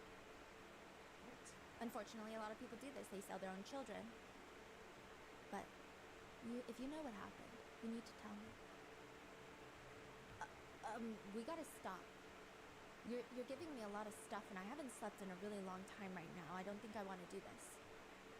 A lot of other people aren't going to sleep until they find her. We owe it to you. We owe it to everybody. We owe it to Ashley. I'm having trouble keeping my eyes open right now.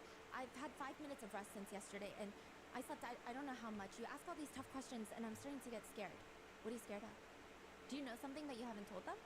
I mean, look, I'll be your spokesperson for you. I know those people. There's no reason that you shouldn't be able to tell what you need to tell. There's no reason you shouldn't be able to. And I will go right beside you. I won't make you do it by yourself. But you've got to tell me what's going on. I'm scared if I continue with this test and it shows that I'm lying or I'm trying to fake the test or something, it's going to reflect badly. You're right. It will reflect badly. And we don't want that. No, we don't want that. And I told you I'm having a really hard time concentrating and sitting here. I can't even really keep my eyes open. I just keep blinking. Can you tell us where she is? Can you tell us what happened to her so we can at least go find her? Can you at least do that for us? I'm just afraid for my wife, that's all. Why? What did she do? Huh?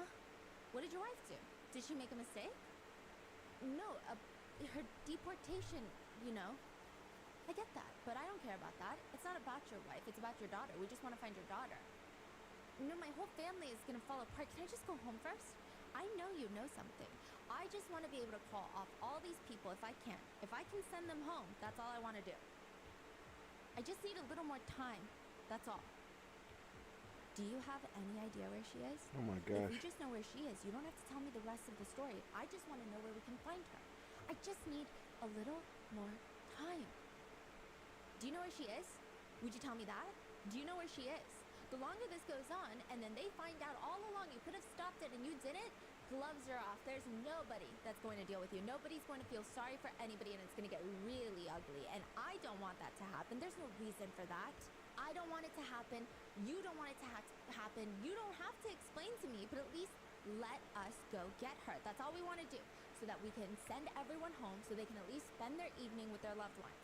I know, I understand, okay, I really do, but you know, it's not just my wife, it's my whole family that's gonna... Can I just leave?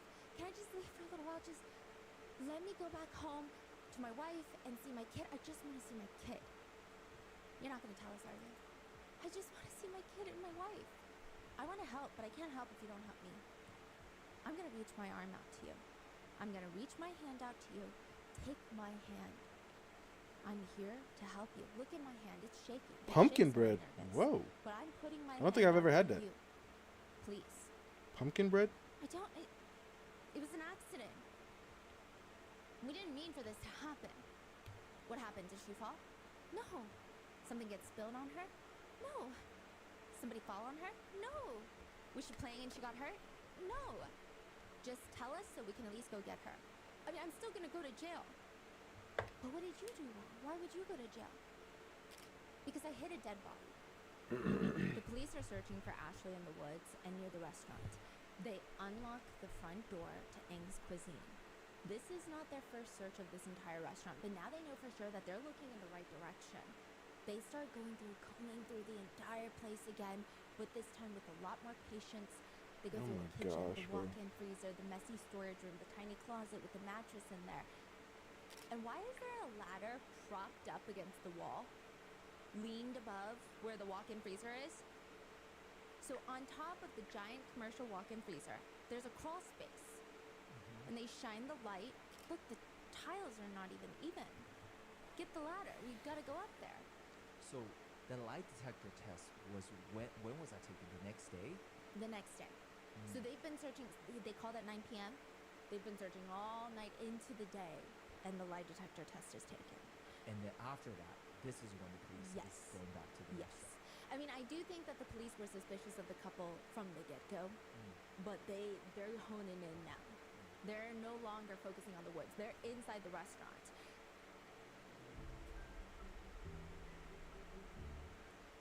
Taking your business to the next level is a dream lots of us share, but too often kind of just hold ourselves back thinking like, what if I don't have the skills? What if I don't know how to do this? What if I can't do it alone?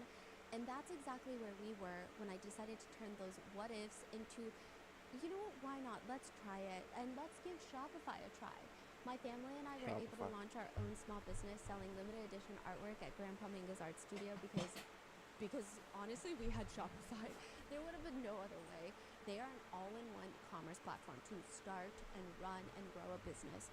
Shopify has your back with gorgeous, ready-to-go templates, AI tools built specifically for commerce, and the world's highest converting customizable one-click checkout that also powers 10% of US e-commerce. If you've been sitting on a business idea or wanting to take your side hustle to the next step, stop overthinking it. Shopify makes it so much easier than you think. Sign up for your $1 per month trial and start selling Trying to today find at shopify.com/rotten. the closest Go to thing to shopify.com/rotten. Shopify.com/rotten. this text that's used on the shirt, because I don't want to have to draw it. This episode is sponsored This by actually, Acorns. The yeah, best this piece of money advice I've I ever mean, it's received close. is It's that not perfect. You don't need to wait until you have enough money to start investing, because what even is enough money? You don't need a lump sum of cash to get into it. And honestly, the real insight is that I posted starting small builds photos on momentum. Discord. That's where Alright, let's Acorn see. comes in. I've talked Let's about see. them before, but Acorns is truly the financial wellness app that makes it easy to start saving and investing for your future. You don't need to be rich. Oh Acorns my lets you get started gosh. with bare What is minimum this you for? have right now, even if all you've got is spare change. You don't need to be an expert. You What just is need to this stick with for? it. And Acorns makes that easy too. Acorns automatically invest your money, giving it a chance to grow with time. Sign up now and join the over 14 million all-time customers who have already saved and invested over $25 billion with Acorns. Head to acorns.com/rotten or download the Acorns app to get started. Paid client endorsement. Compensation provides incentives. Are you to start customers having a from party or Acorns. something? Tier 4 compensation provided. Investing involves risks. Acorn Advisors LLC, an SEC registered investment advisor. View important disclosures at acorns.com. Oh, work. Dang. Work can be cooking. The first officer calmly pulls down the first tile, places it on the ground. He shines his light into this tiny little crawl space, and it is storage. There's photo albums, wedding photos of Ning Ning and Oh Lian. my He gosh. starts taking some of them down, and in the back, he sees like these few plastic bags that smell. He grabs them, and he opens them as gently and as quickly as possible, and inside he sees skin. Dried fish skin. Oh and my dried gosh. chicken.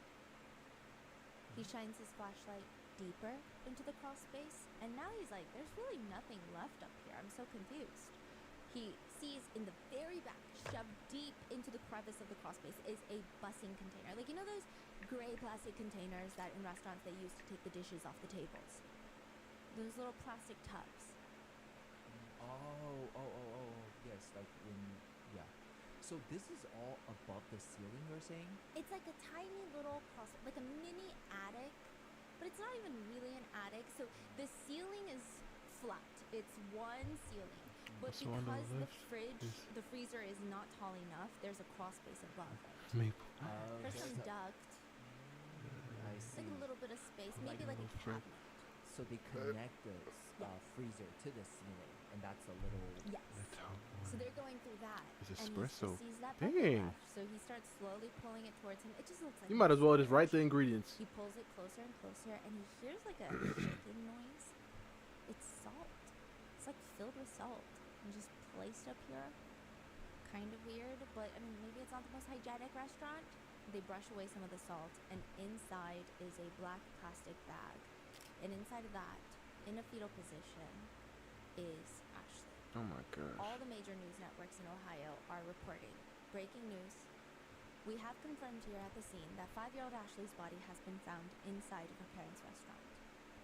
So continuing with this timeline, people are just trying to add two and two together now. That means that for 8 to 9 hours, I can't post the On's recipe. restaurant has been fully operating, serving customers, cooking, while the owner's deceased 5-year-old daughter was in the back. The forensic pathologist has to remove all the salt covering Ashley's body, all those little white specks. They conclude that the cause of death is blunt force trauma to the head and the torso. A lot of the officers did not like the parents' from the get-go. One even goes into detail in his report. Eyes were not bloodshot, no crying and mucus from the nasal cavity. They just think, that's not how you act when your child is missing, unless you're not their parent. Mingming and Liang have been telling Ashley for months, I am your mom. This is your dad. That person is not your mom. Stop calling them your mom. I'm your mom. But it is not clicking with Ashley. Every time she sees Mingming and Liang get intense about all of this, she starts crying, she starts acting out. Mingming explains to the officers, it's because Ashley was raised by Liang's parents, her paternal grandparents, ever since she was young. Ashley literally thinks that Liang's mom, her grandma, is her real mom. Mingming says, I need to talk to her, to explain to her, I'm your mom. Grandma is daddy's mommy. It's not your mommy, I'm your mommy. You are from me, from my belly, okay? It's This so is part hard to 2 talk to of her Pumpkin when Bread. she's not even 4. Mingming and Liang are sitting in separate interrogation rooms now in the police station. Ashley's body has been found. At first, Mingming tries to, not very convincingly, but attempts to try and tell the investigators that maybe someone brought up the idea that perhaps Ashley was taken. She says, I don't know. The lady told me she thinks someone took her. So this is next day. The body has been found. Both parents are in the police Yes. station, and she hasn't been told that the body was found. No. In Mingming's interrogation room, there's a female and male interrogator, as well as a female Chinese translator that will come in and out. The detectives try to explain how he sat with Jojo alone to ask her questions, and he asks Mingming. And it's very interesting. Mingming has her hands placed on the table, they're folded. It's almost like she's in a work meeting. Do you know what I asked your oldest daughter? I asked her, I said, where's your sister at? Do you know what she told me? Mommy and Daddy don't want me to tell you what happened. No way. She's not gonna say that because Okay. we. Can I do something else? You want me to tell you? Sure. Well, We found Ashley. okay. What is that? She's deceased. What? Do you want me to tell you where we found her? You want to tell us what happened? I don't know. I think your Oh, wow, Morgan. was overwhelmed by a lot of Oh, I actually might have had pumpkin bread before. And I don't think, and I think that your mom, Blake, can be very overwhelming at times. I've got 4 kids I know. I could tell you're struggling. And I just want to be able to sit here with you and try to figure out what happened and hear it from you. The female detective leans in. What happened at the restaurant? What are you talking about? We know something happened at the restaurant, so we're trying to figure out what led up to that. I don't know. I think accidents happen too, and I think that there could be something that happened that was an accident, and you didn't mean for it to happen, or your husband didn't mean for it to happen, Jojo didn't mean for it to happen, so we need to figure out some sort of accident happened so we can understand. I just know what Jojo told me. How do you think she's feeling right now? This is the male detective. I don't know.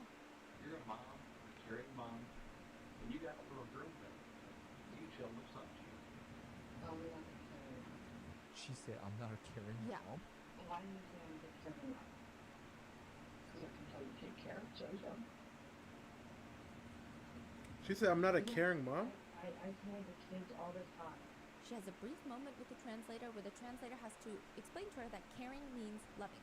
他说这孩子很好，照顾他，照顾他好天理。我其实还问你，我没有说对他们很好啊，我自己对他们很严吗？啊，你没有说过这样。我说我对他们很严，我说我是个很严的妈妈。可是你给孩子吃饭 Yeah, 嘛 translate. You see, that's the thing about English, bro. 漂亮。 English, that's why it's like, I've talked to people or I know people who've learned English, and they say like English is one of the hardest languages to learn because of like you could F around and get like slipped up right there. Like she literally just said, I don't care about my kids. I never said I care for my kids. But she probably didn't mean that. Because it's probably a different translation in she's Chinese, right? I think yeah, Chinese restaurant. She gotta be Chinese. I mean some people. But like but that's wild, bro. Wild. loving. Loving. Loving. Yeah, you love your kids. So it appears that maybe she doesn't know what the word caring means. Then they just skim over it. Ashley, you're not even trying. I can't. Why? Because I can't. I don't have any squatters anymore. Okay. I understand that. That's one thing you have to understand. Okay. She probably already The male like detective on went the side through it, starts you know? getting aggressive with Ming Ming. He leans forward. He's raising his voice. Your daughter is dead, Ming Ming. She's dead. She's dead. She wasn't on the couch. She wasn't on the bed. She's dead in your restaurant. And now we can sit here and play games all night, but I don't want to do this. I know that you love your daughters. You told us. Do you think that JoJo wants to go through this and lose her sister? Do you want to sit and play whatever and say, I don't know what happened? What happened to Ashley? How did she end up dead in your restaurant? Silence. Your daughter is dead. I just don't understand. You said you have nothing left. Isn't that what you told me? You don't have any tears left. You have nothing left. Ming Ming, your daughter is dead. I just don't understand that. I'm to the point where I'm crying for your daughter. I'm not expecting you to cry, but there's the death of a 5-year-old little girl.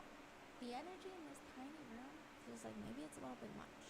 Everybody steps out, leaves Ming Ming alone with her thoughts, and now just the male detective returns.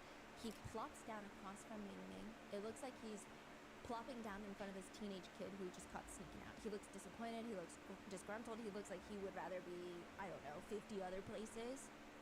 What are we going to talk about? Ming Ming shakes her head no. I'll listen. I don't have any more to say because I know that you're just going to tell me nothing happened. I just want to find out what happened to her. I can see it in your eyes that something happened. I'm so tired. How do you think I am? Don't you think I'm tired? I was at home with my family last night. Okay? I didn't get no sleep. So I woke up yesterday, Monday morning, 5:30 in the morning. I haven't been to bed since. Okay? My job's to help people, but also give people pleasure. Okay?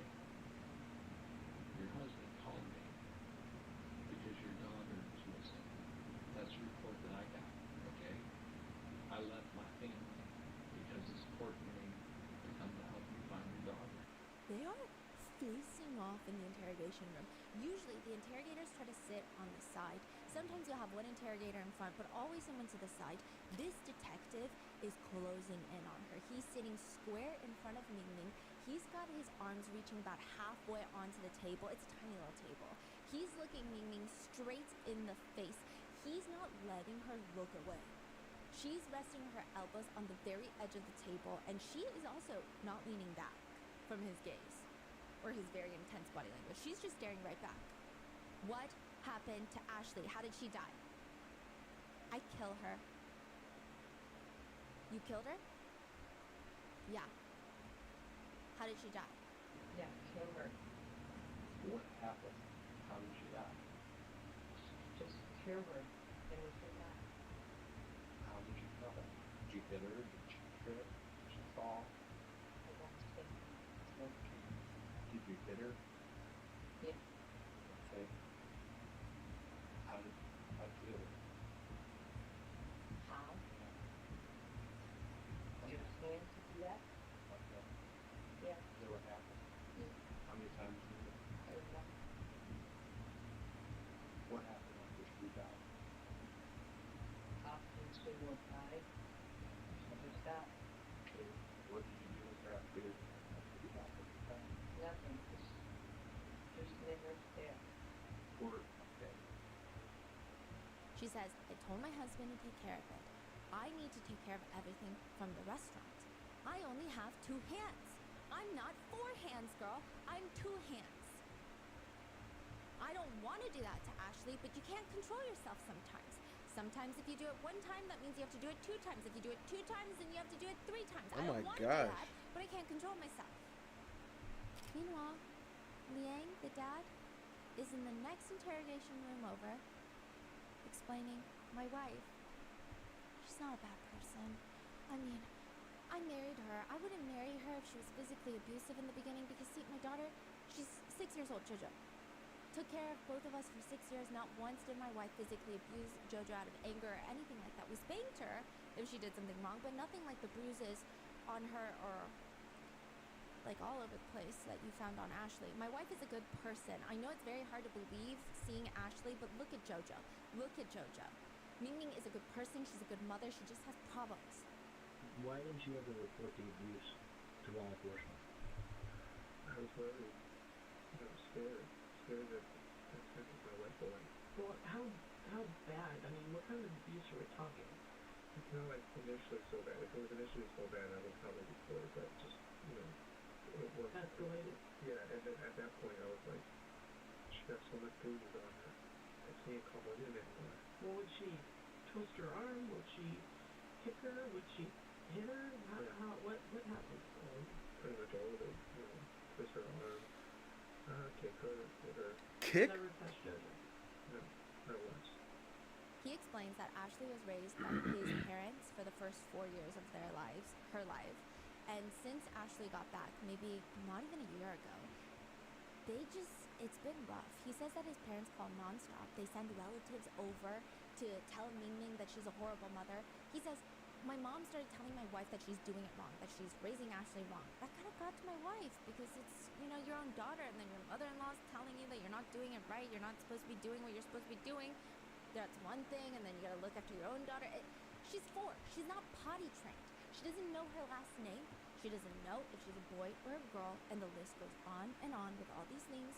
And she finally knows that she's a girl because we taught her that, and we taught her her last name. But initially, when we got her back from my parents, she didn't know. And combined with the fact that my mom kept telling my wife that she's doing it wrong, and seeing how Ashley was actually raised, the combination of the two just made my wife really angry. And the more my wife saw Ashley being that way, not being able to be potty trained and just getting angry, it's always when Ashley does something that Mingming gets triggered by.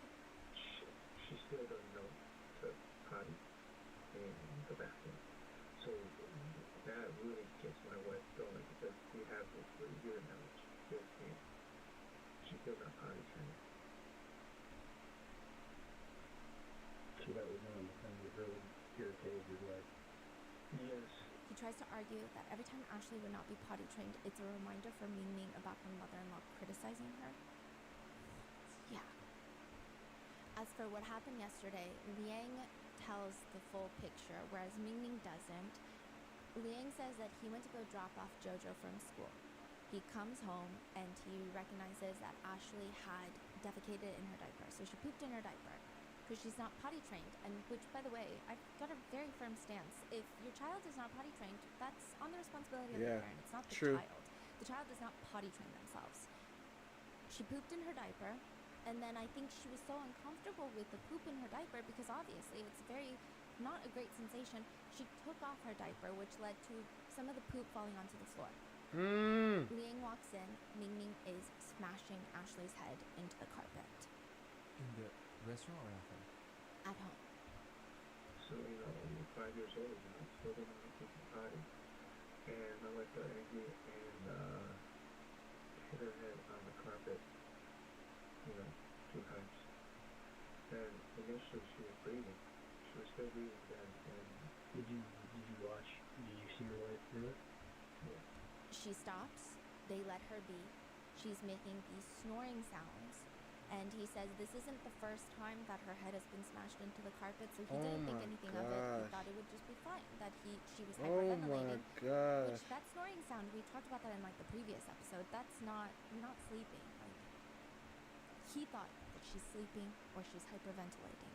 So about a good 5 minutes pass, and all this vomit starts coming out of Ashley. She starts having green fluid come out of her nostrils. They take her, rinse her off in the bath. They still, I guess, don't think anything of it. They bring her back to the living room, and she's still breathing. And then a few minutes later, he goes to check up on her on the living room floor, and she is no longer breathing. He starts freaking out, and that's when they decide they need an alibi. So they're going to dress her in her clothes, put her in the baby seat, take her from their apartment door to the car, buckle her into the car seat, drive their deceased child to the restaurant, unbuckle her. That's when the roofer saw her. She was already deceased by this point. They're going to keep her in the back of the restaurant while they open up for business as usual, and then He's gonna go pick up Jojo. Jojo's gonna see her sleeping in the mattress on the back so that she doesn't have to lie, so that she can tell the truth and they look more credible as a family. And then after Jojo leaves for a second to get a tooth pulled out in the front, Liang moves Ashley's body on top of the crawl space. It's sick and twisted that they're using their eldest daughter as an alibi, but he also says, I didn't know it was going to be this serious. He just thought that he was going to call 911 and they were going to say, okay, your daughter is missing. He said, I didn't know the procedure. We didn't think that I was going to be coming down here taking a polygraph. I was going to be asked so many questions, that it was going to be involving so many people. If we knew that there was going to be 100 people searching, maybe even more, I don't even know. I'm sorry. You guys actually cooked and served meals while your daughter was laying there. Yes. And went on business as usual. Hopefully that's what afraid what's going to happen. If we did, we afraid of going to lose our daughter, we're going to lose our family, the restaurant, the house, everything in our life that, that we worked so hard for past 6 years. It's just going to be gone. See, he is so acting like he's so nice, right? He's saying, I didn't know, my wife was nice, I'm just cleaning up, I'm scared, this and that. He doesn't even care. The daughter died. Yeah, later he keeps calling Ashley it. Did you and your wife both agree on putting her there in that container? I mean, we talked about places and I said this is probably the best place to do it. It's well ventilated with the salt in it and we're not going to be worried about the temperature because it's cooler out there. Now, side note, there are speculations by netizens, and as someone who knows a lot of people close to me that are autistic, there are speculations that perhaps Ashley was on the spectrum. At one point in the interrogation with Liang, the dad, he shows the police how Ashley was standing, which seems to irk him to the point where it sounds like he's almost justifying their abuse to Ashley in some regard. He says, this is how she would stand. I don't know where you get that. I don't know how she did that, but my mother never corrected her, and this is not how a person stands. So he stands up in the interrogation room. He takes off his hoodie for this demonstration. He stands on his tippy toes, and his arms are bent, and a lot of people with autism call them like T-Rex arms. And they could be indicators for younger children where maybe diagnosing is a little bit harder. This seems to be something that some doctors who specialize in the diagnosis look for. Oh my gosh. I hate this. Why did I watch this video? You should have warned me, Morgan. And that her hands would be kind of bent at the elbows and then bent at the wrist with her hands kind of flapping forward. And then sometimes she would put all of her weight on just one foot. And then the other one would just be tippy-toeing. And again, tippy-toes is another sign that a lot of parents with autistic children look out for. And she would just do that. Pretty much, we correct her, she would correct her and do it. She would do it. A lot of things. There's a lot of things that we felt that my mom had her before do that she should correct these things. So, every single time they asked me to do something like that, it would trigger my wife, because my wife would be reminded of what my mom said. And he says that's the reason that Ashley was getting abused, whereas Jojo wasn't. Because when they got Ashley back from his parents, they said there were so many, quote, problems that Ashley could not feed herself. She was still in diapers. She didn't know how to use the restroom by herself. She was not potty trained. She didn't even know how to go into the refrigerator to get something. One family friend said, I've seen Ashley, if she was thirsty or wanted something, she would walk to the refrigerator, point. They would have to walk to the refrigerator, open it, and then she would point to what she wanted. She was still in a high chair because she didn't know how to use eating utensils, hold a cup. And again, I just don't know why any of the adults, even this family friend, is talking about it as if it's something wrong with Ashley. I don't think anything's wrong with Ashley, and if someone is upset by, I guess, maybe her development, it's up to the parents to work on that. I think it's crazy that they're talking about her like she's weird, like something's wrong with her, when nothing is wrong with her. They would say things like, so Ashley was almost like an infant in a 5-year-old's body. And again, they're almost placing the blame on Ashley when it's on the parents. Liang says, we would have to feed her, like even a regular piece of sliced bread, it would take her over half an hour to eat. My mom had her on a liquid or semi-liquid diet. She has problems processing solid foods. That's why it takes her so long to eat. Clearly, they have no intention of getting her help, though, because he says, we didn't take her to the doctor. We were afraid because the doctor would see, that she's bruised all over the body. Interestingly enough, a lot of people don't even know that they have two daughters. A lot of them only know JoJo. And there are speculations that because maybe Ashley was not what they perceived as neurotypical, they didn't want people to know that she was their daughter. And it's kind of gross because in Liang's interrogation, he continues to state that, yeah, okay, fine, Ming Ming's going to jail, I'm going to jail, but guess what? I don't want JoJo to be raised by my family. I want her to go into foster care. He said if JoJo is raised by his family, they're going to turn out the way Ashley did. He says JoJo's going to turn out the way Ashley did. He says, I just don't want my family to raise my kids. I'm just afraid they're going to turn out like Ashley, and then my wife is going to hate her. And even as he's being taken to prison, he says, I just don't want my mom to have contact with my oldest daughter, JoJo. Okay? Bump that. I Not don't that care. She's a bad person. It's just I'm giving it to your what moms. happened with Ashley. I'm really afraid she's going to raise JoJo the same way. In prison, in jail, the couple have turned on each other. Ming Ming's attorneys have accused Liang of harming both Ming Ming and their two daughters. Those allegations did not come back up in court, but Ming Ming confided in a psychiatrist in prison that Liang was the one responsible for Ashley's death. She claims that she was instructed by him to tell the investigators that she was the sole person responsible for Ashley's death. Some netizens actually can agree with this theory because the way that she's confessing in the interrogation, it's vague and it's like, I killed her, let's get it over with. I did it, get me. Oh, you're saying all she said was she killed her with pen. Yes. And she didn't give any more details. Yes. Every detail is from him. Yes, and then some netizens are digging deeper psychologically and saying perhaps even her flippant attitude. So a lot of people, when they first see the interrogation, it's like, wow, this lady is crazy. And she is crazy, right? Yeah. But some people think, what if she thinks she's doing something for her eldest daughter? Like she's taking one for the family. Yeah, I think she's clearly crazy, but I think the husband's more scary. Yes. Yeah. Terrifying. The whole way he carried himself. Like, my wife is such a good person, but also she murdered our daughter in cold blood. Yeah. In his mind, the story he tells is, oh, I love my wife and I'm protecting her. Yeah. But truly, if you think more, he's like clearly messed up. So the argument by this people that believe, and again, nobody is feeling sympathy for Ming Ming, but they're saying that maybe Liang is the one that killed the daughter, and perhaps Ming Ming took the fall because Ming Ming is not in the U.S. legally, so she doesn't have her papers. And so maybe she thought, either way, if he goes to prison, I'm going to get deported, and then JoJo's going to have nobody. So what exactly did she say? She said he killed the daughter. Yes, and that he has been abusive to not just her, but also the daughters. And he threatened her, if you don't take the fall, you're going to get deported, and JoJo's going to go into foster care, and I'm going to go to prison. And then she says that she originally took the hit for it until she realized that he requested JoJo to be sent off to foster care regardless. And the netizens who believe this theory, not, again, no sympathy for Ming Ming, but they have scoured through the Ong's Chinese Cuisine restaurant Facebook page. There are just back-to-back posts of Liang running that page and saying, sorry, we're closed today because my wife is sick. My wife is sick. So people are commenting, very odd that this place was closed so many times due to his wife being ill. They thought maybe he was being abusive. Now, October 12th, 2017, initially Ming Ming pleads not guilty to murder by reason of insanity. She ends up taking a plea deal. She pleads guilty to involuntary manslaughter and other charges. And under that plea deal, she has been sentenced to just 22 years in prison. The judge says, the horror of being beaten by her own mother. I use the word mother with great pain when talking to you. It's insulting for mothers who do what they're supposed to do for their children. 100 years would not be enough.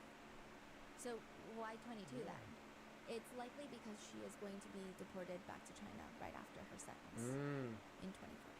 Meanwhile, Liang is serving a 12-year sentence for his part of the crime. He will be eligible for release in 2030, which netizens are very upset by because during his own interrogation with the police, he says, let's say I went through with this and I didn't get caught. I'm going to be looking over my shoulder for I don't know how long because a dead body is there that I eventually have to get rid of. And if you put it in the ocean, the tide can wash it back. If you bury it, animals can get at it. Someone can find it. If you burn it, there's a chance someone is going to see you because it's going to be a very big fire. You're not going to do it during the day. You're going to do it during the night. So when you're burning a big flame at night, someone is going to see it. We thought about all of this. and honestly, we weren't really too sure what to do after that.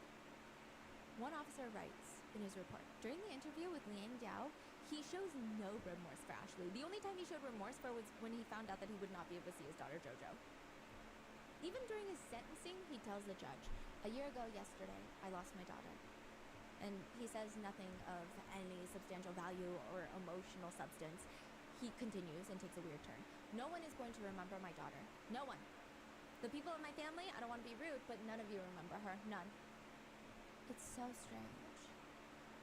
And it's just left netizens with like a really bad taste in their mouth. There are a lot of people from the community that are confused, writing, they look so nice. They seemed like good people. Others writing, I remember this case. I was a new mom, and I couldn't even fathom someone being able to do something like that. We all prayed together in front of the restaurant and left flowers and stuffed animals. They actually demolished and rebuilt the strip mall not too long after it happened, but we're never going to forget that poor baby girl. Another comment reads, if your child isn't potty trained at 5, that's completely on you. That is the responsibility of the parent, not the child. Exactly. She's probably under constant She don't even know what stress that she means. had that little bladder control. Others are traumatized by their Asian parents actually using this case against them. One netizen writes, my mother would have loved to use this case to tell me how good I had it. Weirdly, she always tells me to... Yo, that's what they... Listen. Not just Asian parents. That's what parents do, bro. That's what parents do.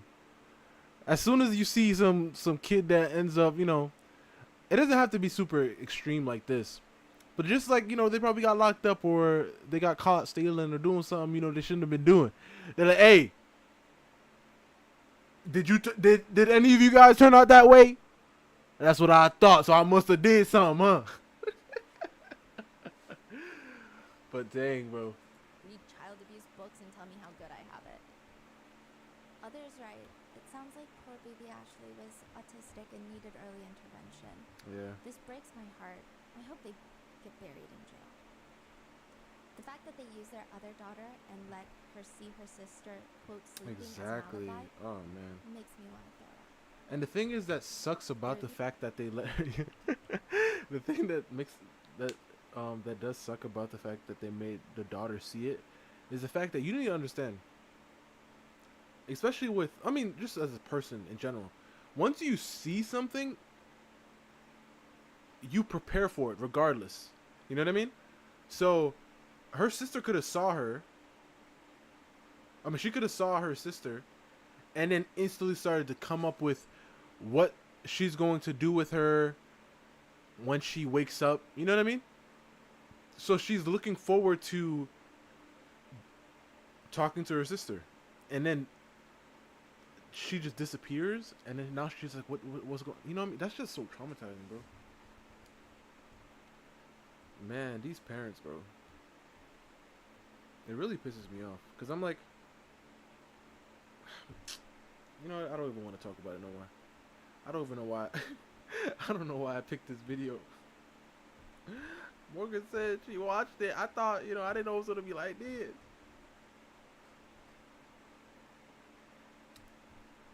I really hate watching the kid ones.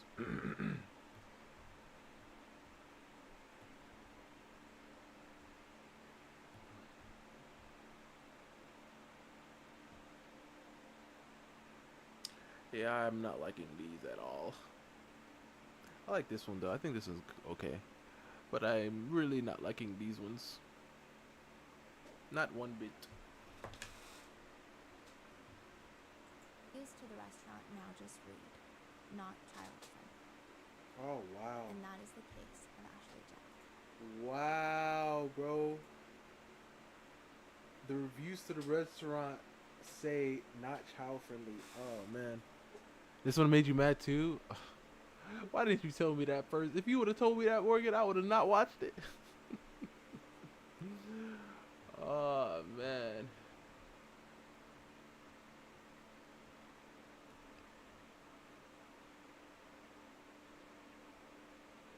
I really hate like stories like this, bro. But yeah, guys, that's will be for me today. Hope you guys enjoyed. I'll see you guys tomorrow, hopefully, if you're willing. Today is Thursday, right? So tomorrow is Oh, today's Friday. Yeah, it was fun. Hope you enjoyed, and hopefully I finish this before. I don't know. I don't know. Because if I don't finish it before, then I'll have to post it Sunday. So, yeah, I'm gonna try to finish it up, even though I'm not liking it. You know what's always funny? Usually when I don't like something, you guys like it a lot, and I'm like saying like in a sense of like the post goes crazy. If I post this drawing or these drawings and it gets, let's say, 1,000 likes, I'm going to flip out. I'm going to flip out. I mean, unless I try to find a way to fix this till where I like it, you know. I'll just work on it until I like it, I guess. But yeah, guys, it was fun. I'll see you. Whoa.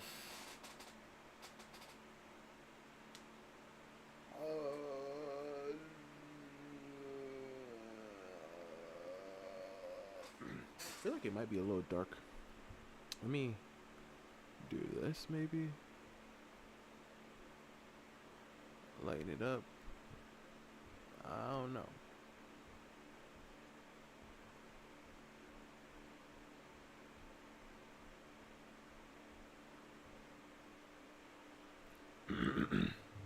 Peace. That's me. That's me. Good night. Peace, love, and treats. Oh, okay. Have a good one, guys. Have a good night.